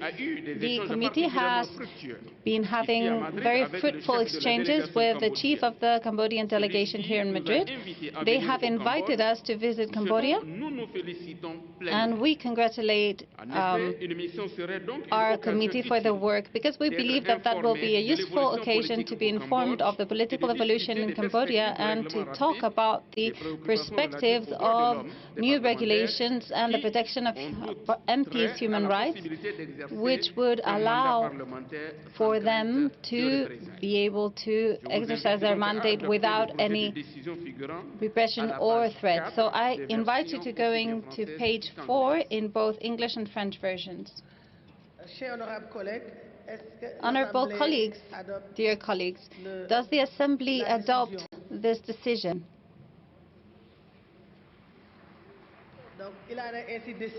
It is thus decided, and Mr. Rapporteur, please continue with your report. Okay, Chile. Mr. President.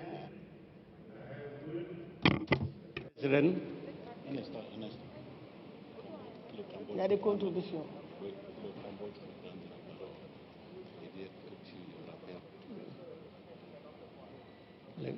Quel pays? Le Cambodge. Okay.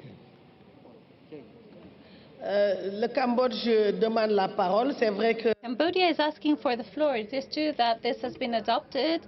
Nonetheless, Cambodia may obviously take the floor and make their comments. The floor is yours. Thank you, Mr. President, Mr. Secretary General, for your great leadership.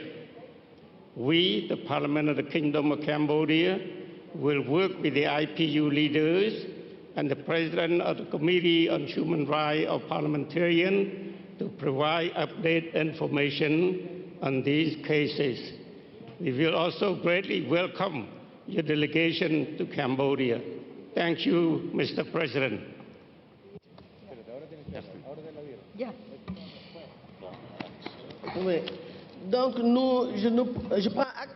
So I have noted this down, and we will obviously take your comments into consideration. Thank you so much, dear Bakwal Farid. Please continue with your report. Thank you so much, Madam President. We are now going to talk about Chile. Yes, I would like to thank the Committee on the Human Rights of Parliamentarians. I would like to thank them for the serious work that they have.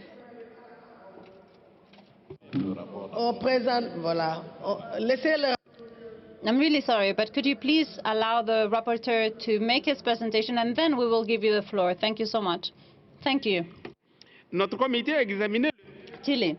Our committee has examined the case of Mr. Jaime Guzmán Errázuriz, senator from Chile who was assassinated in 1991. The committee shows important progress that has been made in the last few years looking for justice. Our committee was worried by the fact that in 2021, which was the year of the 30th anniversary of the death of the senator, many people responsible are still not sanctioned. That is the case, for instance, of Mr. Galvarrimo Sergio Pablaza, who lives in Argentina, where he regularly appears in public. Although there is a detention order, an international detention order, and his extradition has been approved by the Supreme Argentinian Court. The committee is sorry that the parliamentarian authorities in Argentina have not answered to our constant demands to provide information and observation with regards to Mr. Pablaza's situation, and we hope that the Inter-Parliamentarian Group of Friendship between Chile and Argentina will consider this matter closely very soon. The committee hopes to be be informed with regards to this topic and to receive official information from the Argentinian authorities with regards to the current legal situation of Mr. Apablaza in Argentina.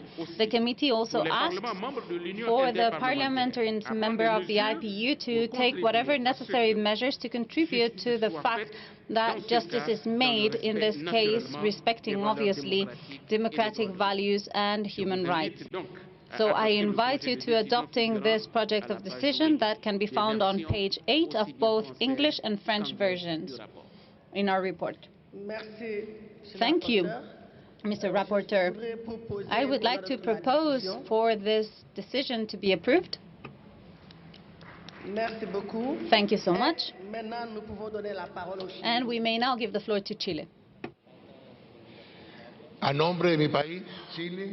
On behalf of my country, Chile, I'd like to thank the Committee on the Human Rights of Parliamentarians for the serious and important work undertaken around the assassination of the honorable Chilean MP, Salvador Guzman. After many years of his death, many MPs have been extradited and judged in Chile, observing the different human rights of the MPs. Finally, we would like to call upon our Argentinian colleagues to speed up the extradition of Mr. Apablaza, since the Supreme Court of Argentina has already granted the extradition orders. So, as Chileans, we really hope that they will abide by the extradition as soon as possible. Likewise, we'd like to thank Brazil and Mexico for the support to put an end to so many years of impunity. We consider that impunity in this, on any case, may not be granted to assassination, especially to politicians who have given their life to their countries. So we really hope that Argentina reacts and abides by the extradition of Mr. Apablaza. Thank you very much. Thank you. Thank you so much. Mr. Bako Alafari, please continue with the report. Thank you, Madam President. So we remain in the Americas. We will now tackle the topic of Colombia. Madam President, let me present to you and my dear colleagues a new case in Colombia that is affecting 9 different MPs of the opposition. I'm sure you have learned through the press that the country is now in a situation where there have been social demonstrations since April 2021. They have been asking for a more equal society, more participative and more peaceful. And these demonstrations are intensifying, and we are deeply worried by the serious statements according which those 9 members of the parliament are being prosecuted and they're being pressurized because they oppose to the Colombian president. Considering the seriousness of the situation, the committee considers that we need a mission in Colombia so that we may tackle this topic with all the stakeholders. We hope thus that the authorities will accept our proposal for a mission to visit Colombia. So I invite you to accept this proposal for decision that can be found on page 11 of both our French and English versions. Thank you very much. Does the Assembly adopt this decision project? I thank you. Thank you so much for continuing, dear colleague. Thank you so much, Madam President. Now we'll turn to Africa, the case of Gabon. The committee has examined the case of the MP in Gabon, Justin Ndangoye, who has been provisionally arrested since January 9th, 2020. We want to thank the delegation from Gabon for all the information that they have given us when they met with us here in Madrid, and we are satisfied to say that the National Assembly in Gabon is ready to cooperate with the IPU in order to reach an agreement in order to arrange this situation. And we also think that it is interesting that the members of of the Parliament have been visiting Mr. Ndangoy in prison, although this visit didn't bear much fruit. The committee is still worried by the fact that he is still under arrest,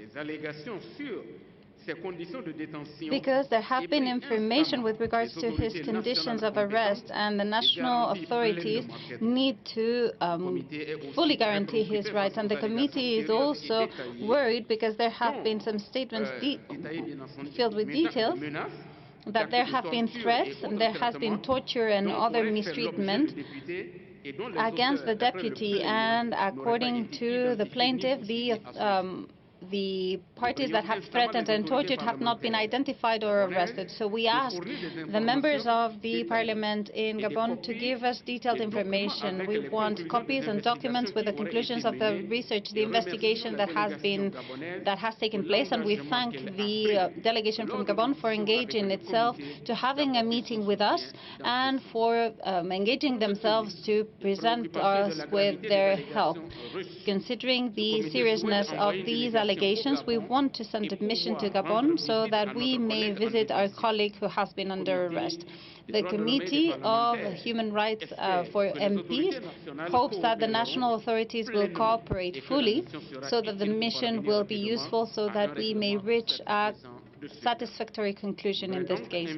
So I would like to invite you all. I would like to invite the Governing Council to accept this proposal that you will find on page 15 in the English version. Yes, in the English version, and page 14 in the French version. Thank you very much. Thank you very much. And I would like to invite, I would like to ask the Governing Council if this decision project can be adopted. Thank you so much, dear colleagues. And dear colleague, you may continue with your report. Now, as for Iraq, the committee has also examined the case of Mr. Ahmed al-Alawani, an old member of the Iraqi parliament. Mr. al-Alawani has been arrested since 2013, and he has been sanctioned to death and prison for life after a legal procedure that was not fair and that was filled with irregularities. Furthermore, the allegations of torture and mistreatment at the beginning of his arrest have never been examined. The committee asks the authorities to free Mr. al-Alawani and to grant him some sort of indemnity, since the general situation with regards to safety in Iraq is getting better, and it would allow the committee to visit Mr. al-Alawani, who is still under arrest, so that we may interview the competent Iraqi authorities. So we would like to send a mission to the country so that we may make some progress trying to find some sort of solution for this case. So we propose to the Governing Council to approve this project of decision, but I would like to share with you an interview with Mr. Adel al-Alwani, who would like to ask for some help from the IPU. I don't know if the technicians could maybe play the video, if possible.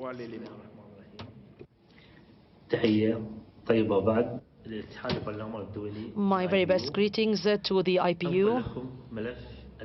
I hereby submit to you the case of Ahmed al-Alawani, the former MP who was detained in 2014. His full name is Ahmed Sulaiman al-Alawani. He was arrested for religious reasons, and he was sentenced to death, then to prison for life. And I'm his brother. I'm an engineer, and call upon the IPU to find a settlement to this case, especially that it includes many irregularities and many errors since 2014. I call upon IPU to quickly take action and to visit my brother, who has been arrested in Al-Kazimiya prison since 8 years, and his health conditions are very bad. He needs actually international intervention detention, and this is why I call upon IPU to take urgently an action, especially that he is a MP and he has parliamentary immunity as per the constitution. However, this was not respected by Iraqi authorities, and this is why he has been arrested since 2014. So we call upon you for help. We call upon all the members of IPU to please intervene before the Parliament and the Judiciary Supreme Council, and also to all human rights committees, so as to find a final settlement to the case of Dr. Ahmad Suleiman Alwani, my brother, who has been detained since 8 years. Thank you for paying attention to this video, and I now invite you to accepting the project on page 18 in the English version and on page 17 in the French version.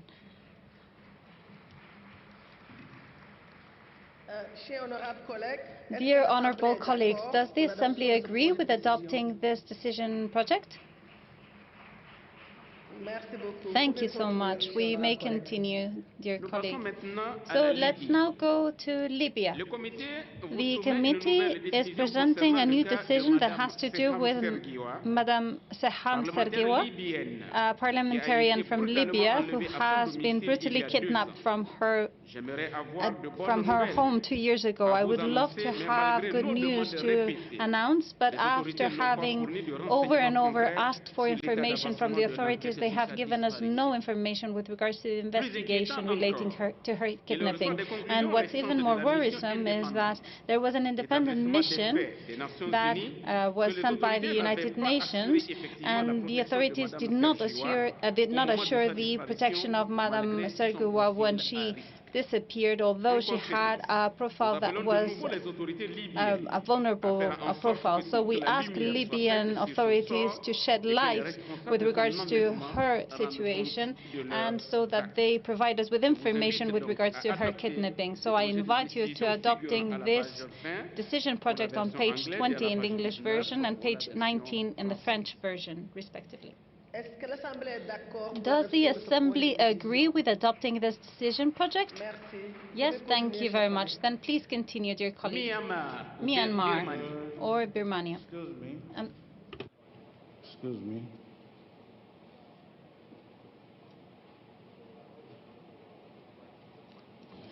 Yes, Speaker Mudenda, the floor is yours. Thank you, Madam President. In the notes here, it says the committee has been communicating with the Libyan House of Representatives. Now, it is my understanding that there are two parliaments. Which one is the Human Rights Committee communicating with? Is it the parliament in the eastern part of Libya, or is it the parliament in Tripoli?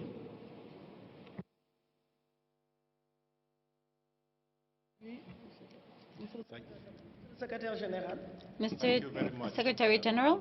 Madam Chair, I take it upon myself to respond to that question, because it's the Secretary General that, following instructions from the Governing Council and the committee, maintains those contacts with the authorities. I wish to confirm that the parliament that we have been in touch with is the House of Representatives based in Tobruk, the parliament that is recognized by the IPU.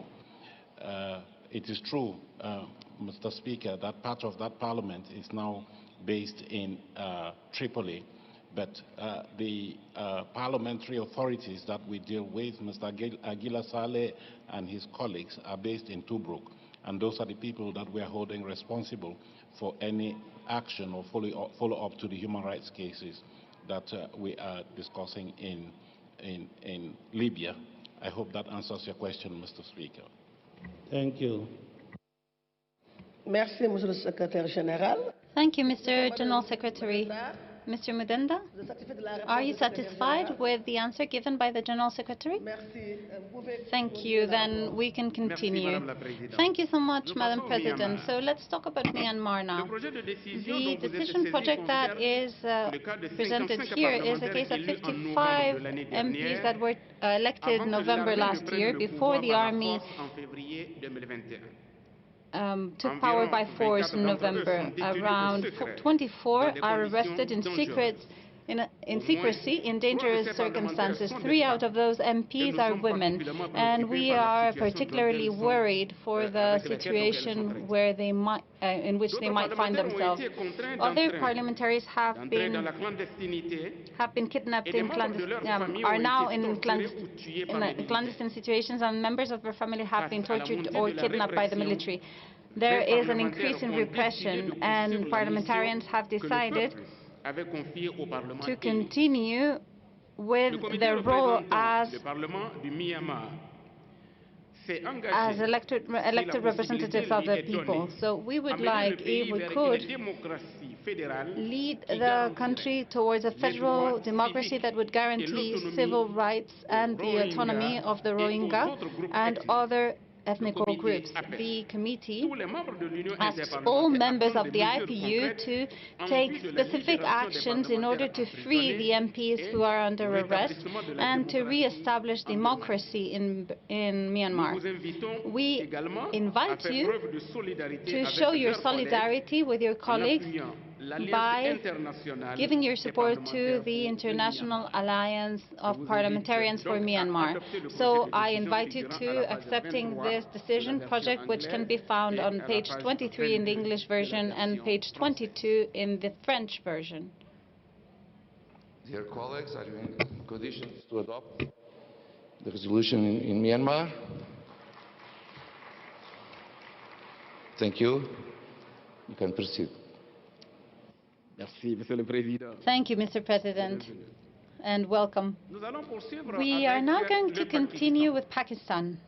The decision project that is presented to you here today has to do with the situation of Mr. Ali Wazir, parliamentarian and independent parliamentarian who is a champion for the rights of the Pashtun minority. The committee has been receiving information from the executive authorities, and we have been able to mention this situation with the Pakistani delegation, and we thank them for bearing with us. And the committee is worried by the situation of Mr. Ali Wazir, who has been arrested without possibility of being freed under bail, because they say that there has been terrorist activity since December last year. He has been said to state threats against Pakistan's institutions. The committee would like to receive some specific information with regards to the facts and legal elements that justify his imprisonment, and we wish to know what his conditions of arrest and health conditions are. So I ask you to approve this decision project, which can be found on page 27 of the English version, 26 of the French version. Thank you so much, Mr. President. And we can now, can we approve this decision, this recommendation of the Commission of Human Rights for Parliamentarians? Yes, thank you very much. We will continue now with Sri Lanka. Allow me to present 2 new cases in this country. The first one has to do with Mr. Batiuddin, one of the main leaders of the Muslim opposition. The committee is worried by the fact that he was arrested without an order, and he has been under detention without any claims against him in April this year, 2021, as established by the law against terrorism. Mr. Batiuddin has been freed under bail, but he is still considered as a suspect, and the committee is also worried about the fact that there is no proof or evidence that has been communicated to us by the authorities in the country. So we ask the authorities to to either file a claim against him if there is evidence against him, or to withdraw the claim if no evidence can be found.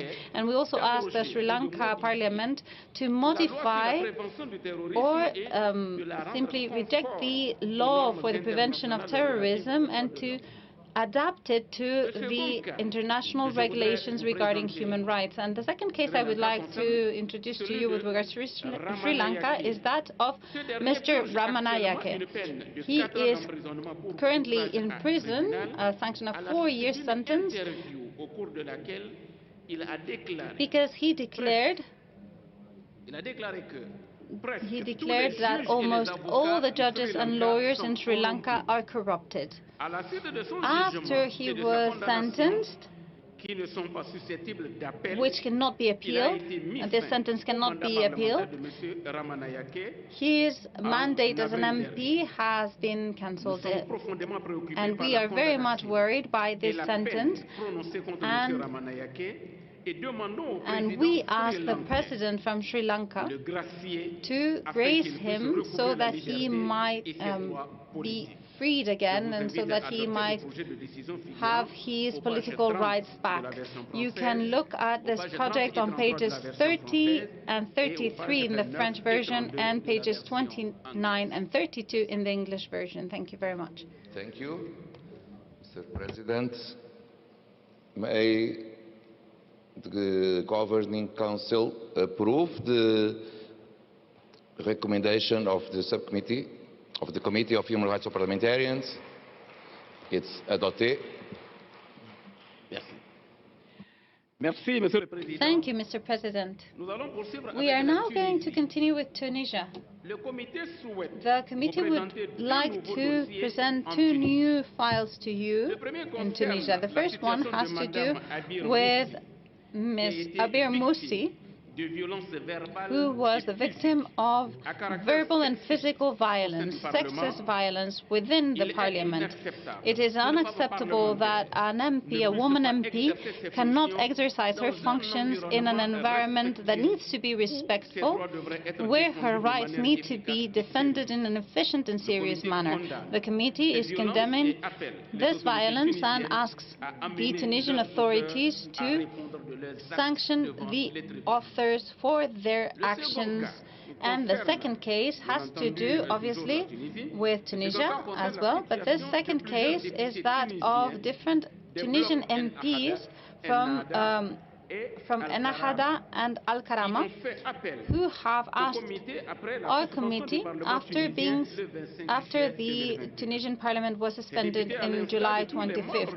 These deputies, who are actually acting on behalf of all the parliament, have been subject of a defamation campaign trying to soil their image. These deputies have been left without rights. They have seen their parliamentarian mandates cancelled, and they have been judged by military justice. And we ask the relevant authorities to make sure that the deputies will have a fair trial, respecting international laws,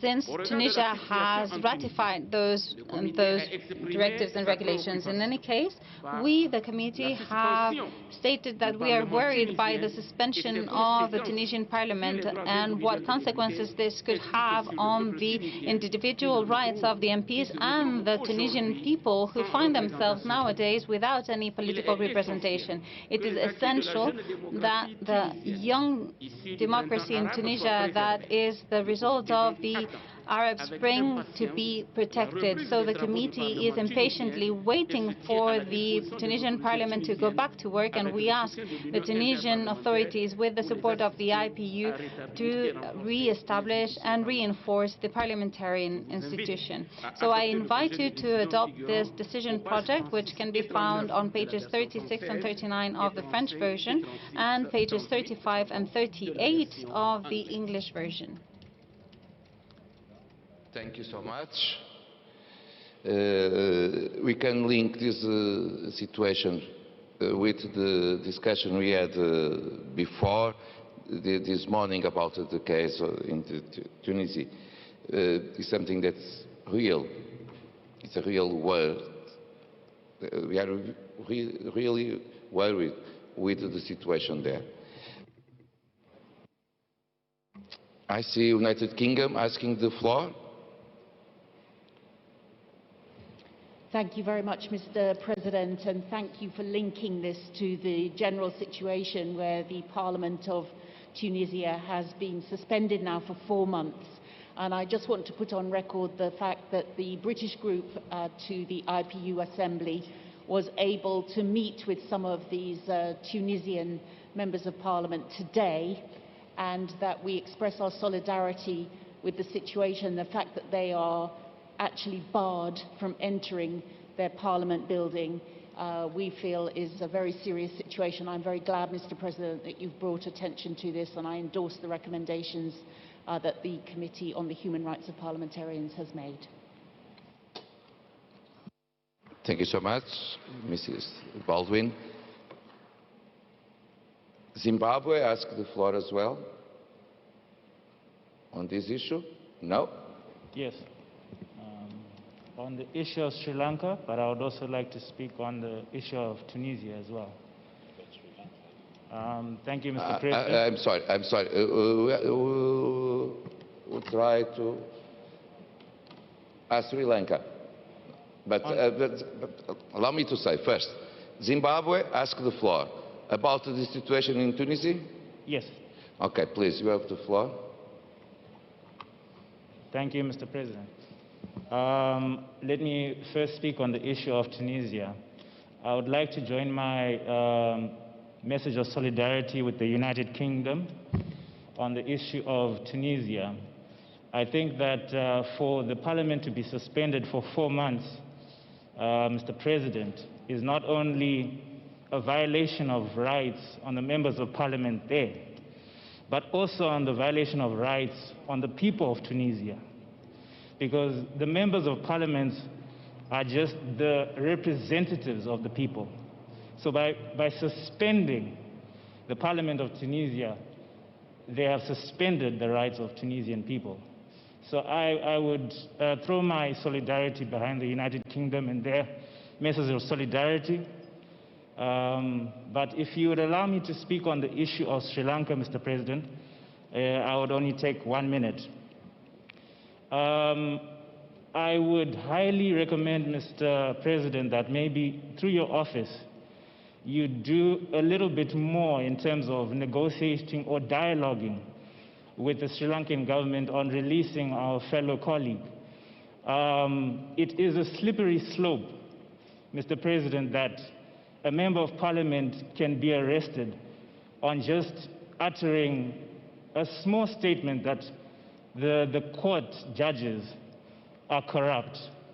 Is that anything that you can say warrants being arrested for? Okay. So I think maybe if you can try and dialogue a little bit more and try and see that our colleague can be released, that would be appreciated. Thank you. Thank you. Of course, you didn't talk just about the case of Tunisia, but about the other cases you had already approved. But okay, it's better to go on. Tunisia. Yes, sir.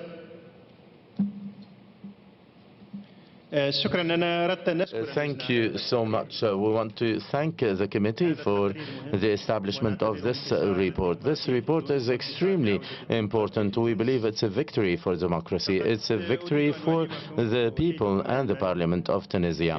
We want to tell you that we are undergoing extremely hard and complicated moments nowadays. Our president wants to also dissolve the different political parties, and he is going to take a decision in that sense as soon as possible. And basically he is dismantling democracy stone after stone, and the world is looking at this. So maybe the president is going to take a decision to dismantle the political parties, and then he will be able to dismantle the parliament itself.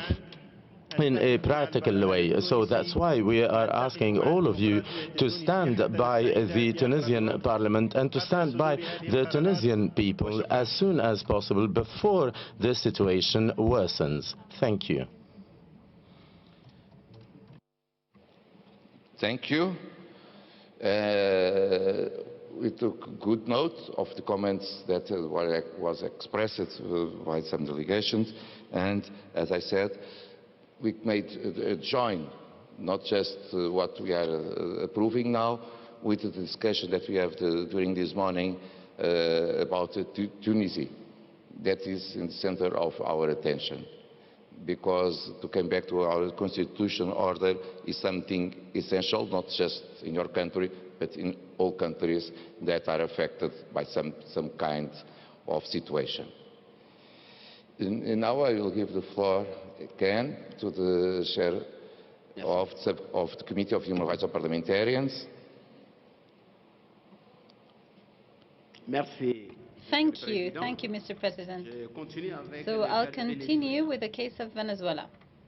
The committee has also examined the case of 134 Venezuelan parliamentarians who were elected in 2015.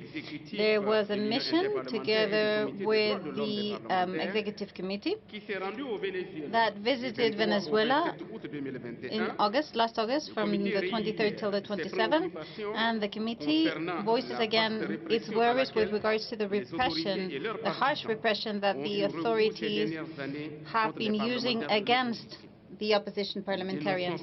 We are denouncing the different measures that were taken by the members of the executive and the judicial authorities during the 2016 till 2021 legislature. They have impacted the integrity and independence of the National Assembly in the country. The committee once again implores for the authorities to stop, without waiting any longer, to stop any forms of repression against the elected members in 2015.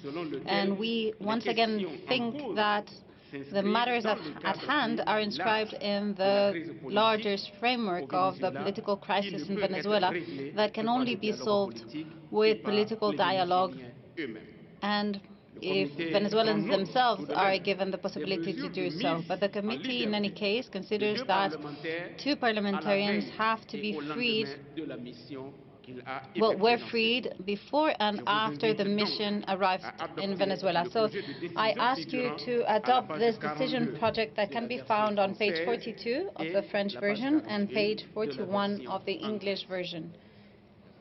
Thank you. Thank you so much.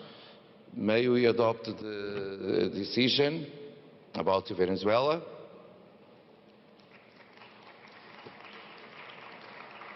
Okay, it's adopted.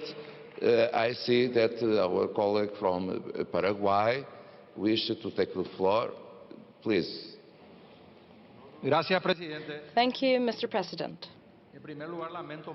Firstly, I deeply regret that in this 143rd Assembly, we don't enjoy the company of Venezuelan representatives. Secondly, I'd like to thank our committee, the Committee on Human Rights of Parliamentarians, for taking into account Venezuela in its report. Out of the 153 parliamentarians of the opposition that have suffered prosecution, confinement, arbitrary arrests, etc., as portrayed in the report of the committee, I'd like to specifically mention the name of 4 former MPs, dear colleagues, who have always been very much engaged with the IPU. First, Adelsa Solorzano, who was the first vice chair of the Latin American and the Caribbean group, Darida Llano, Tomás Juanipa, the former president of the National Assembly of Venezuela, Juan Guaidó. I just wanted to give this testimony because they are not here to do so, present. So I'd like to do that on their behalf, and I'd like to represent all the different colleagues in the name of these 4 MPs that I mentioned. I'd like to thus embody all the MPs that are suffering the prosecution of the regime. Thank you. Allow me to just to say Spain. Thank you very much, Mr. President. I just wanted to express on behalf of Spain, the motherland of Latin America, and on behalf of all of our Latin American brothers and sisters, I'd like to express the wish that in the next IPU Assembly, for the sake of our Venezuelan colleagues who are suffering the scourge of a dictatorship in their country, I wish for them to be able to join us and to enjoy the richness of an open discussion and to enjoy the rights that all MPs the world over are entitled to. Thank you very much. Gracias. I will just remember the Council that the Executive Committee, and we discussed it yesterday, 2 days ago maybe, that after the mission we decide not to recognize any of the assemblies, but we decide also to invite representation from both assemblies to come here, and this way we wish to incentivize dialogue between both parties to achieve one understanding that is essential for the people of Venezuela. And so the invitation was sent, but they didn't come, unfortunately, because the spirit is to keep both parts in dialogue, following the dialogue that is happening also in Mexico City between the authorities and the opposition in Venezuela. So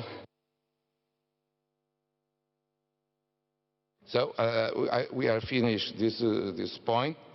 I will say a special... not finish. You have to continue. Okay. Thank you so much, Mr. President. Since the President was making some comments, he thought I was finished, but I am going to finish, Mr. President. Dear colleagues, we are all aware of the fact that the members of the IPU have close at heart the defense of human rights of parliamentarians, and we together, you and we, put in place actions to show our parliamentarian solidarity. And in that sense, I would like to end my presentation with a few words with regards to the situation in Afghanistan. We have to say that ever since Kabul was occupied by the Taliban in 2021, 15th of August, 316 Afghan parliamentarians, as well as hundreds of members of the Parliament Secretariat, are in a situation that can be called catastrophic. 86 women, members of parliament, as well as many former MPs, have been particularly exposed to a situation of unsafety, threat and abuse. The committee would like to bear witness to all parliamentarians of their gratitude for having helped us to evacuate Afghanistan and for welcoming those members who were in a risky situation, which has allowed us to preserve the safety of both Madam Fauzia and Mariam Koufi, who are obviously being the object of our work at the Committee of Human Rights for Parliamentarians. But we ask for the solidarity of all the parliamentarians for giving their support and protection to members of parliaments who are in situations that are vulnerable in over 70 because over 75 have not been able to leave the country, and they are still subject to great risk.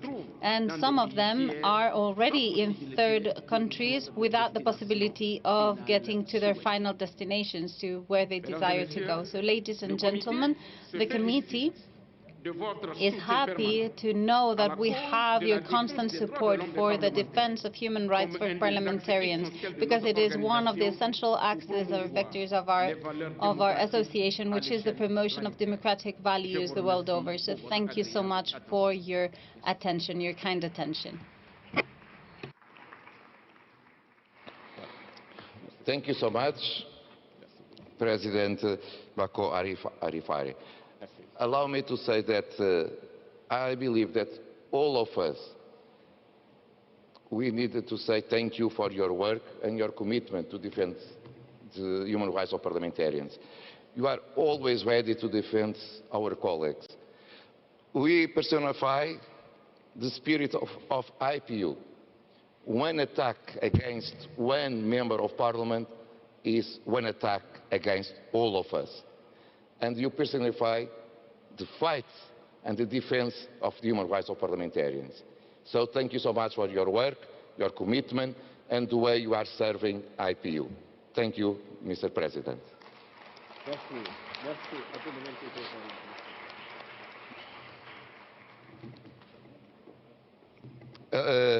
Dear colleagues, we should go to the committee on the Middle East questions, but allow me a little change, because our colleague that chairs working group on science and technology has a fly very soon, and we don't want that he lost his own fly.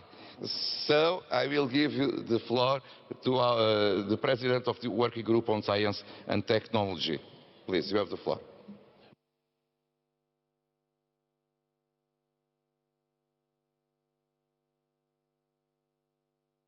Merci beaucoup, Monsieur le Président.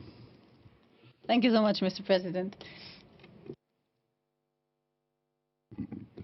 Chers collègues, Dear colleagues, je suis avec le plus grand plaisir pour I am here with the greatest of pleasures to share with you my first report of the work group, a high-level work group on science and technology that was set up this year, that I have the honor to preside over until next year. So I still have a year to go.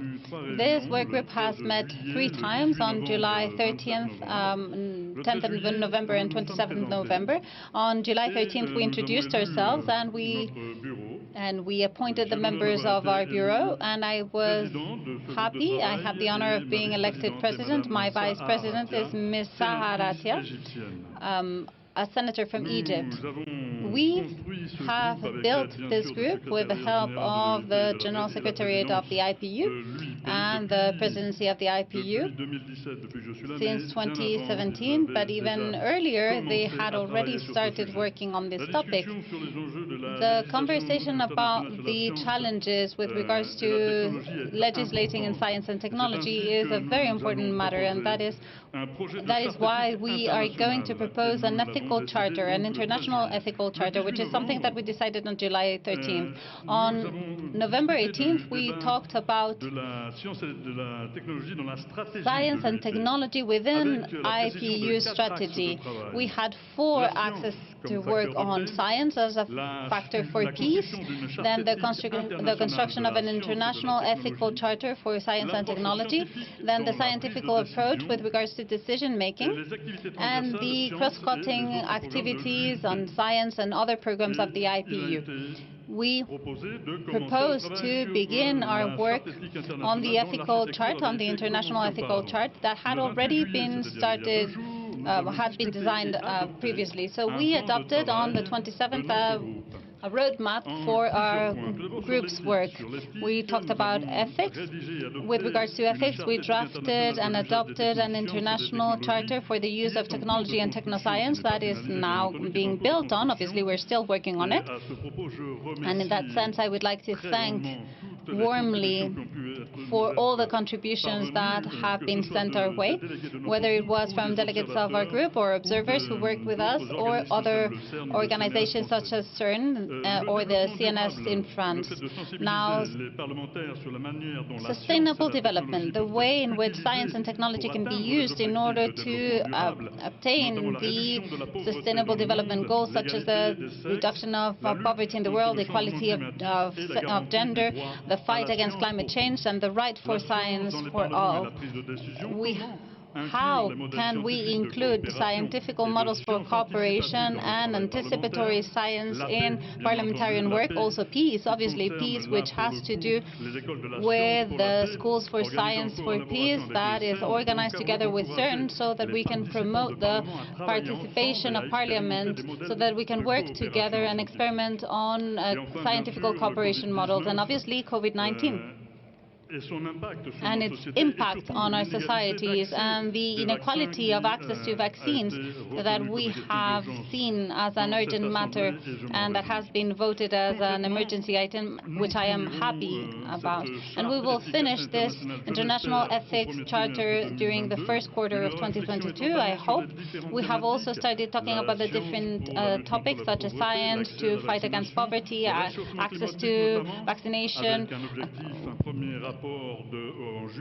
global warming, which is linked to a report that will be issued in 2022, the organization of webinars so that we may keep on working, and then we have EcoSol in New York in the 5th and 6th of May next year, the conference that will be organized in Vietnam during the year dedicated to science for sustainable development from 13th to 17th of September next year. And I thank the Vietnamese delegation for this initiative, the organization of webinars with other topics that have been proposed, so that we can have a better ongoing work. So we have also signed partnerships with CERN and other entities, but also other organizations, relevant organizations that work here within IPU, such as the Standing Committee for Sustainable Development, the Middle East Committee. We have also talked about financing with a provisional budget that has been approved, and we are going to keep on working on this International Ethics Charter that has an objective, which is that of creating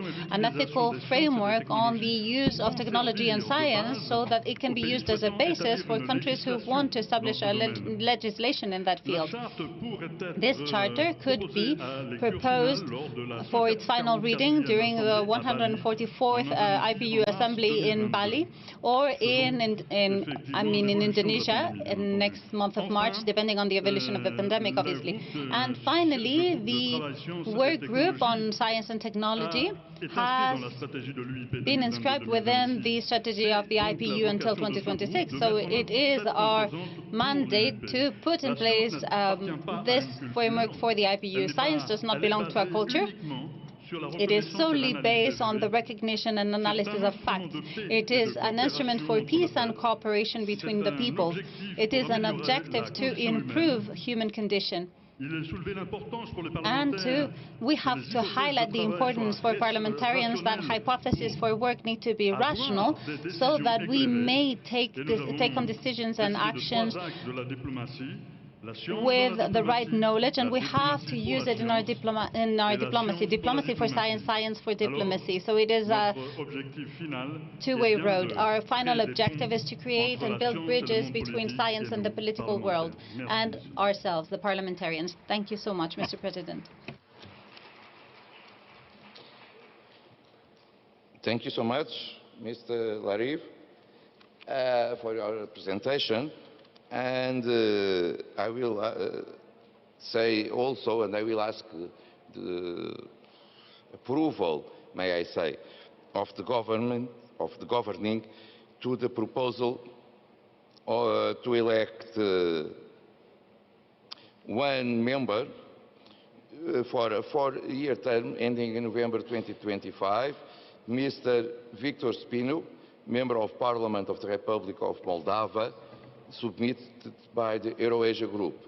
So it was the proposal of the EuroAsia Group in our system to have a balance between all geopolitical groups, but they need a formal approval by the government. May we accept this nomination? Okay, thank you. It's on the side. And then we came to the committee to promote respect for international humanitarian law. And I will give the floor to Mrs. Vaidai, that will present the report.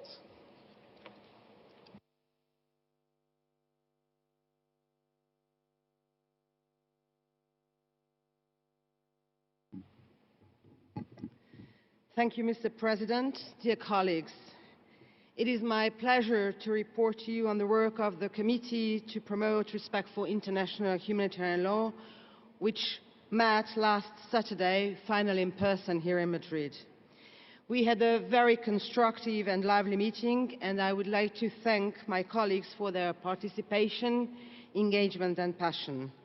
As you certainly know, we have several thematic priorities which we have been working on over the years. One of them relates to statelessness. Colleagues, we are very committed to contribute to the I Belong campaign and end statelessness by 2024. Ending statelessness is feasible, and if we achieve this goal, we would have transformed the lives of millions of women and men, girls and boys, giving them identity, making them visible again in the eyes of society and law. Let me remind you that we adopted at our last Assembly a statement to mark the 60th anniversary of the Convention on the Reduction of Statelessness. We invite all of you to adhere to this convention and ensure implementation. In terms of the work of the committee, we agreed to focus our attention and work on gender discrimination in nationality law by engaging with parliamentarians in the 25 countries that retain gender discrimination in their nationality law, engage efforts at regional levels to build the knowledge and capacity of parliamentarians, and support follow-up in the 32 priority countries identified by UNHCR for the I Belong campaign. Our colleague from Kenya offered to host the first virtual regional gathering on statelessness, and we thank him for that, and we also look forward to other parliaments supporting such initiatives. Our committee also pursued discussions on parliamentary efforts to strengthen implementation of international humanitarian law in cooperation with ICRC. We focused on universalization and implementation of the additional protocols to the Geneva Convention in view of the celebration of the 45th anniversary in 2022.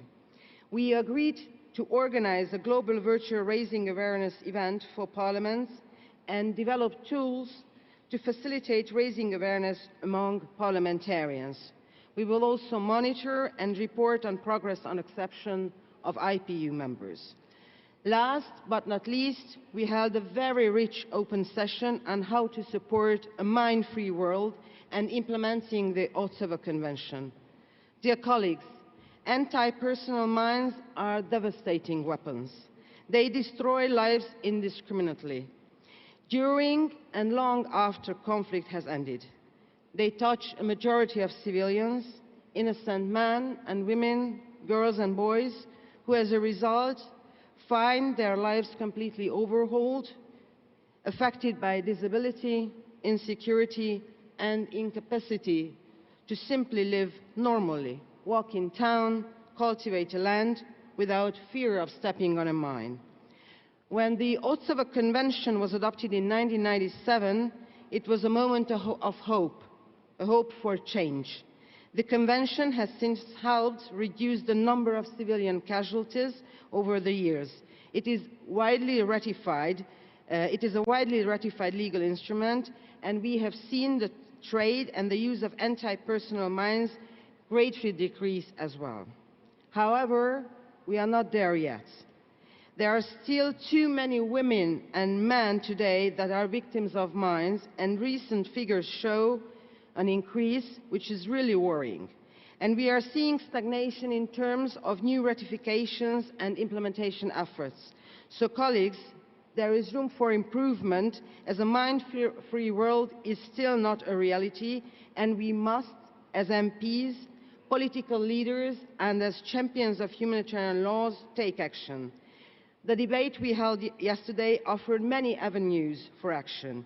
It placed particular emphasis on the importance of political leadership, the need to place particular attention on assistance to victims, securing budgetary allocations for assistance, and facilitating exchange of good practices in general.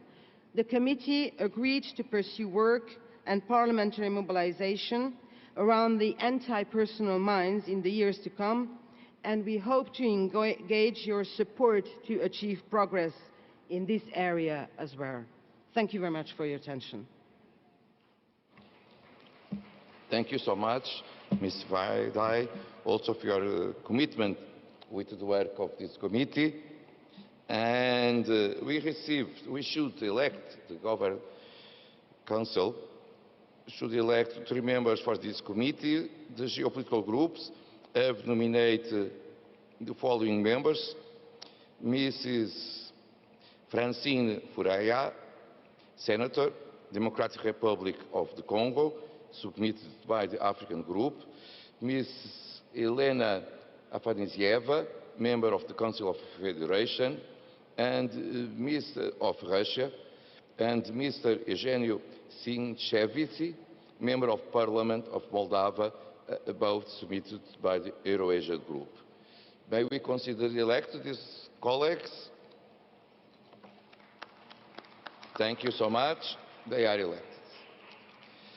To present a report of the Gender Partnership Group, I will give the floor to our colleague Ali Al-Nuaimi from the United Arab Emirates.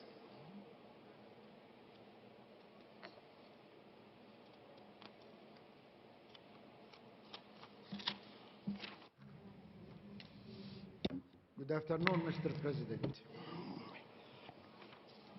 Dear colleague, I know you are so tired, so exhausted, but just bear with me 2 hours and I'll finish.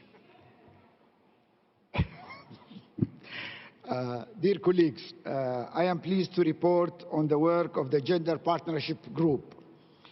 Yesterday, my colleague, Ms. Kanuti and Ms. Vizelenko, and I met here in Madrid for the first time in the new composition of the group. I was honored to be elected as the new chair of the group. Colleagues, the group is highly committed to make the IPU a model of gender equality. None of the IPU objectives can be achieved without genuine partnership between women and men. This will be particularly important in the framework of the next IPU strategy. But we can't achieve this alone. Gender equality is only possible if we all play our part in it. The group, created back in 1997, drives changes by fostering dialogue and political will among IPU members, and also by regulatory monitoring and reporting. So, as per our mandate, we reviewed the composition of delegation attending this assembly, and I am pleased to report to you on the current situation. So, as per our let me start with the good news. The percentage of women MPs attending an assembly has never been higher. We reached a record of 38.2%. The previous record of an in-person assembly was 32.9%. Last May, the 42 virtual assembly saw women's participation reach the 38% mark for the first time.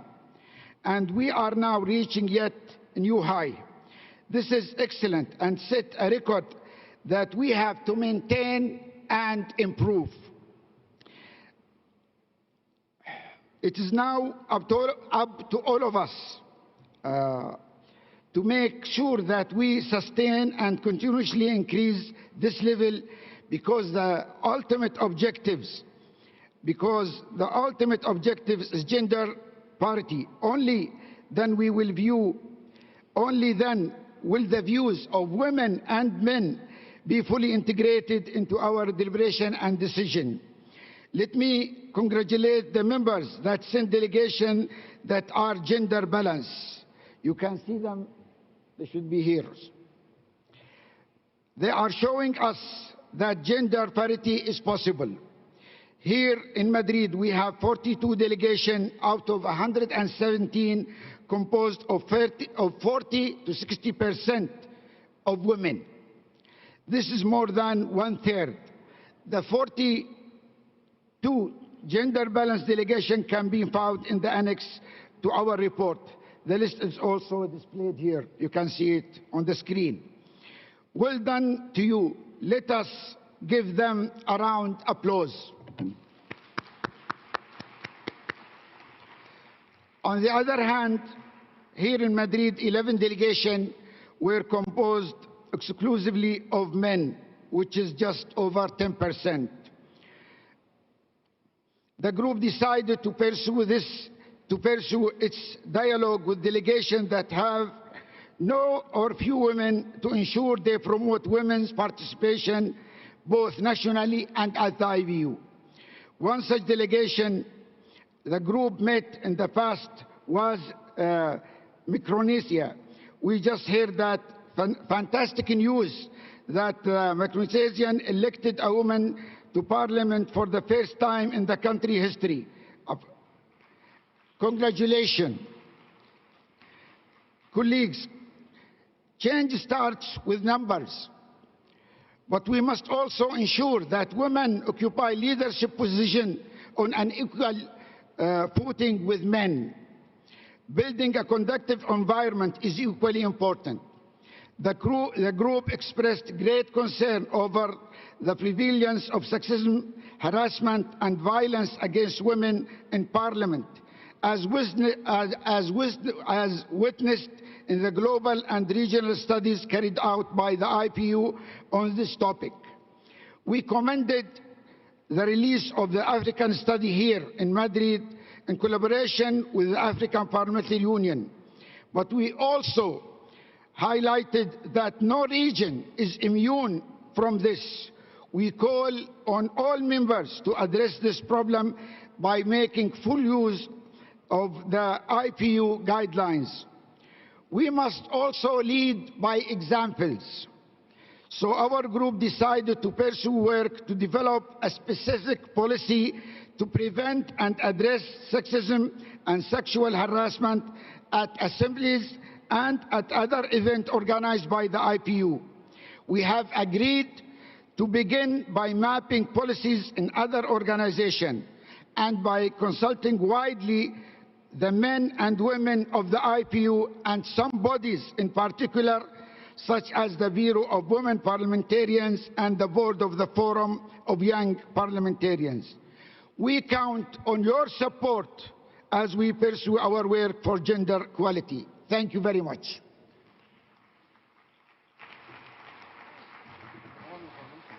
Thank you so much, Dr. Ali Nouaimi, for your presentation. And I will ask the colleagues if it's possible to adopt the report. Just a small... I see that Speaker Mudenda from Zimbabwe asked the floor. Yes, Mr. President. Since this is a permanent record, I would like to thank Dr. Ali for his excellent presentation. But on page 4 of the document, delegations with 40 to 49.9% women parliamentarians, according to my document, is 11 instead of 12. Delegations with 50% women parliamentarians is recorded as 24. The correct figure there should be 22. Delegations with 50 plus 1 to 60% women parliamentarians is recorded as 7. I have 9, unless I'm having a wrong document altogether. Thank you.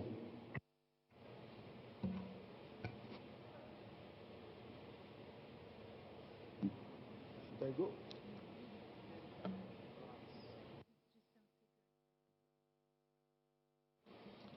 Thank you so much, Speaker Modenda. We will correct the situation. And also, Mr. President, I will say that Qatar, for instance, on the same page, that is saying that are composed by only one gender is not true. And so we will correct it as well. UK, and after that I will give the floor, of course, to Dr. Ali Douaimi. Thank you so much, Mr. President. And can I request on behalf of the United Kingdom delegation that we have a new special category, because our delegation is over 80% female on this occasion. Thank you. We will take it in account. Now is... Sí. La delegación cubana. Yes, the Cuban delegation.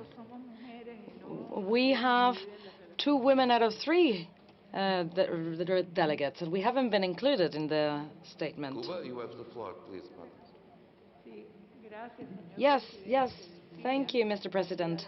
I was saying that the Cuban delegation is formed by 3 MPs, and 2 of us are women, and we haven't been included in the list that has been presented. So we account for more than 50%. Mr. President, on a point of order here. Mr. President, a point of order. Yes, please. Thank you very much. It was not my intention to intervene, but for the sake of keeping the record straight, accurate information is needed. I'm speaking on behalf of the delegation from Namibia. I'm leading the Namibian delegation consisting of 1 man and 3 women. That constitute 75% of women representation at this. Thank you. Okay. Dear colleagues, you know, these cases will be corrected, but we have this special moment to see if you are with attention to the report. And so we did it and proposed to have your attention. And we saw that you had it. So thank you so much. Mr. President, I'm really happy to hear this, because that's improved what we are presenting, either from Qatar, the UK, or our friend from Namibia. It's good. And Cuba, you brought a good news for us, and I promise you will correct the report. Thank you very much. We'll review the data. Thank you, Mr. President. Uma clarificação mais. Vejo Angola a pedir também. Angola is now asking for the floor. Thank you, Mr. Chairman, Mr. President. Just to say that we have 4 parliamentarians, 3 of them are women, that is 75%, and we are not in the list. So please update the list with 75% women in the Angolan delegation, please. Thank you, Madam Chair. Madam Parliament. With all these clarifications, I see also Tanzania, Republic of Tanzania, of course. Thank you, Mr. President. The record for Tanzania are not available in the document, and in our delegation we have 2 women and 3 men, so we constitute 40% women. Please. Of course, all them will be corrected, and in this way I felt that maybe in future we will need the gender quotas, but for men. Yes. And now, Dr. Ali Douaimi, if you wish to finish your presentation. Or... Well, see, I'm really happy for the correction that all members corrected to us. We will review the data, and I promise you will correct it. Thank you very much, and keep the good work in this area. Thank you.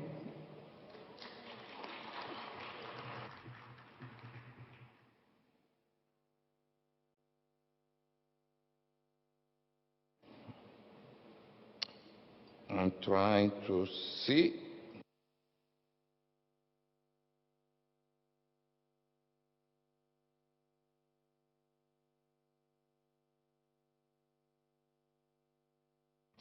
We will go to the advisor group on health, inviting the chair South of the Africa. Point of order, Oops. Chair. Madam, s'il vous plaît, un moment.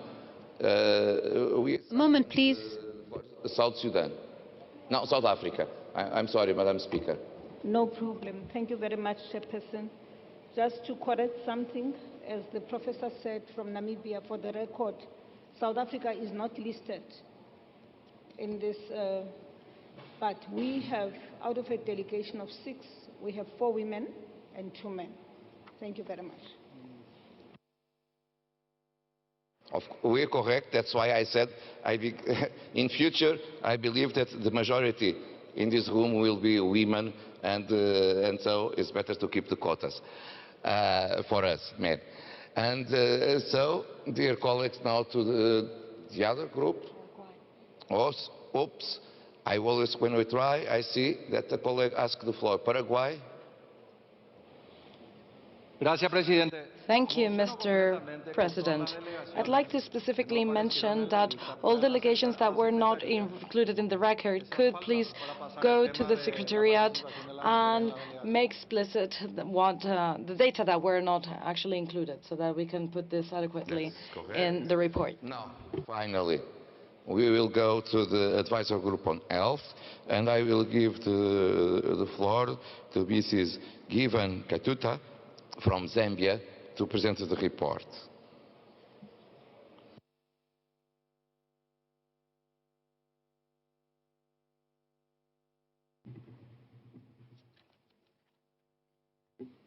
Thank you, Mr. President. The IPU Advisory Group on Health met on the 27th of November with 8 out of 10 members in attendance, as well as the group's partners from the Partnership for Maternal, Newborn and Child Health, UNAIDS, and the Global Fund to Fight AIDS, Tuberculosis and Malaria. The advisory group discussed the implementation of the new IPU strategy for 2022 to 2026.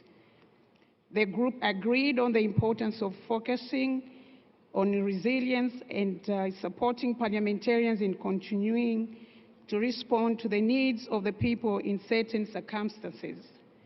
Accountability would be key and would need to be further articulated to ensure that the IPU and parliaments had a greater impact in the area of health.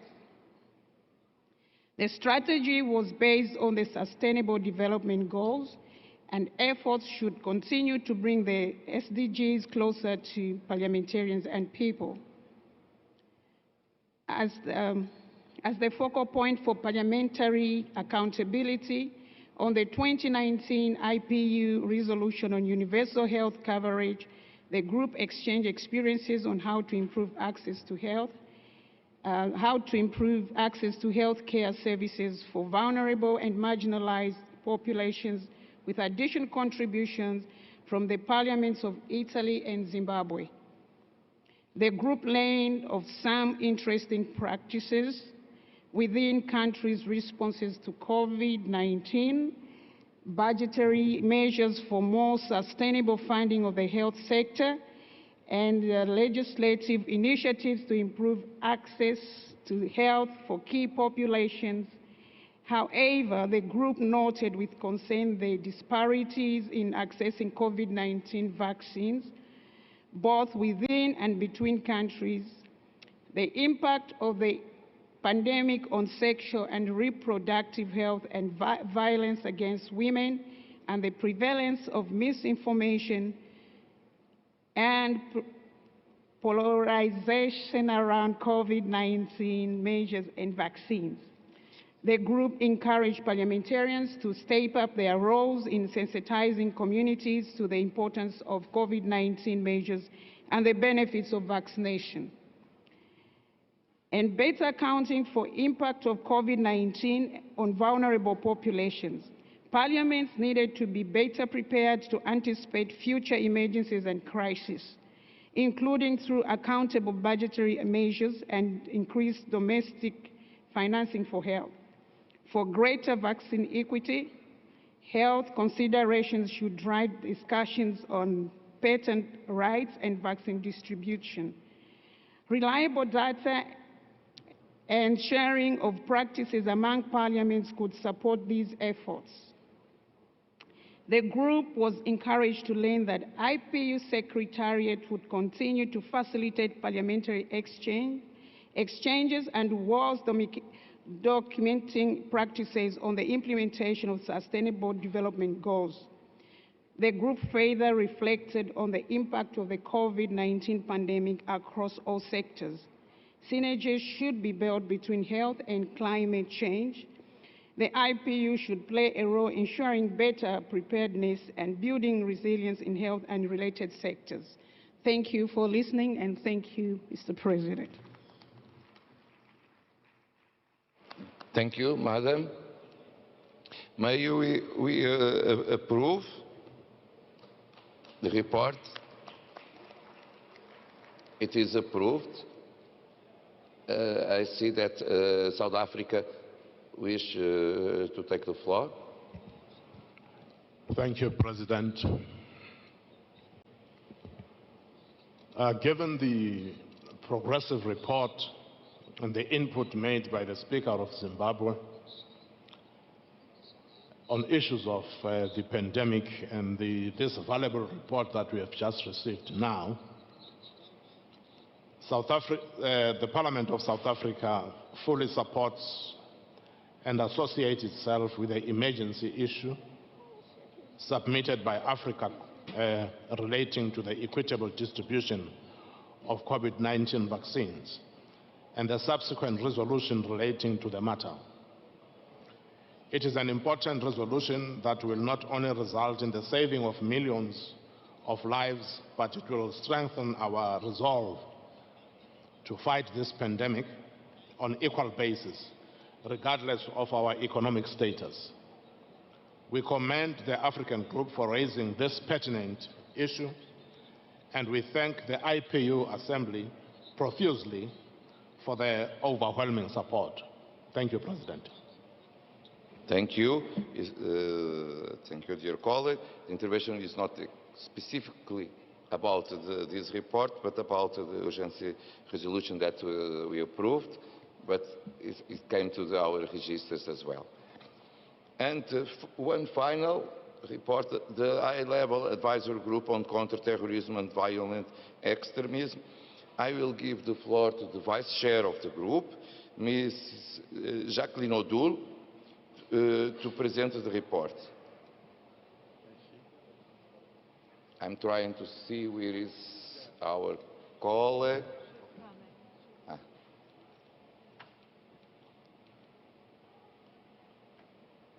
Our colleague is winning.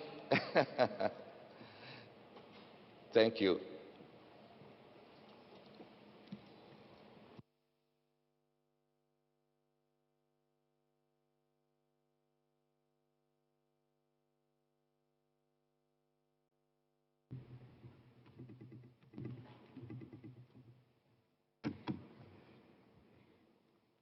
Mr. President, Mr. Secretary General, distinguished delegates, ladies and gentlemen, it is an honor for me as the Vice Chair of the High-Level Advisory Group to present the report of activities of the group. The High-Level Advisory Group on Countering Terrorism and Violent Extremism has held the following 3 meetings. A virtual 7th meeting on 17th May, in-person 8th on 9th September in Vienna, and a 9th meeting on 26 November 2021 here in Madrid. The present report summarizes the discussions and decisions reached by the High-Level Advisory Group during these 3 meetings. The high-level advisory group reviewed the following areas of the IPU Secretariat's work. 1, progress in development of products to be launched. 2, activities regarding victims of terrorism, cooperation. And 3, project with regional parliaments. Members also stressed the importance of addressing the situation in the Sahel region, as well as the importance of supporting the victims of terrorism and addressing hate speech. It was agreed by the high-level advisory group members that one of the priorities would be the Sahel region. The members emphasized the need to address the challenges on security, development, education, and raise awareness of the deteriorating situation in the G5 Sahel, both nationally and internationally, in order to develop a holistic plan of action and try to improve the situation of those countries. Further, the IPU Secretariat reported different activities that have been developed for this region, starting with the coordinated work between the IPU Secretariat and CIP G5 Sahel, holding a webinar for the members of the G5 Sahel, and working with the Executive Secretary of the G5 Sahel in identifying the possible activities to strengthen the parliamentarians' capacity in the global effort to counter terrorism. The first Global Parliamentary Summit on Counterterrorism held in Vienna dedicated a session to the situation of the Sahel. At the end of the summit, a declaration entitled Call of the Sahel was agreed between IPU Secretariat, the Arab Parliament, Parliamentary Assembly of the Mediterranean, and the Inter-Parliamentary Committee of the G5 Sahel, CIP G5 Sahel. This initiative creates a parliamentary bloc that shares a strong commitment and genuine solidarity with the people of the Sahel region. The Call of the Sahel expects to achieve real impact, work on concrete projects, and involve communities as well as the international organizations, regional parliamentarian assemblies, non-governmental organizations, and relevant institutions to assess the real needs of the people of the Sahel. On 15th November, the IPU Secretary General convened the first virtual coordinated follow-up meeting for the implementation of the Call of the Sahel.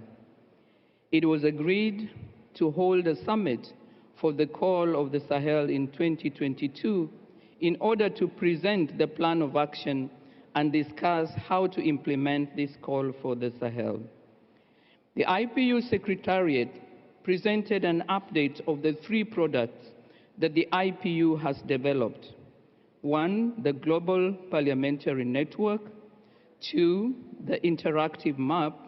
And 3, the mobile applications for parliamentarians.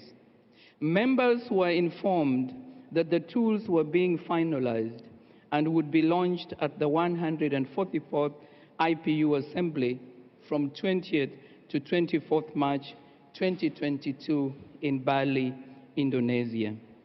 These tools were designed to utilize communication and technology to help parliamentarians in their efforts to counter terrorism and prevent violent extremism. The tools allow parliamentarians to obtain first-hand information about counterterrorism from around the globe. The aim is to raise awareness, increase connectivity, and unify global efforts in counterterrorism through simple but efficient tools. These products have been developed with funding from the National People's Congress of China. The IPU Secretariat will develop the second phase of this application, which will give us the possibility of having an online conversation with the parliamentarians, both individually and in groups, video conferences, and it will have the version in Arabic and Spanish. This phase is possible through the financial support of the Arab Parliament. A presentation was given to members on the work that was being carried out between the IPU, the UN Office of Counterterrorism, and the United Nations Office on Drugs and Crime on model legislative provisions to support and protect the rights and needs of victims of terrorism. It strengthens the capacity of national parliaments in this field. The launching of the model legislative provisions will be at the end of this year in the 144th IPU Assembly in March 2022. The IPU, the Secretariat, reported on the collaboration with key regional parliamentary actors with whom they signed a cooperation agreement, such as the Arab Parliament and the Federal National Council of the United Arab Emirates, and a letter of intent with UNODC, which will support the activities of the IPU program on counterterrorism and violent extremism. They also informed that they are identifying other potential partnerships with which will help to implement the call of the Sahel and other activities of the programs, such as the Institute for Economics and Peace. The IPU Secretariat explained that despite the establishment in 2018 of the IPU UN Joint Program on Countering Terrorism and Violent Extremism, the IPU has not received funds from the United Nations as a partner in this joint program, which came to an end in June 2021. The IPU program on countering terrorism and violent extremism has managed to receive strong support from China, from Benin, Bangladesh, and the United Arab Emirates, allowing it to continue and carry out its activities. Thank you on behalf of our high-level advisory group, and I want to thank you for your attention. Thank you also for the presentation of your report, Madam. And the different geopolitical groups nominate members to the committee. Mr. Monder Boden, member of the National People's Assembly of Algeria. Mr. Madou Caridio, member of the National Assembly of Niger, submitted by the African Group. Mrs. Eva Abdullah, Deputy Speaker of Maldives, submitted by the Asian Pacific Group. Mr. Sergei Rashakov, member of the National Assembly of Belarus, submitted by the Euro-Asia Group. Mrs. Alina Gonzalez, member of the National Assembly of Panama, submitted by the Group of Latin America and Caribbean. And Mr. Avi Dikcher, member of the Knesset, Israel, submitted by the 12+ Group. May we consider elected all these members? Thank you. And we can follow to the point 15. I try to rush a little bit. Point 15 is to appoint 2 internal auditors for the year 2022. This is a very important task because accountability is important in our institution, and we received just 2 candidates. Mrs. Järvinen from Finland and Mr. Griffroy from the first Vice President of the Senate of Belgium. No more candidates, 2 vacancies, 2 candidates, 1 man, 1 woman. May we approve these appointments? Thank you. They are elected, and after it, we wish a good work. To the point 16, elections of the Executive Committee. First of all, we have 3 colleagues that need we should have a substitute for them because they finished their term. Mrs. Lawrence Riel of Switzerland, Mr. David McQuinty of Canada, and Mr. Ngote Duchad, who is no longer a member of Parliament. Allow me to say that I work with them at the Executive Committee, and they were very committed with the work of IPU. They try to do everything to cooperate, try to find solutions, try to understand how IPU can improve ourselves.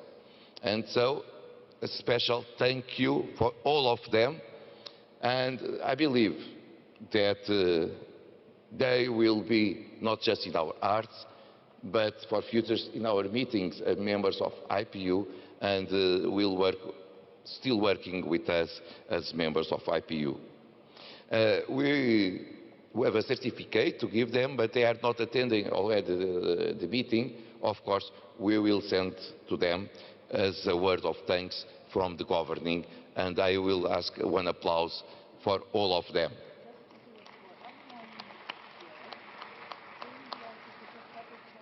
And we need to elect the substitute members. And we have candidates from the 12 plus, Mrs. Olga Kefalogiani of Greece, and Mr. José Ignacio Echanis from Spain, for a mandate 2021 to November, from November 21 to November 25. And the candidature of Mr. Ahmed Karshi from Algeria, representing the African group for the same term. May we consider the electors, these colleagues? Welcome to the Executive Committee, and now you will see that you will work more and more to the IPU. It's not just to be elected, it's to work to the IPU as well. And now, congratulations for all of you, and of course we can go to the other point, the point 16. Appointment of Secretary General for a period of 4 years. The Executive Committee received a letter of the current Secretary General saying that he is available to do 1 more term. After it, in our meeting in July, the Executive Committee, in his absence, decided, it was a unanimous decision, to propose to the Governing Council that our Secretary General, Martin Chundong, to do another term as Secretary General of IPU. And it was a decision, an easy decision, inside the Executive Committee. Au sein du comité exécutif, encore une fois, ça a été pris à l'unanimité et l'accord de tous les membres, notamment de tous les groupes géopolitiques, dans cette réunion du comité exécutif. You shared the information with all of you some weeks ago, and so it's not something new. And I will ask if we can adopt the recommendation to reappoint the incumbent Secretary General for a further 4-year term.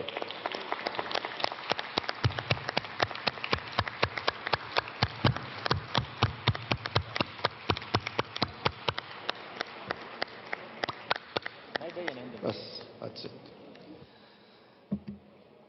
Thank you. I wish to congratulate the Secretary General. And of course, I wish him every success and luck as well to service IPU. But I believe that the experience of the Secretary General, Martin Chudon, and the loyalty and the cooperation that we had during this year will maintain for future, and so it will be the best way to have stronger organization. Thank you, Martin, for everything.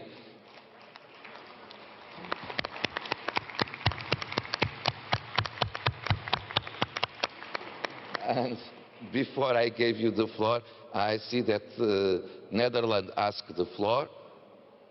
I don't know if it's Netherlands or the chair of the 12 plus. It's the chair of the 12 plus, Mr. President.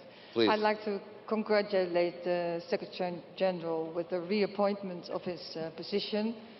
I must say, I wouldn't know who could do it else. His work, his stable work, has been of great value to the IPU. I'm very happy that he wanted to go on for another term, and I can only hope for the IPU that he would even go on longer. But congratulations, and on behalf of the 12 plus, I wish you all the luck the coming 4 years. Thank you very much. I saw that Dr. Al-Nouaimi from United Arab Emirates asked the floor. Well, actually, you see, I wanted to endorse his reappointment, but you see that, all the, member of parliaments, they endorse him, so I'd like to congratulate him and, to give assurance that, we will be behind him, we will support him.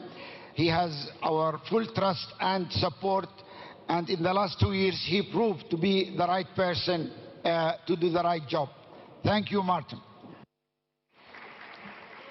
I saw here Uruguay.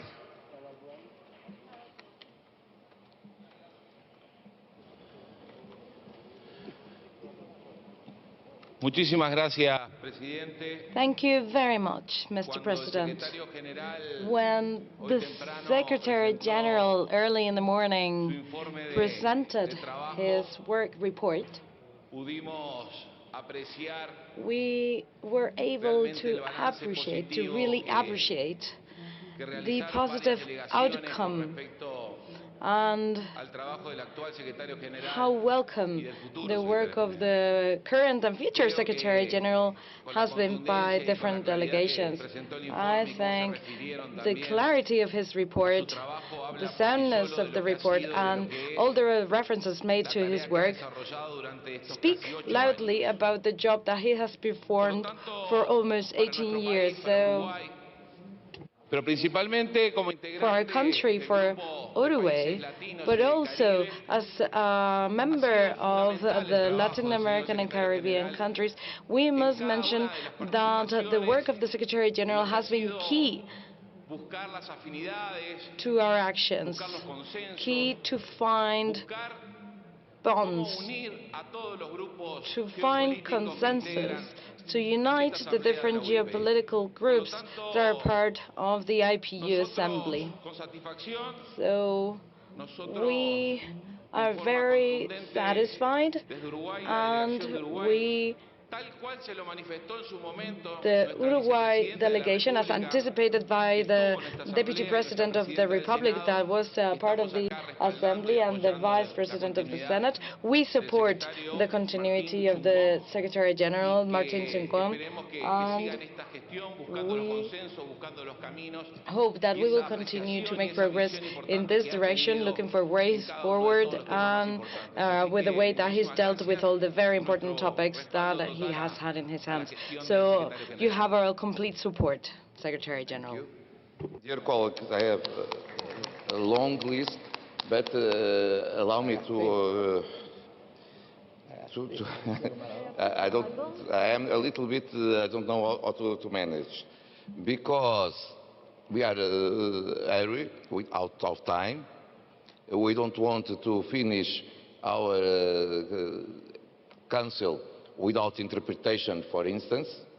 And so, if I will give the floor to all members of the Governing Council, it will be a stress for all of us, because we will not have time. If we have 1 minute for each delegation, 120 minutes for that. And so, please, I will give the floor to more from different geopolitical groups, and I believe if someone disagrees, okay, I will give the floor. If the others will subscribe the interventions made, we may, by acclamation, accept them and accept our Secretary General, and I will give the floor to him.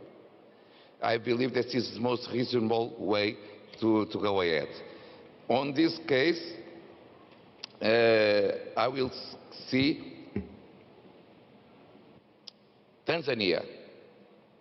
Thank you very much, Mr. Chairperson. Tanzania would like to register that we are very satisfied by the election of the General Secretary. Most of us is our first time to attend this General Assembly, but in our presence these 3 days, he has proved to be a very capable person. We thank him very much and we are very grateful. Thank you. Thank you. Saudi Arabia. Thank you, Mr. President. I'll be very brief. I just wanted, on behalf of the Saudi delegation, to congratulate our friend, Mr. Martin. And winning by consensus shows, if it shows anything, it shows that no one can really compete with him. So we thank you for all your hard work in the past, and thank you in advance for the hard work that is going to come. Congratulations. Paraguay. I believe that you will talk also in the name of GRULAC. Solamente I just wanted to say, Martin, go, go, go. Gracias por esta intervención. Portugal.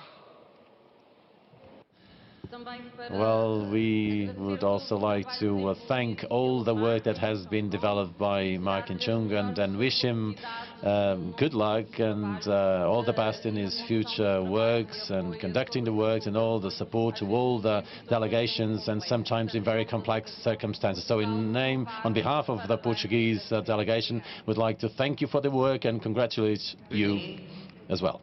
Where is Benin?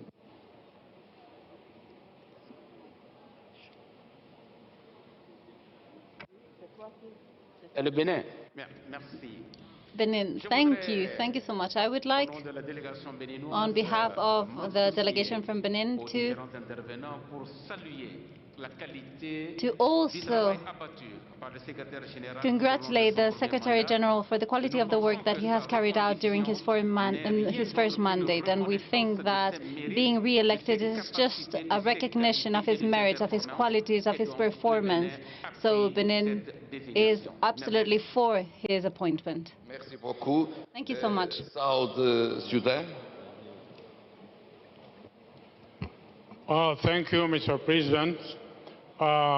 Republic of South Sudan, the newest country with the newest parliament, would like to congratulate Mr. Martin Chenon for having been re-elected as the Secretary General for this IPU. We wish him good luck and success. Thank you. Point of order, Nigeria. Nigeria, point of order. Okay, thank you very much, Mr. President. On behalf of my country, Nigeria, I also want to congratulate the appointment of the new Secretary General. This shows that, yes, he's a hard-working person and very trusted person. And of course, we want him to continue, and also we wish him good luck. Thank you very much. Using this instrument, point of order, you pass in front of other delegations, my colleague. Senegal.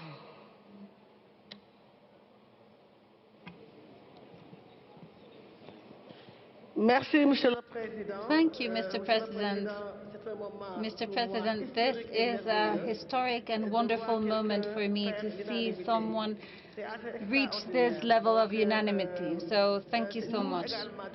We too, from the Senegal delegation, want to congratulate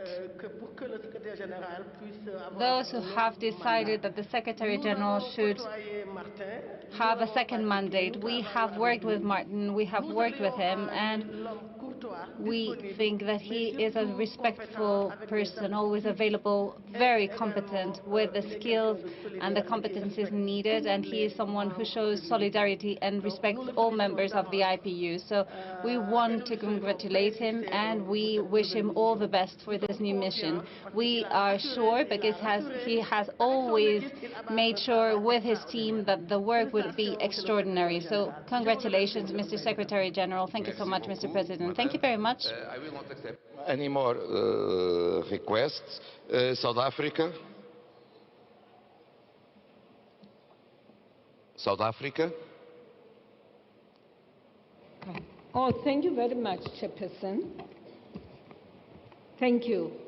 On behalf of South Africa, and I think on behalf of the many from the SADC region who have not as yet spoken, we wish to congratulate the elected Secretary General. We pledge our support, unwavering support to him. And thank you very much for the reports which we have received today. Congratulations to you. Bye. Thank you. Turkey.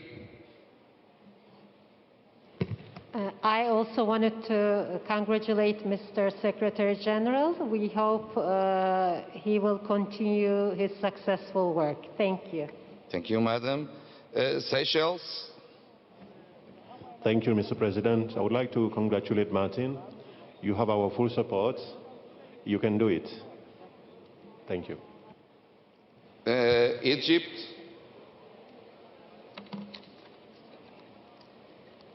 Egypt. No. Yes.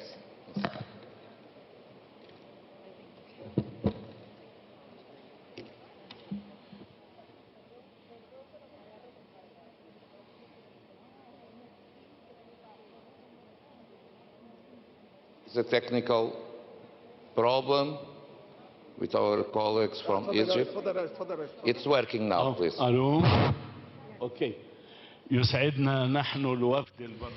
are very pleased with the Egyptian parliamentary delegation to congratulate Mr. Martin, and we reiterate and renovate our trust because he fully deserves this, because he is the right man in the right place, given his skills and capacities on all levels, financial, administrative, technical, and also because of his everlasting smile to everybody, to all the delegations, and because he always bears with us and with our problems, and he welcomes all the criticism in a very open way. Thank you so much. Just two more countries, and that's all. São Tomé e Príncipe. Where is São Tomé? Oh. There.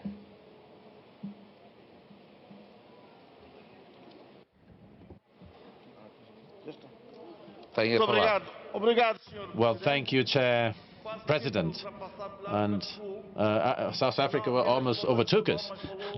Not just the rest of the countries have spoken. And since I now have the floor, I'd like to thank you, Mr. Secretary General, and congratulate you.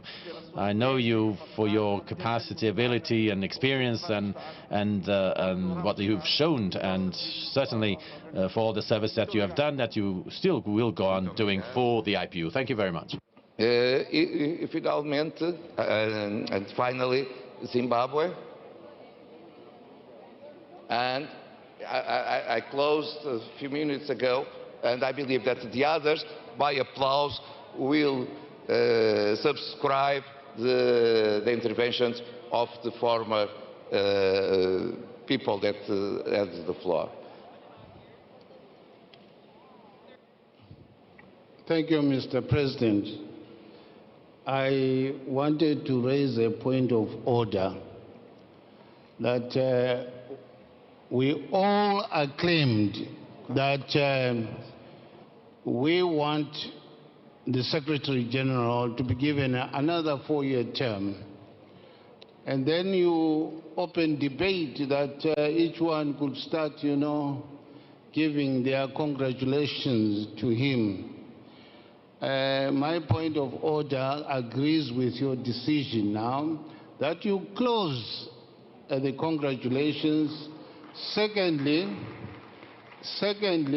the best way of honoring the Secretary General through you, Mr. President, speaking from the position of as a member of the Executive Committee, is that member parliaments must respond timeously to the correspondence from this Secretary General. Some members of parliaments have not been responding to the correspondences of the Secretary General, and we have got these records in the Executive Committee. So the best way of acclamation is to ensure that we respond to his communication on all critical issues that he raises with us. Thank you, Mr. President. Thank you, Mr. Speaker. I will give now the floor to the Secretary General, and forgive me, the others that wish to raise the floor. It is not possible, but I believe that all of you will say that we are very happy because Martin decided to accept the nomination to serve us and to serve IPU. Please, Martin, you have the floor. Yes.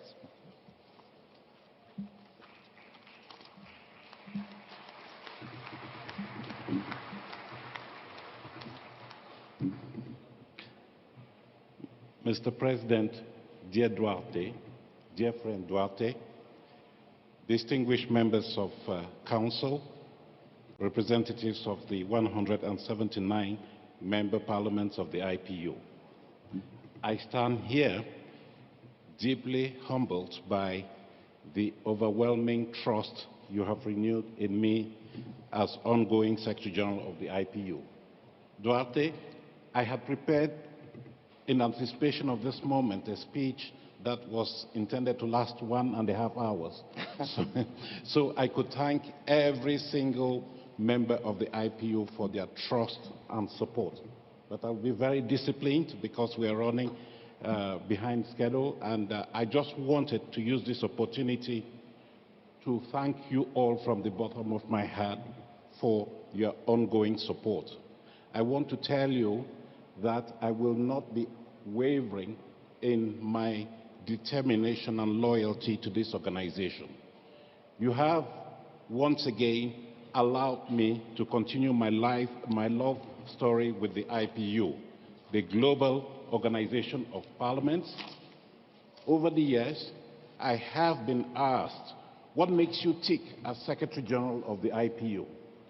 I tell them that what makes me tick is that I know that there are 179 countries out there backing the Secretary General, backing the IPU and its foundational values. And I have been always convinced that you are there. During this assembly, we have seen evidence of your overwhelming commitment to the foundational values of the organization, peace and security, dialogue for resolving disputes, but also, very importantly, your commitment to delivering to the people you represent. I think that that is what is motivating me, giving me that, I would say, energy to serve the international parliamentary community. I thank you very much for that opportunity.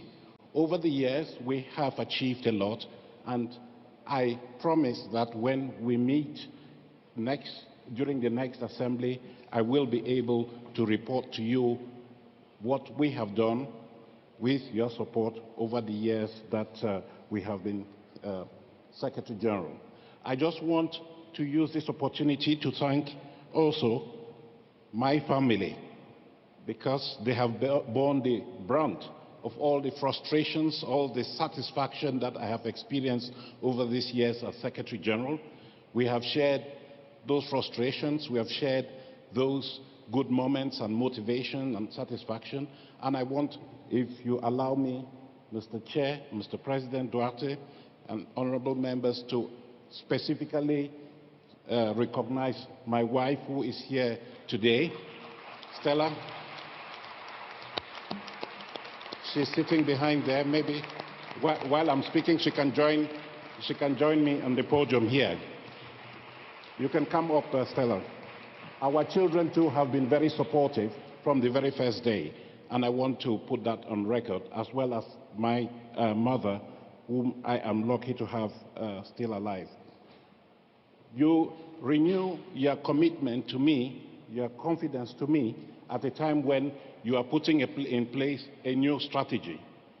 And I do realize that you are giving me my marching orders.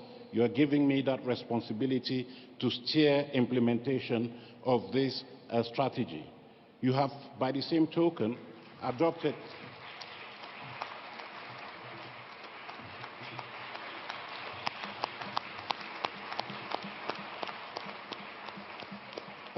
Thank you very much.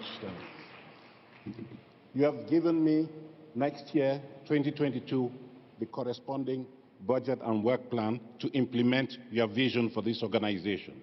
You can be sure, in the interest of transparency and accountability, that I and my colleagues will make best use of those resources to live up to the confidence that you are bestowing on us today.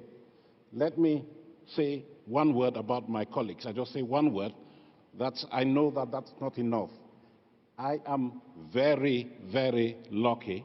I'm a very lucky boss indeed to have a small team of dedicated individuals who have devoted their life to the service of the IPU and the global parliamentary community. If we have any staff members present in here, I would like them to stand up so that they can recognize you. Ambassador Philip, all of you, please.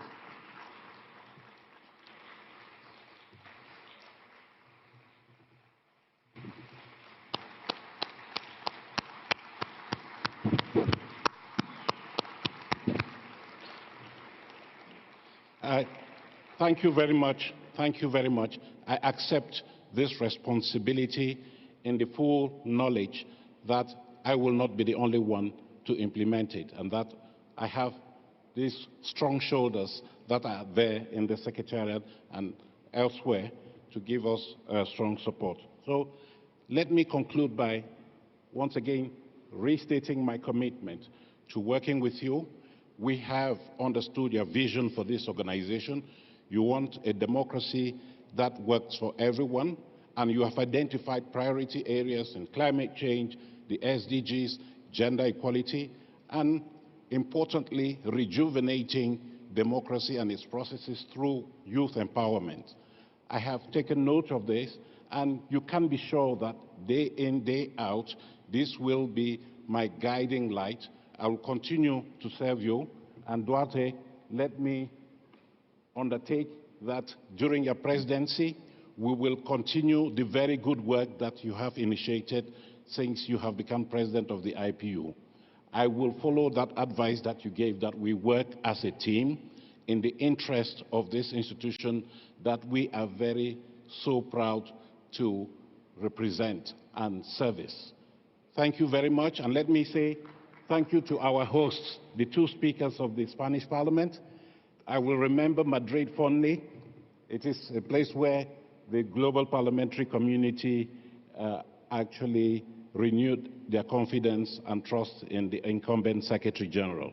It will always really motivate me very much, and you can be sure that each time I come back to Madrid, I will remember that.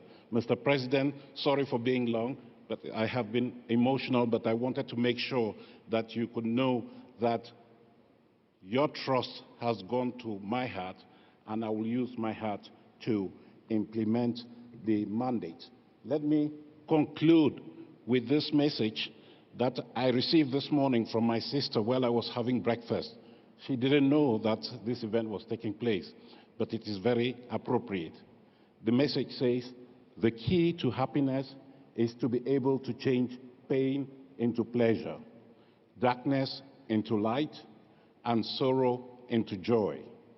This can occur only if we have the courage to change. The strategy that you have adopted compels us to change, and I am not afraid to change. My colleagues are not afraid to change, and I believe my family will help me, President of the IPU will help me to effect that change. Thank you very much.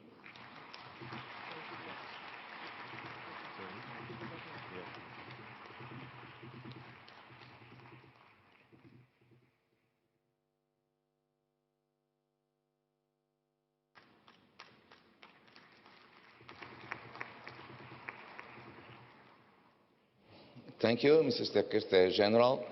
Merci, Monsieur le Secrétaire Général, pour ces quelques instants, pour votre travail et pour votre engagement avec l'UIP.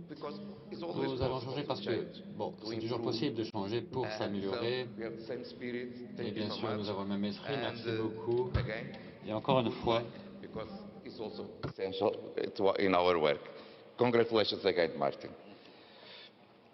Before I go to the point 18, we are near the end of the Governing Council, and then we will go to the closing session of the Assembly, is the IPU Cremi Passi Prize.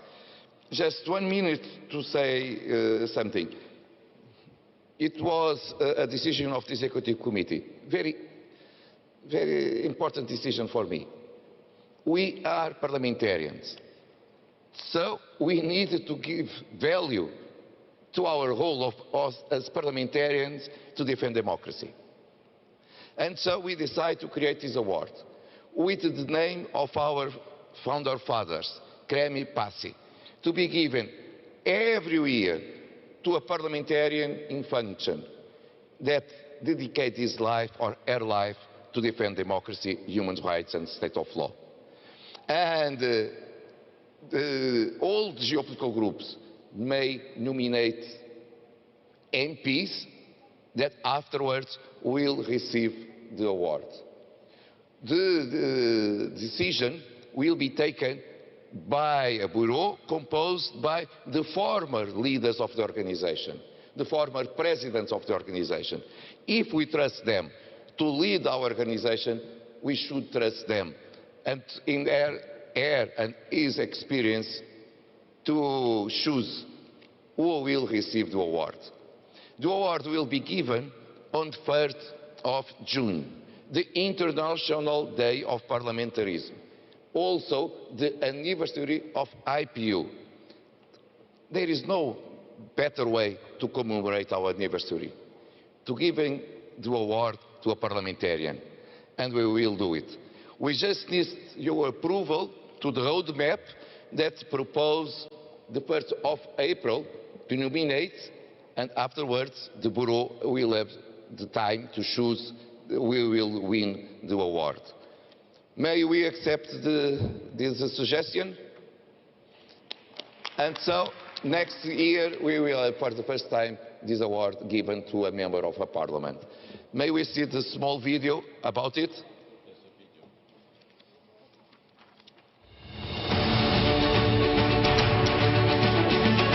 IPU involves more than 46,000 parliamentarians all over the world. Men and women dedicate their lives to defend freedoms, democracy, the state of law. It's time to the international community and to the IPU recognize the role that each one deserves.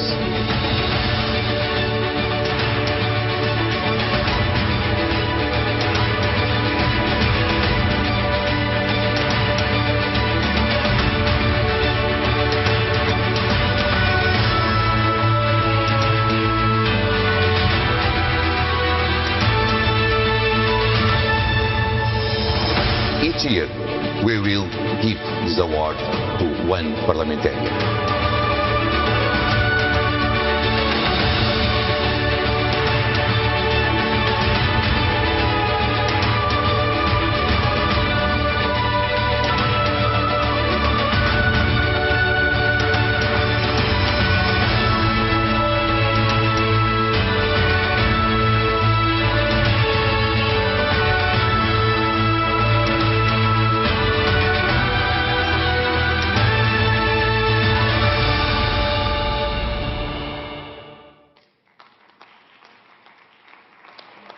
the next year will be the year of the first prize, and we hope that it will be for a long time.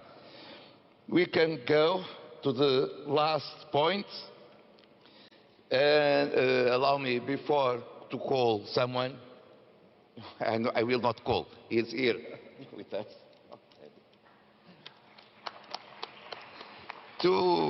Before finish the session of the Governing Council, before end the session of the Governing Council, and to thank you all, the Secretariat, and allow me to say, especially to all of you, the contribution that you gave to the success of this meeting of the Governing Council and to all decisions. Success depends from each one of you. And so thank you so much for helping me to achieve the end of this moment. But before finish, I will say something. IPU is composed represents 46,000 parliamentarians. Many of us dedicate time, experience, knowledge to the IPU. And there is someone that is special for me, but I believe for many of you, that dedicates several decades to the IPU in all different positions, all different. I think there is no one position that he didn't assume during the service of IPU. A real Democrat. It's with a great pleasure that we decide to give a certificate, and I will give the floor to say thank you, and thank you 3 times to Robert de Piquia.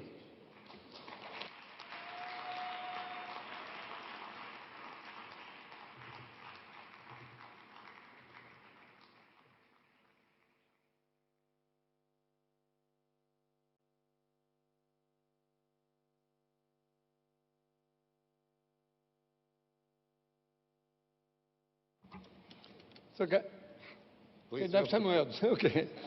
Bon, Monsieur le Président.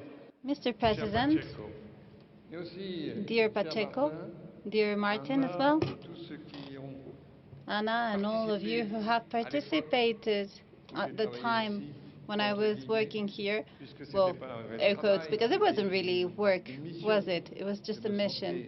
I felt that I was on a mission as a French parliamentarian. And dear colleagues, you are all way too young for me, way too young here at the IPU, because I have for 24.5 years been a member of the IPU. Maybe some people were born when I was first here, but as you can see, it's been going on for a very long time. And I can say, Mr. President, that I have been very happy. I have been very happy at the IPU, despite there might have been some difficulties from time to time. Sometimes it was hard for the French voice to be heard. Sometimes we didn't have the same positions, but we always got along very well. That's the basis for democracy, because in the end, what's the objective of our work?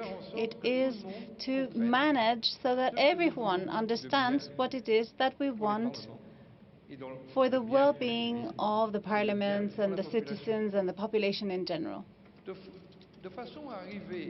In order to, thanks to our work, your work now, thanks to the work of the IPU, to manage to have a safer world, a wiser world, a better world for our population. So I am very happy, Mr. President, to see that the IPU is following the right path. There have always been ups and downs during these 24 years. Obviously, there have been presidents, men, women. We haven't had many general secretaries, but it's true. But they have worked well. They have done their job very well. Bravo, Martin. But I just wanted to think of those people who work at the Secretariat of the IPU, because I have gone quickly to see them and say good morning, and I see that it's a work that is not always valued or recognized by many of you, but you need to know that every time I had the opportunity of working with them, trying to arrange this or that, solving problems, we've always managed to do it because there is a will, which is the basis for democracy. I would say it's not always perfect, obviously, but we are making progress in the right direction. So, Mr. President, I have also been following your career along as a member of the parliament, obviously, and in different occasions you have faced elections to become, actually in this case, the president of the group. And I don't know if you remember that I told you, you will be, Duarte, you will be president of the IPU because you do things as they should be done. You do things calmly, without provoking anyone, without racing so that you can be the first somewhere. And that is also democracy. So bravo, congratulations for the president that you have. Congratulations to the Secretary General. I am going to retire in Vienna. You know that I have part of my heart is in Vienna. So I will be following along your work from Vienna because that you know that the President's Conference took place in Vienna because the IPU came back to a European country, and that's also the reason why we're here today. So I wanted to be short because I know that when we say at the beginning, oh, it's going to be brief, it's usually serious because it means that you're going to be speaking for a very long time. But now I have to stop because I know that there are other friends who have to take their flights now back home, so I don't really have the time to keep on talking, and I know that they will start flashing red lights telling me that my time is over. So thank you all so much. I would like to thank all the members of the IPU. I would like to thank all parliamentarians. You have an amazing chance here. It is unheard of because this is a moment where parliamentarians will have an even more important role to play than it had up till now, despite the ideas that some countries have, despite some political ideas. You are going to manage to do the right kind of job in the next few years because it will be necessary. We have COVID problems, we have democracy problems, and you have to put democracy where it should be the world over. And I think that if we can't work together at the IPU, then the world will not be as good. And you have to keep on working. It is in your interest. You have to do it right. And I do believe that you will manage to do it. I always believed in the IPU, so congratulations for what you're about to do. And thank you for this honor that you have granted me. And I will always sing the songs of IPU and always be the champion of IPU wherever I am. Thank you so much, dear President, dear colleagues. Thank you.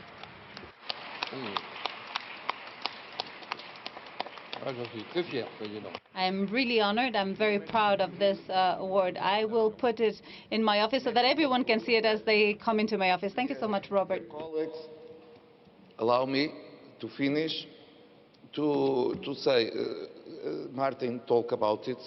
Allow me, Secretary General talk about it. Excuse me, and our colleague Robert Pique talk about it. We parliamentarians, we try to do our best. The President may try to do the best. Secretary General try to do the best. But it's essential to have the cooperation of the staff of the IPU and all the Secretariat. Allow me to introduce you someone that will retire now for a long time serving IPU. Not the face, but the voice of IPU every time you call our office in Vienna. She is attending the phone. And so many of you, I believe that maybe all of you talk with her several times, but maybe majority never saw her face.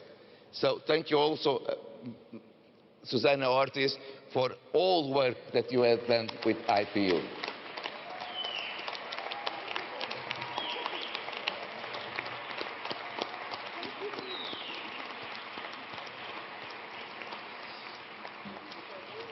Thank you, Susanna. And this way, we finish the Governing Council, and I will ask the two speakers of the Parliament of Spain, the Speaker of the Senate and Speaker of the Congress, to preside the closing ceremony of our Assembly. It will be a pleasure, and forgive us for the delay. But you are Spanish, we are Latins. You understand that we are sentimentalism in our meetings as well.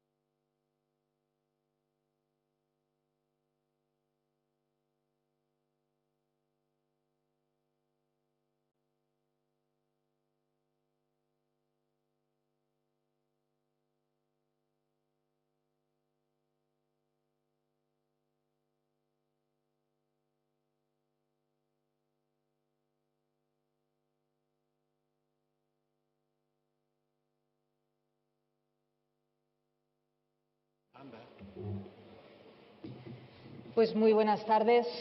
Good afternoon. Good afternoon to each and every single one of you.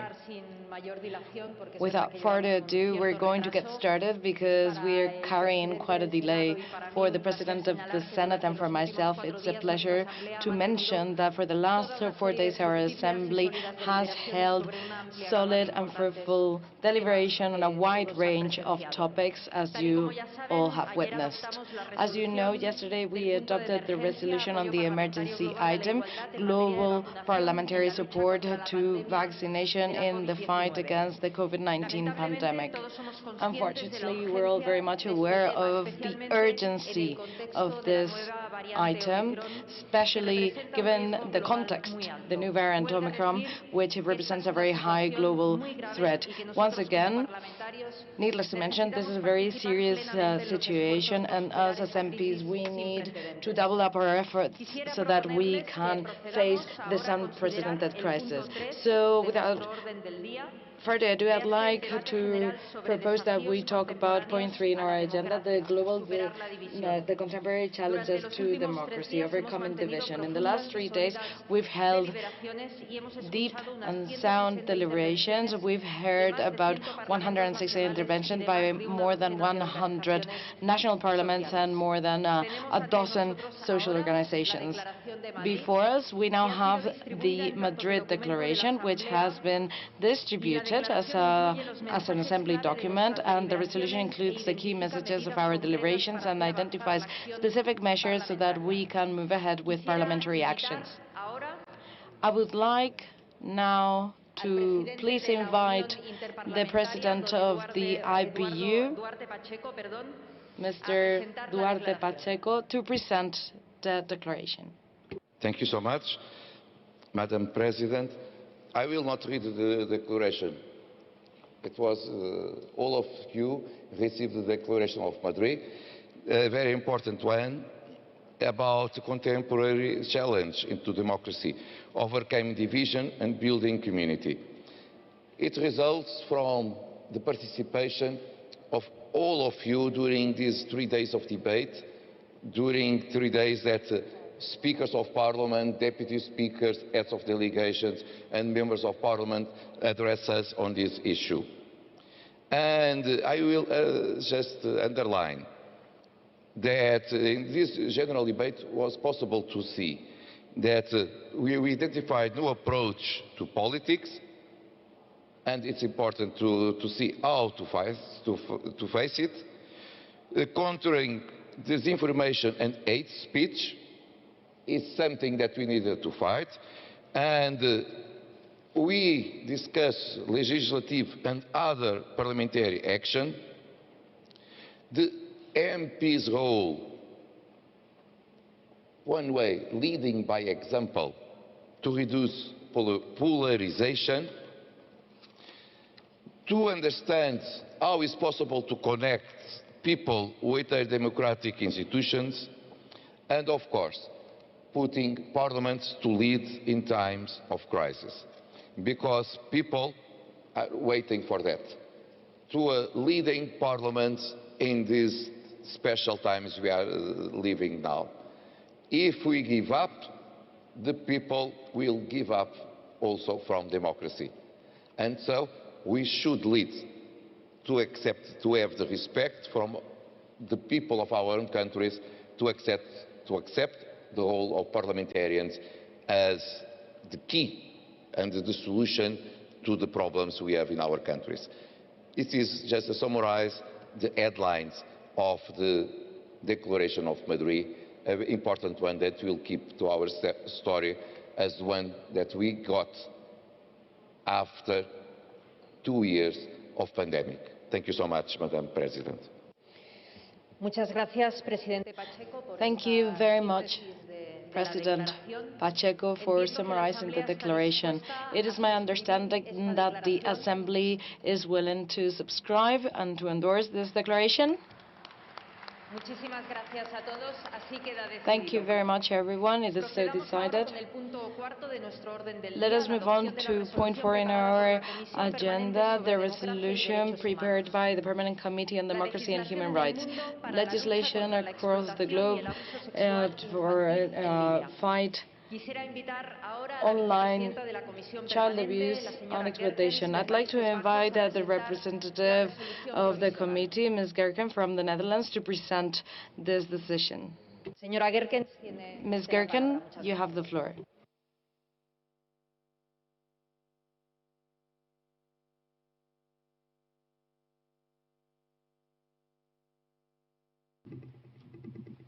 Thank you very much, Ms. President.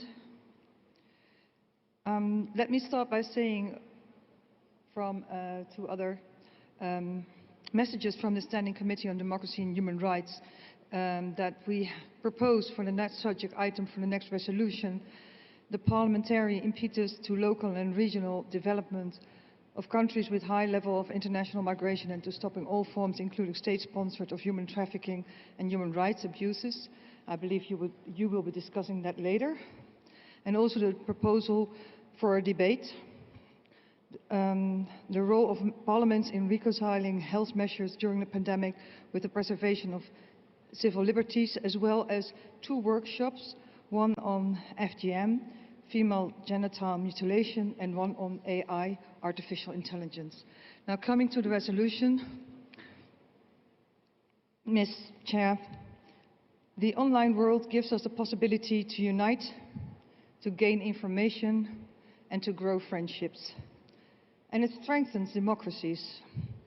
However, there's a downside to it. The rights of the child of a world, an online world, free of sexual abuse.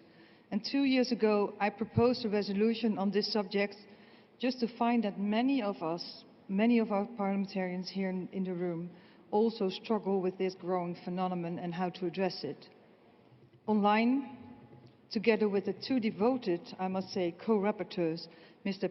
Peter Limnurat from Thailand and Ms. Jacqueline Odwell from Kenya, we held a debate after we had received input from the UN rapporteur on this subject, as well as information via ECPAT by Mr. John Carr. In this assembly, we worked through 80 amendments, and it was done in great harmony, I must say, within the Standing Committee on Democracy and Human Rights. And the result is a resolution which balances between the rights of the child and the rights of online privacy. I'm truly touched by the passion and devotion of the members who worked with the rapporteurs on the end text. We call upon the IPU to provide us with a guidebook for the best practices on the subject, and we also hope that this resolution is a starting point to fight the phenomenon. And from this spot, I would like to give my thanks to Mr. Limnurat and Ms. Odo for their excellent cooperation and their passionate contributions to the resolution. For me, personally, the adoption of this resolution means a lot, as I know that only through the shared commitment of parliamentarians we can fight this issue that threatens our children. Thank you, Ms. Chair.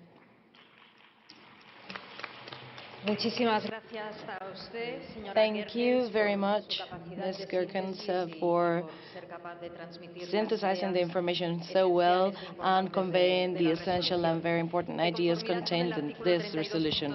In accordance with Article 32.2, as you very well know, if any delegations would like to explain their vote briefly, they shall do it after we finish the voting procedure, and the same applies to those delegations that wish to explain their reservations without opposing the adoption of the resolution. So I'd like to ask the Assembly whether there's any objections.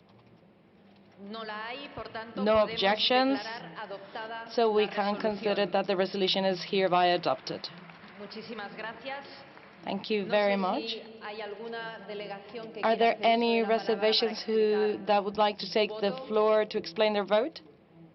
If it's not the case, we thank you for that. Thank you very much. So this brings this point to an end, and we can move on to point 5 in our agenda, reports of the Standing Committee on Peace and International Security, Sustainable Development and United Nations Affairs. I will start with the Standing Committee on Peace and International Security. Please, Mr. Chanez from Spain, could you please present the report? You have the floor, Mr. Chanez.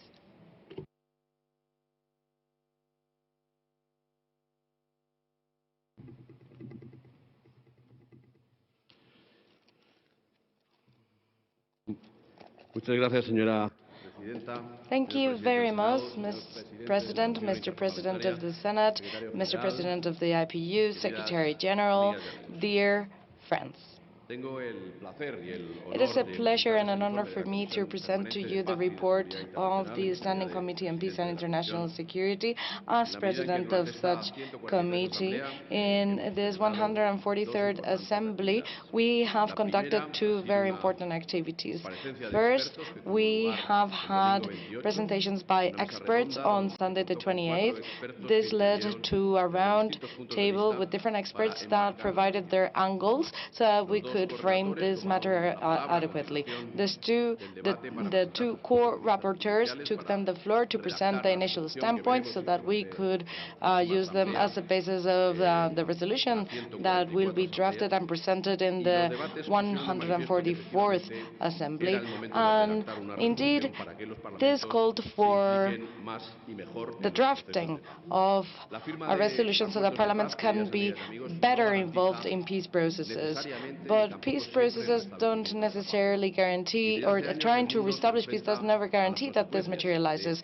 And of course, we have been witness to failed peace processes, like, for instance, massive mobilizations that were witnessed in these past few weeks, and polarization. In order to face these challenges, we need to have a shared approach.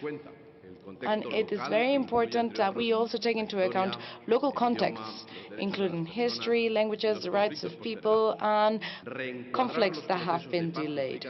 Reframing peace processes also calls for the definition of other aspects that are related to the subject matter. And we also need to know when a conflict starts, when it ends, and which are the key elements for negotiation. It would also be very important to actually review the key stakeholders and guarantee the greatest inclusion possible, including, therefore, women, young people, and indigenous communities, for instance. Finally, with regards to stability, all participants in the panel concurred on the fact that in order to guarantee the sustainability, a peace process needs to come hand in hand with training and other social measures so that we can prevent social tension. The second activity was a roundtable that was held Monday the 29th, yesterday, and there we discussed the role of the Parliament in tackling the risks in the risks of armed transfers. We had the representative of the states party to the treaty. There were many different standpoints, but they all agreed on the fact that illicit flows of weapons is giving rise to mass killings across the planet. In order to put an end to armed violence and reduce human suffering, parliamentarians must undoubtedly come to action through our institutional mandate, starting by translating the international legal framework into the reality lived by the people whom we represent. During the discussions, participants agreed on the fact that parliaments might make sure that the laws in their countries tackle the causes of these problems and that they have sufficient controls in place. They also asked for imposing international sanctions to traffickers, sellers, buyers, and for a unified definition to be established, one that is universally valid, defining arms deviation. And they also showed interest in other initiatives in order to tackle different difficulties, and they welcomed the publication of the book that we have put together, Ensuring Our Common Future, presenting very useful parliamentary practices, when I'm sure will be very inspiring in this context. With regards to internal affairs and the desk of the committee on the 28th of November on Sunday, under my leadership, they talked about the strategy and their work plan. We propose that the committee will devote all the time allocated to it in the 144th Assembly to the renegotiation. And yesterday, on Monday, this proposal was approved by the proposal of the Bureau, was adopted by the committee. We also had elections, and amongst the member of the panel, Mr. Albabi was elected president, and Hazmik Haukoviak from Armenia was also elected. After almost 4 years leading this standing committee, I can say that it's been an honor to preside it and to push forward all its activities in the field of peace and international security. I'd like to thank the Bureau and everybody who has supported me during this past few years for their excellent work, and I'd like to thank the partners of the IPU that work for the disarmament and peace, fundamentally from Geneva. Thank you very much, because with your support we've managed to make progress throughout this time. I'd like to thank the staff for their work, Dolores Marsal, Arthur, and the team of the Congress of Deputies in Spain. Without their effort and their work and the dedication and sometimes their suffering, it wouldn't be possible to do all this work. And finally, on behalf of the Spanish delegation at the IPU, I'd like to thank you all for your presence here in Spain. We're honored and humbled by your presence and your work here today. We've done everything in our hands for you to be comfortable amongst us. We hope that we were up to the challenge, and thank you very much to the President of the Senate and the President of the Congress for their essential support, which I must praise. I'm very proud of having institutions which are so strong and so able in Spain. And finally, I hope that the little time left that you have in Spain allows you to enjoy our hospitality, our culture, our food, and I hope that you feel welcome amongst Madrileans and all Spaniards. Thank you. Thank you very much, Mr. Echanes, for your kind words, and most importantly for presenting the report on the Standing Committee on Peace and International Security, which is laden with contents and commitments. I hope that the Assembly can accept the report. It is so decided. Thank you very much to the Assembly. I'd like to now move on to the Standing Committee on Sustainable Development, and I'd like to invite Mr. William from Seychelles to come up and present the report. Mr. William, you have the floor.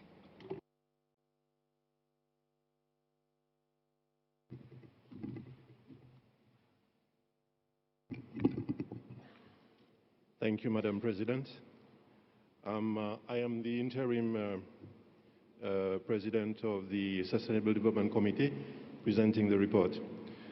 At the Standing Committee on Sustainable Development on 27th and 29th November, in its first sitting, the committee hosted a launch of the new IPU guidelines for parliamentarians on budgeting for the Sustainable Development Goals, following which we debated the subject item of the next resolution, leveraging information and communication technology as an enabler for the education sector, including in times of pandemic.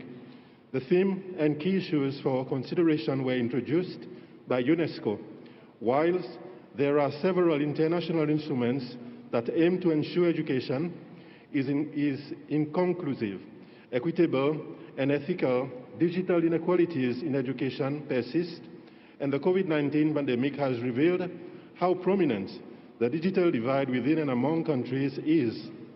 Co-rapporteurs from Finland and India also provided their views on the topic, noting that even before the pandemic, the educational gaps across the globe were wide, and that there was a need for parliamentarians to act to bridge the divide nationally, regionally, and globally.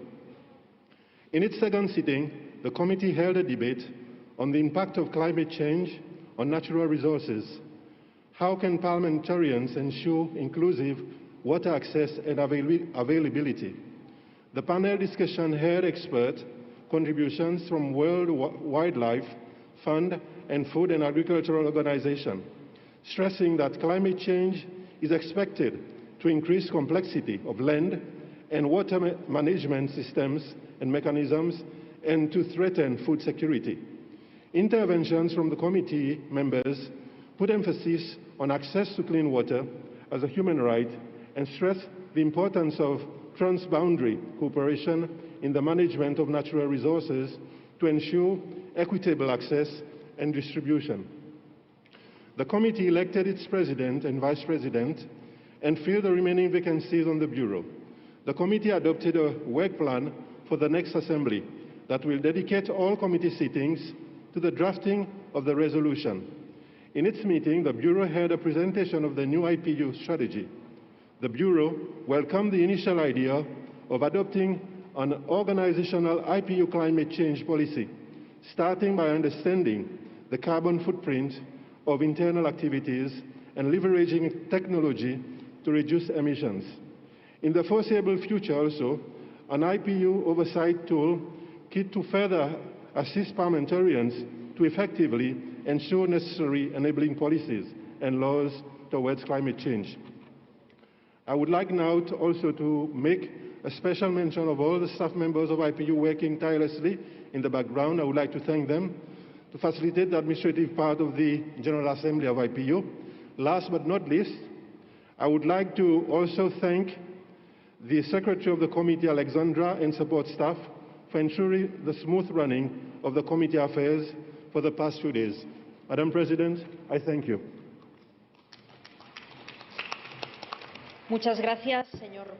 Thank you very much, Mr. William, for summarizing the presentation of the works of the Standing Committee on Sustainable Development in such an interesting manner. I imagine that the report is accepted by the Assembly. It is therefore decided. And I'd like to move on now to the Standing Committee on United Nations Affairs.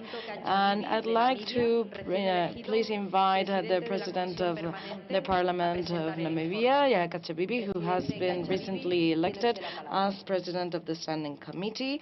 President Kachabibi, you have the floor. Thank you very much, Madam President, President of IPU, the Secretary General of the IPU, distinguished fellow speakers, distinguished invited guests. I have the honor to chair the session of the IPU Committee on United Nations Affairs yesterday, the 30th of November, as well as the Bureau meeting held a day before. The committee session consisted of two panel discussions with a high level of United Nations officials. The first panel was on the United Nations role in the global vaccination campaign and featured the World Health Organization and United Nations AIDS representatives. 34 parliamentary delegations were in the attendance, and 14 members took the floor during the debate. Members were fundamentally supportive of the World Health Organization and the United Nations AIDS response to the pandemic. But they drew the attention to several gaps in the broader multilateral response that require urgent attention. The experts from the World Health Organization and the United Nations AIDS were unanimous in encouraging parliamentarians to ask their governments to make general use of TRIPS flexibilities and in calling for more transparency in government purchasing contracts of vaccines from private producers. The need for greater global solidarity was stressed repeatedly, as more than one speaker noted, and I quote, "No one is safe until all are safe," end of the quote. Perhaps ironically, the emergence of this past week of the potentially more aggressive Omicron variant of the virus is a stark reminder of the need to scale up the global response to the pandemic. Ladies and gentlemen, with only one exception, members spoke in support of the patent waiver under the TRIPS agreement. Several parliamentarians also addressed the need to combat vaccine misinformation spread through social media, which must be countered with facts-based public information campaigns while respecting people's right to free speech. Our second panel discussion featured a policy advisor from the Secretary General's office recent report entitled Our Common Agenda. That report provides some 90 recommendations on how the United Nations, countries, and all partners, including parliaments, can work together in response to multiple threats to world peace and sustainability posed by climate change crisis and the current pandemic, growing inequalities, and rising conflicts. Ladies and gentlemen, the report invites governments, parliaments, civil society, and other actors to break the pattern of business as usual and embark on a new course that provides real answers to the people and restore their faith in government and in the international community. 10 parliamentarians spoke during this session. Their intervention emphasized the representative, oversight, and legislative roles of parliaments as key implementing international agreements such as the Common Agenda, as well as the ratification of international treaties. Speakers generally recognize the importance of multilateral solutions in an increasingly interdependent world. Parliaments can contribute to United Nations processes and multilateralism, including by setting up all-party parliamentary groups on United Nations affairs. Beyond the institutional role, members of parliament can help support international solidarity and avoid fear-mongering and knee-jerk response against other countries. Finally, Madam President, the committee elected 4 new members to the Bureau. Ms. Hendriksnaz Tarenyan of Armenia, Ms. Esilia Amatraoui from Moldova, and Ms. Cencia Lopez Castro of Mexico, and Ms. Eva Lind of Sweden. In addition, the committee elected Ms. Sophia Noor of Kenya as the president and Mr. Laurent Whaley of Sweden as the vice president. In congratulating these distinguished colleagues on the elections, I look forward to continue working with them and all members represented in this distinguished assembly. I have especially appreciated the solidarity you have given us in providing support through the emergency item and its recommendation for better vaccine equity. This is something that touched the hearts of many of us, particularly from the African continent, as such a solidarity and support is much appreciated. I have especially appreciated the solidarity that has been shown, and is something that cannot go without our deep sense of appreciation. Lastly, I also want to thank our Spanish host from both houses of parliament for the warm hospitality that they have extended to us throughout the course of our conference.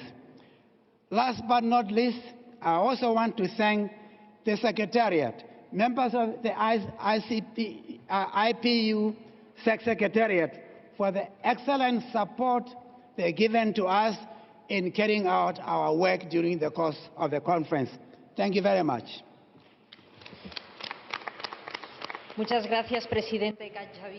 Thank you very much, President Kachabibi, for your words, for presenting the report, and congratulations for having been recently elected as president. I guess the Assembly takes note of this report. It is therefore decided. Thank you very much, everybody. We move on to the 6th item, approval of the subject item for the Standing Committee on Democracy and Human Rights at the 145th IPU Assembly and appointment of rapporteurs. I'd like to draw your attention on document A146. As you will see, the Standing Committee on Democracy and Human Rights is proposing for the next one-year cycle the following topic: fostering parliamentary support to countries that have great flows of international migration, and putting in place formulas to prevent human trafficking and human rights abuse. 3 rapporteurs have been appointed for this topic: Mr. Johan Badepul from Germany, John from Indonesia, and Ms. Nana from Uruguay. Can the Assembly approve this decision? Thank you very much. It is so decided. Before we move on to the final remarks, I'd like to recognize the President of the distinguished Speaker of the Parliament of Indonesia, which will host the 144th IPU Assembly in March 2022, next year. Ms. President, I'd like you to please come up to stage to say a few words.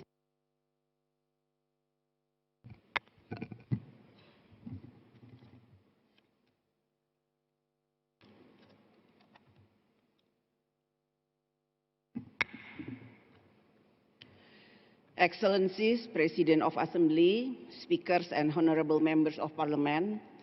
First of all, I would like to congratulate the Parliament of Spain for its leadership and successfully holding the 143rd IPU Assembly. It is now an honor for me to inform all delegates that the House of Representatives of the Republic of Indonesia will host the 144th IPU Assembly in Bali, Indonesia on 20 to 24 March 2022. Next IPU Assembly will be the opportunity to conduct a reality check of what we would have done so far in the road of recovery. We should send a strong signal that Parliament is always ready to be part of solution to resolve the most pressing challenges of our time. In the next IPU Assembly meeting, we could examine whether global vaccination would be on track to reach the target of vaccinate 70% of global population by mid-2022. We could assess the social impact of the pandemic and the progress of economic recovery. We could examine the impact of pandemic to overall progress of democracy, promotion of human rights, and rule of law. The 144th IPU Assembly will be the second assembly after the pandemic, and we could not think of a better place to meet than in Bali. Indonesia has made great progress in tackling the pandemic. As of now, more than 87% of population in Bali has been fully vaccinated, while in Indonesia, we will achieve 100% vaccination target of 208 million Indonesians by March 2022. It is now a great pleasure for me to extend my invitation to 144th IPU Assembly. I look forward to welcoming you to Indonesia and working closely toward an impactful meeting. I wish you a good health and see you next year in Indonesia. Thank you. Muchas gracias, Presidenta Maharani, por su disposición. Thank you very much, President Maharani, for your willingness to be the host for the next assembly. Y vamos a ver un video. And now we're going to watch a video.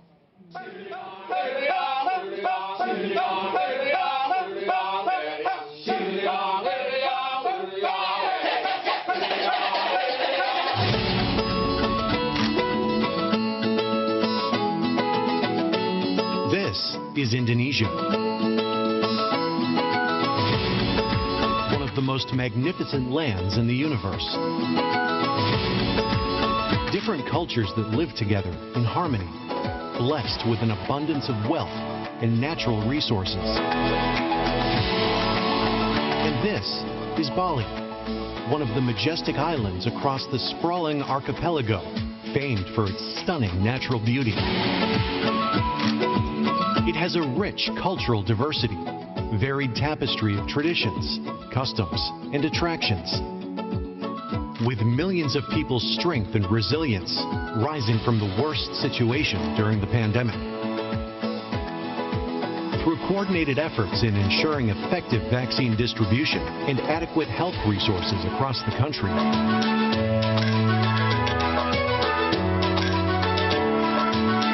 as Bali has achieved and accelerated its immunity target by 87%, we are well prepared to safely welcome you back.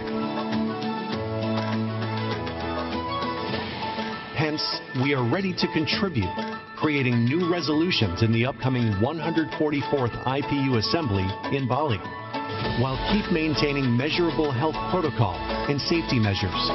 Together, let us strengthen our collective parliamentary efforts in advancing peace, democracy, and sustainable development for the benefit of the people.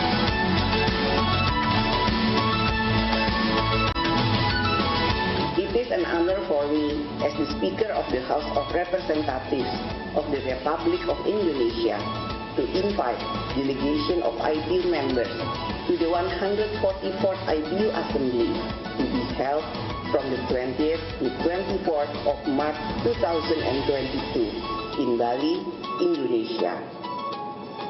I look forward to welcoming you next year in Bali, Indonesia.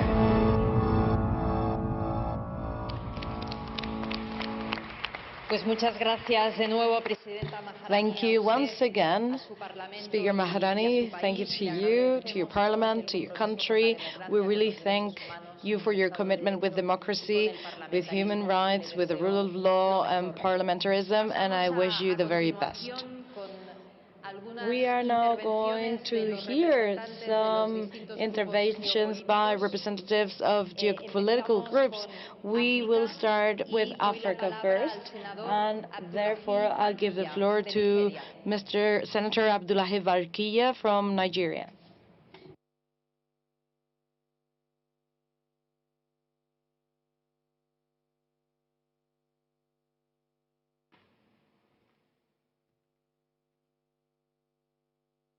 Thank you, Mr. President, Secretary General. I am Senator Kabir Barkia, leader of the delegations from Nigeria.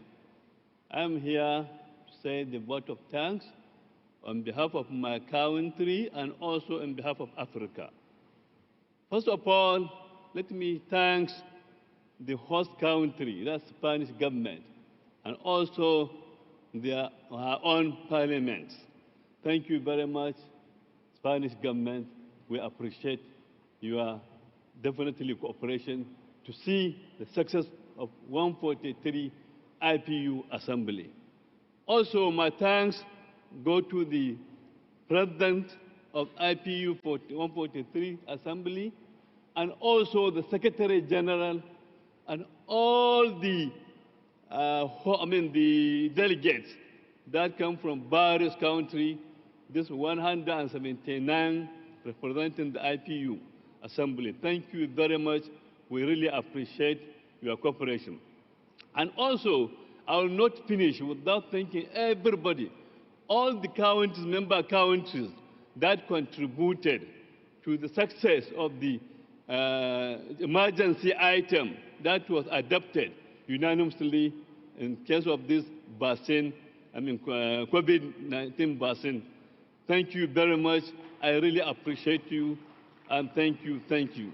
And also, I wanted also to pray to God that, yes, let all of us at least go back to our countries safely, and we pray.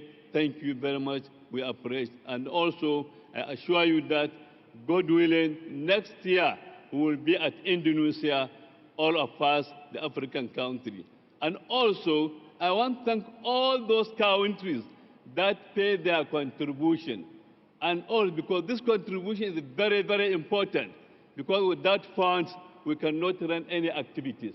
So I want to thank all those countries that paid their contribution. And also I'm asking those ones that were not able to pay to please try and pay this contribution because it's very important. Thank you very much. May God bless. Muchas gracias, señor Abdullahi. Thank you very much, Mr. Abdullahi, for your words. Now representing the Arab group, I'd like to give the floor to Mr. Al-Duaini.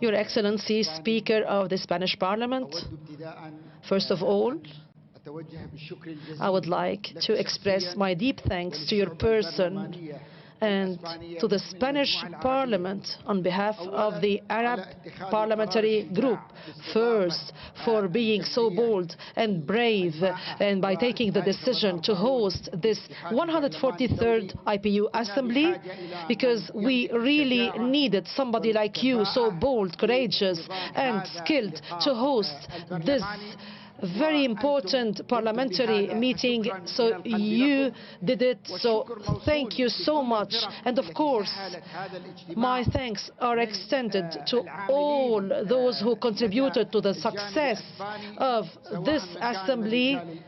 I would like to thank also the Spanish security agencies and also the Spanish medical team and those who conducted the PCR tests, to all the participants as well. Your Excellency, President of IPU, I would like also to thank you personally for your excellent management of this assembly on behalf of the Arab Parliamentary Group.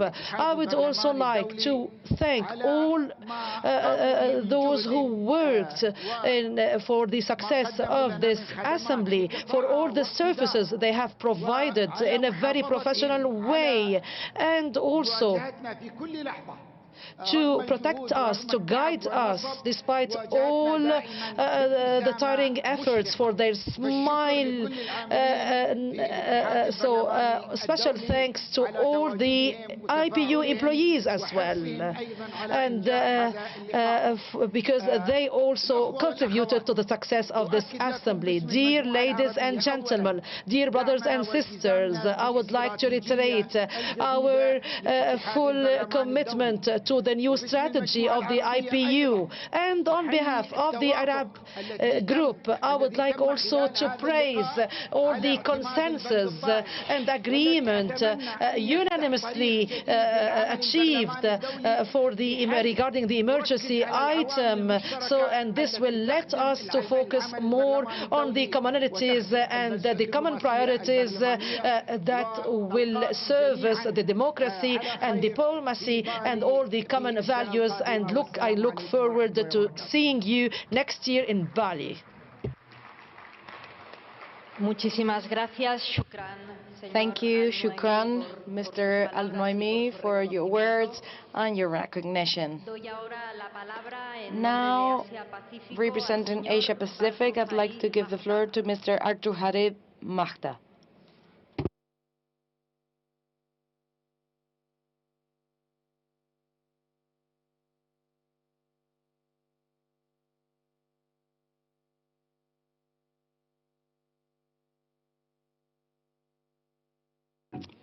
Dear esteemed President, and dear distinguished delegates and friends, today on behalf of the Asia-Pacific Geopolitical Group, I would like to congratulate IPU and the Parliament of Spain for successfully organizing the 143rd IPU Assembly. During these extraordinary times, it is commendable that the government of Spain and the Parliament, overcoming COVID-19 imposed restrictions, could conduct the Assembly and the meetings of the standing committees and other IPU bodies with clock precision. The great pains taken to organize an in-person conference after a period of 2 years of complete absence of human activity due to long lockdowns across the continents will be long remembered. The great courage exhibited and the commitment shown by the people of Spain to make this assembly happen is historic. It is in a short span of 3 months to complete all the preparations to the last detail is a success story of human endeavor. The Assembly has demonstrated the exemplary solidarity to mobilize parliamentary cooperation in order to address the challenges posed by the pandemic. The consensus we witnessed while passing the resolution on emergency item in support for vaccine equity highlights the willingness and determination of parliamentarians across the globe to stand together and cooperate in these extraordinary times. Friends, I am hopeful that discussion held during this assembly and experience we shared here will help us effectively and contribute in our future endeavor or as a parliamentarian and people's representative. We, from the Asia-Pacific region, appreciate Spain from the bottom of our hearts. We once again congratulate the President of Spain for the great work that has been done. We also appreciate the trouble or the endeavor that the President of IPU and his team has taken to organize the assembly. Thank you very much. Thank you very much, Mr. Bartrujarev, for your recognition and your kind words.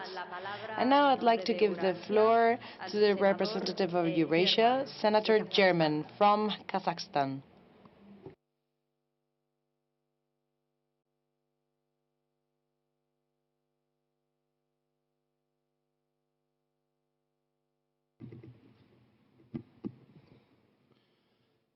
Madam President, President of IPU, Secretary General, Mesdames, Messieurs, our High Assembly has successfully completed its work. We have gathered, despite the pandemic, to discuss the most important issues: the role of the parliaments in the modern world, the expansion of opportunities for women and young generation, ecology and stable growth.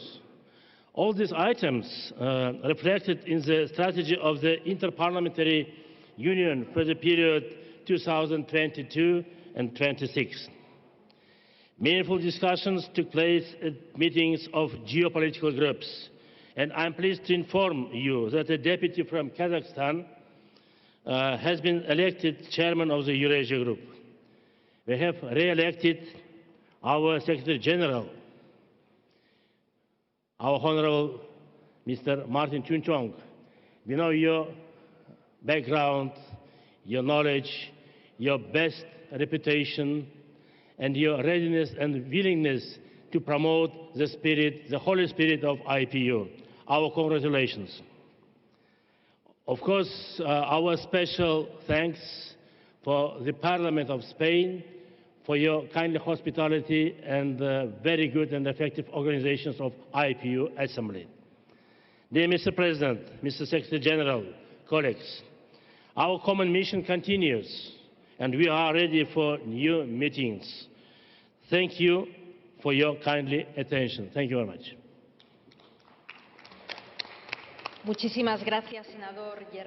Thanks, dearly Senator German, for your words. I'd like to now give the floor to GRULAC, represented by Blasiano from Paraguay.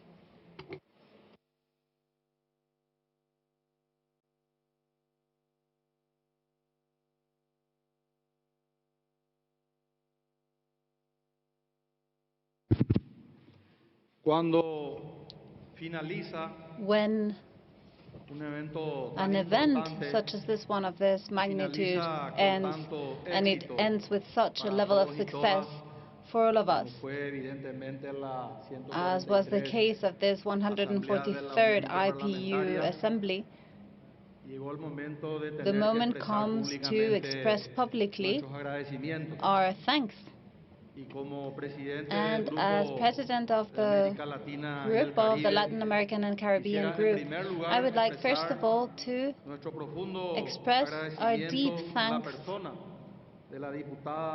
to MP Meritxell Batet, President of the Congress of Deputies here in Spain.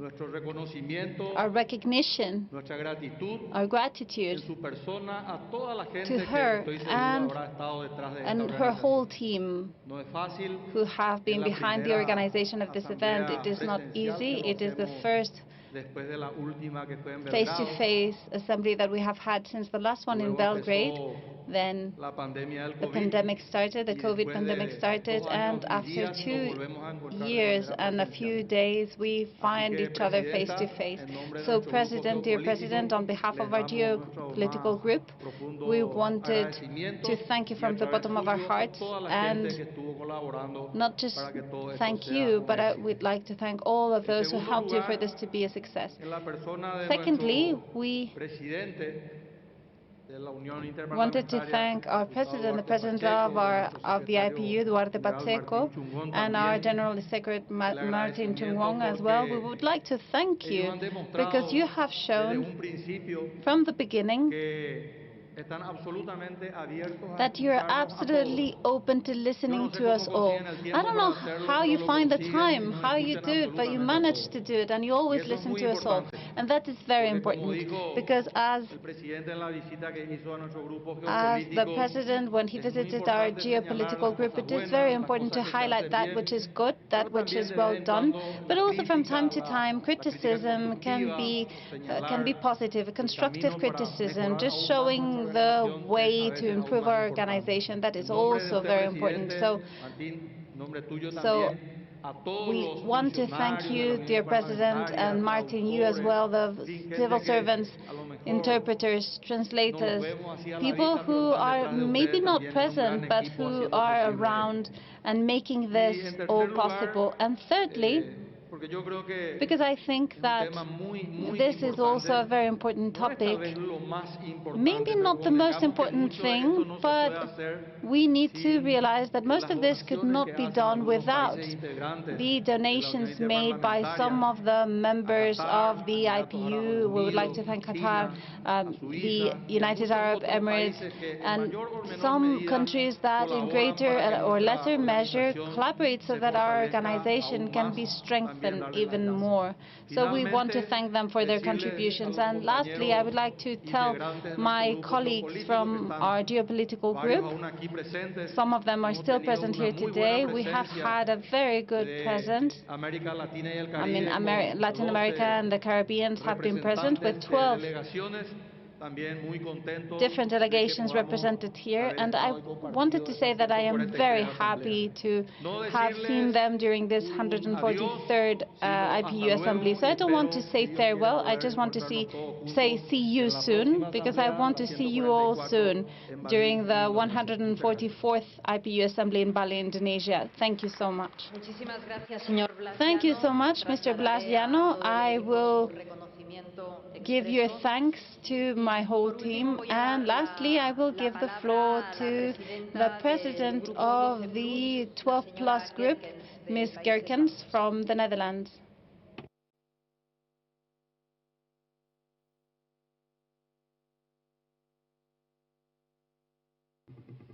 Thank you very much, Ms. President. Thank you very much, Spain, for hosting this meeting and showing the world that we parliamentarians can meet. I think it was very important that we had the possibility to do so. But I also know it would not have happened without you, Mr. President, because as I have learned to know you when you were president of our 12+, you are a person who unites. You have been uniting people ever since you became active in IPU, as long as I know you. And I am very sure that the fact that we're having this meeting here in Madrid is because of the efforts you have put into that. And I want to thank you for that. Just as much I want to thank the Secretary General for what, I think I mentioned it before today, has been his ongoing, stable contribution to the organization. Also during these difficult times that we needed to move very swiftly on an online parliament. And we proved it to be possible, and thus proved it to the world that democracy can still operate during pandemic times. I'd like to thank all of the staff here in Madrid who worked so hard, but also you who were able to come here, took that challenge, and also took the test every time. And I know some of the staff were really strict at the entrance. You wouldn't come in if you hadn't tested, which is really good. But I'm also happy that we all know the importance of keeping distance, wearing our masks all the time, and having those tests, because that's the basis actually of overcoming the pandemic, to follow the rules. I'm quite confident that in the coming times we will show again and again that IPU, but also democracy, is very much needed in these difficult times. I want to thank you for supporting, the whole staff of the IPU for supporting us in doing so. I'm looking very much forward to going to Indonesia, Bali and Waduse. Thank you for offering this possibility to us, and I wish you all safe travels home, and let's stay healthy. Thank you.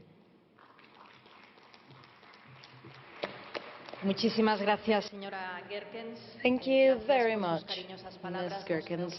Thank you also for your very kind words. I think there's no better way to praise someone than to say that they work towards uniting people, because one of my priorities and my missions is to work to foster coexistence amongst our citizens. And with this, we can give the floor to the President of the Assembly of the Inter-Parliamentary Union. It is my honor to give you the floor, Mr. Pacheco.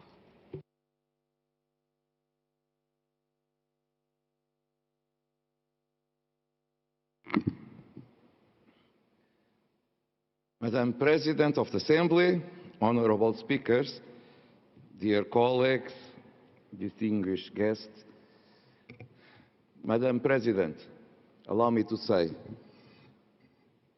we did it.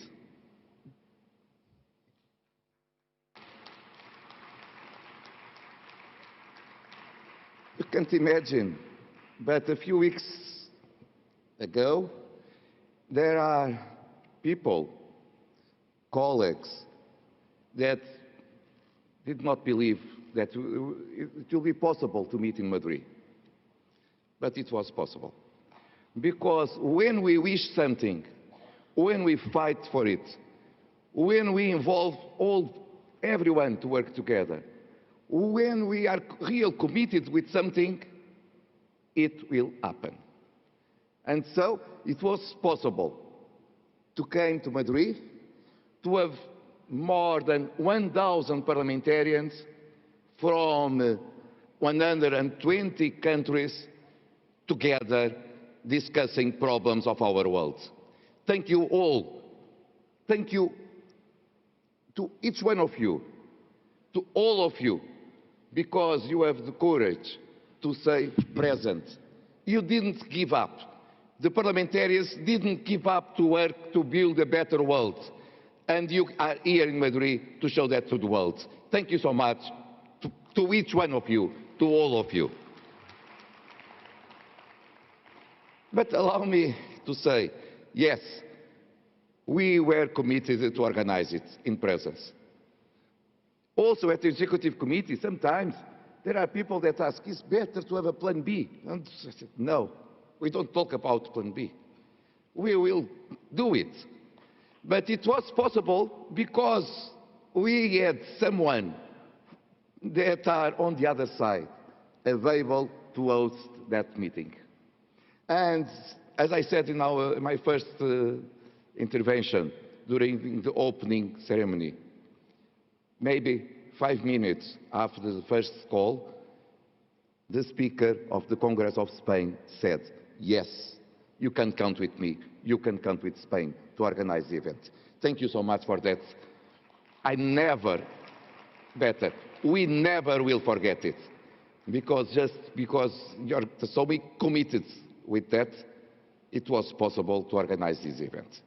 Of course, we need to say thank you to Spain as a whole, to the King of Spain, to the government of Spain, to the President of the government that came to us also to address one and the other, but also to all offices and all the people that support, interpreters, the guards, the people that clean our homes to be available to attend the meeting. All them work to achieve the success of this meeting. And we represented the people, and we know that for us, everyone are important. So thank you so much, Madam President, and allow me to say thank you so much to each one of the persons that work to achieve the success of this assembly. And we talk about success. It's just words. Allow me to say, no, it was not just words. It was not just words because here we are giving hope. We are talking about hope. That is possible to work, to discuss, and to drive solutions for the future. That's why we had here for several days. We developed the partnership, build coalitions of support, take action on different issues, such as economy recovery, climate emergency, multilateralism, how to have a stronger democracy, and, of course, to encourage the parliamentarian diplomacy and dialogue as essential between our nations. And we maintain work in all committees and on Peace and International Committee, where it was possible to discuss how to improve and reshape new peace process, especially accounting for the role of parliaments and their involvement in shaping peace. We work to say that some situations, like in Yemen, in Afghanistan, in Tunisia, is something that we never will accept, because we used to come back to the constitutional order in these countries as one example. But also we work on Sustainable Development Committee, debating how to use information and communication technologies to strengthen the education sector in times of pandemic. And we show, yes, that education is essential. We discussed democracy and human rights in this committee, and we approve a legislation worldwide to combat online child sexual exploitation and abuse. That is one crime that we should to fight. And we work at the United Nations Committee, in particular, discussing how parliamentarians have taken forward their discussions on the global vaccination campaign to end COVID pandemic. And in that committee, it was also to explore, together with representatives of the World Health Organization and World Trade Organization, what can be improved going forward. We discuss the problems of our colleagues in many countries of the world at the Committee on Human Rights of Parliamentarians. Because, as I said before, one attack against one parliamentarian is one attack against all of us. And we need to defend our colleagues always. We discuss actions at this assembly on gender equality, empower our women and youth in our own parliaments and in our societies. And of course, we approved the Madrid Declaration on contemporary challenge to democracy, overcoming division and building community, showing that yes, there are a lot of challenges to our democracies, and we know that, and we are working to understand how we may win the war against the people that are against democracies. But, dear friends, it is our role and responsibility to take actions when we come back, not just to be here, participate in our works, to be happy to achieve solutions, but after it, forget what we need to do at home. Dear friends, honorable speakers, Madam President, the IPU is very well in one point to adapt and to have a function in a world affected by so many new challenges. That's why IPU values and mission at the global, regional and national levels is essential to the society and to democracy. That's why the IPU leadership and the organization of our framework will be with you every day, step on the way. Let us work together. Let us work together in these troubled times. Our organization is here to help each one of us to achieve results, a better world, a safe world for all. Let us now go on. But please, you and we, or better, we are all members of IPU. And so we will keep working together to build a new world, a better world, acting right now. Thank you from the bottom of my heart to each and every delegate for your work during these days. Please, have a safe trip, and we will meet again very soon in Indonesia next year. Thank you so much.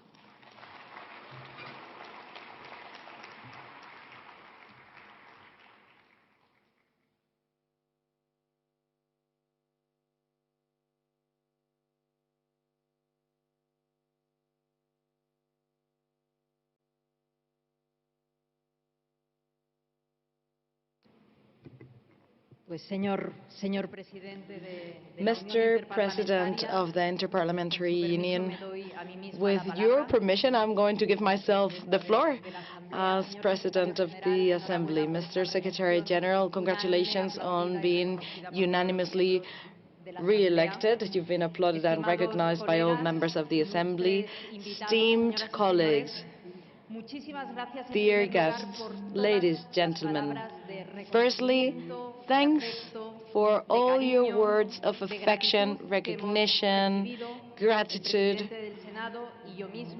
addressed to the President of the Senate and to myself.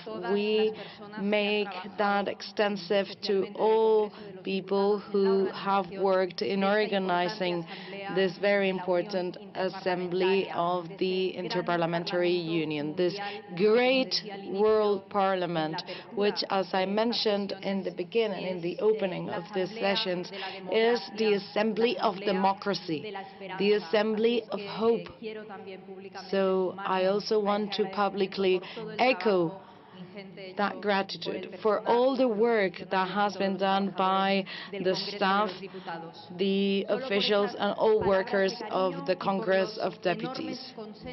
Thank you for your kind words and the great consensus that has been reached in the meetings of this assembly. That made it worthwhile to, of course, take on this responsibility and make this commitment of organizing this event for the IPU. This brings to an end the work of the Inter-Parliamentary Union in the General Council, the Assembly, and the different meetings conducted here. I'd always remember proudly that I've been privileged to be part of this meeting gathering parliamentarians across the globe. It's also very important that this assembly, which has more than 130 years of history, focuses on topics that are a concern for our society today and which are essential for its development. There's two examples that can suffice to show the efficiency of the work of the IPU. Firstly, the Assembly has had the 32nd session of the Committee on Women Parliamentarians. There were almost 200 participants, and I was honored to participate in it. We had 86 women MPs, but also many men, and the Forum would like to thank all men that joined and all also especially President Pacheco and the President of the Government of Spain, Pedro Sánchez. I think that their speeches and their constant support towards the progress made towards reaching equality between men and women are actually the basis for equality in the world over today. And this brings us closer to this common objective of reaching equality for women. And this also serves as basis for an inspiring parliamentary discussion today about how men foster and contribute to gender equality. And the work group on women parliamentarians will be taking action on this regard. The inequality and discrimination towards women is something that impacts women and men equally, because we are ultimately talking about human rights. The IPU has been a pioneer in following this direction and fostering it across all national parliaments. In the resolutions of the Women's Forum in this meeting, women parliamentarians agreed that we urgently need to adopt a legislation with a gender perspective that sanctions all forms of exploitation and sexual abuse of children online, to protect the rights and the safety of survivor children. The integration of this resolution into that of the Standing Committee on Democracy and Human Rights and the subsequent adoption by the Assembly show the full commitment of the IPU in this subject matter. Secondly, the Assembly in the plenary session discussed the current challenges to democracy and overcoming divisions and building community. Together with other challenges of a supranational nature, like, for instance, the climate emergency that we have also discussed, this is a shared challenge for all parliaments and all democratic systems. For the President of the Senate and for myself, it is comforting and very useful for our work as parliamentarians and for all political colors to see that the resolutions of the Assembly include affirmations which are so sound and decisive as, for instance, policies based on confrontation and division undermine the legitimacy of the whole system. Or, for instance, we need to reaffirm political agreement in constructing agreements, and that is an essential aspect of the democratic process. And that we think that the capacity to reach agreement, cooperating beyond political borders and prioritizing public interest before partisan politics contributes to depolarizing and to guaranteeing stable social peace. His Majesty, the King of Spain, also mentioned in his inaugural speech in this Assembly that the function of political integration and agreement building is based on the action and commitment of each and every single MP, each and every single one of us in exercising our duties and our individual work. And in the conclusions of the Assembly, we portray that challenge, and we are therefore called to implement all these affirmations in our national parliaments. Today, it's the moment to remember that precisely because of that reason, the defense of democracy and democratic parliaments lies within our hands, that of parliamentarians. Undoubtedly, as was mentioned also in the beginning of this Assembly, we need the commitment of other stakeholders, ranging from the media to civil society organizations and, of course, all citizens. But it's us, members of Parliament, who, with our loyalty, with our commitment, with our daily work, and with our behavior, we must support parliamentarism and democracy, guaranteeing spaces for encounter between different political forces and citizens with plural and diverse ideologies.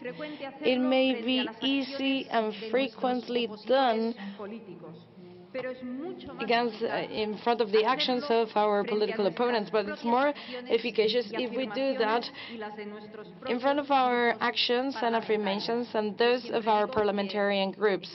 I always say that it's good to be demanding with others, but it's more efficacious if you're demanding with yourself and with those who are part of the same political family as you are. Before concluding and in finishing, on behalf of the President of the Senate and on my own behalf, I'd like to once again extend our gratitude for having participated in 143rd IPU Assembly held in Madrid. I can assure you that it's been an immense pleasure to have you.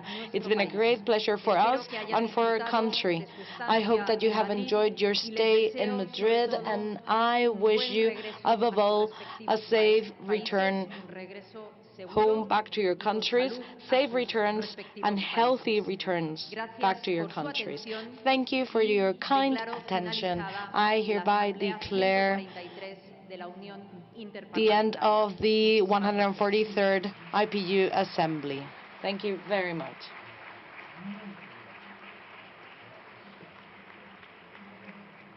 Madam Speaker, allow me to say that before we leave the room, as a way to show our gratitude to you personally, something that you may use in your own parliament.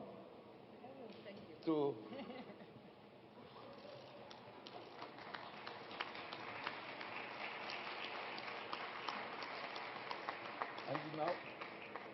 and now you may use it to close the session.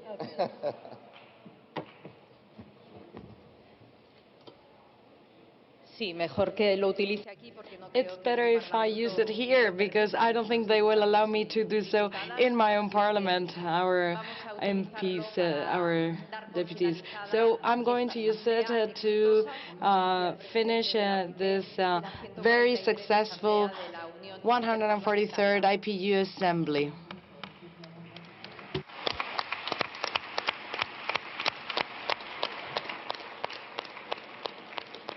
Muchas gracias.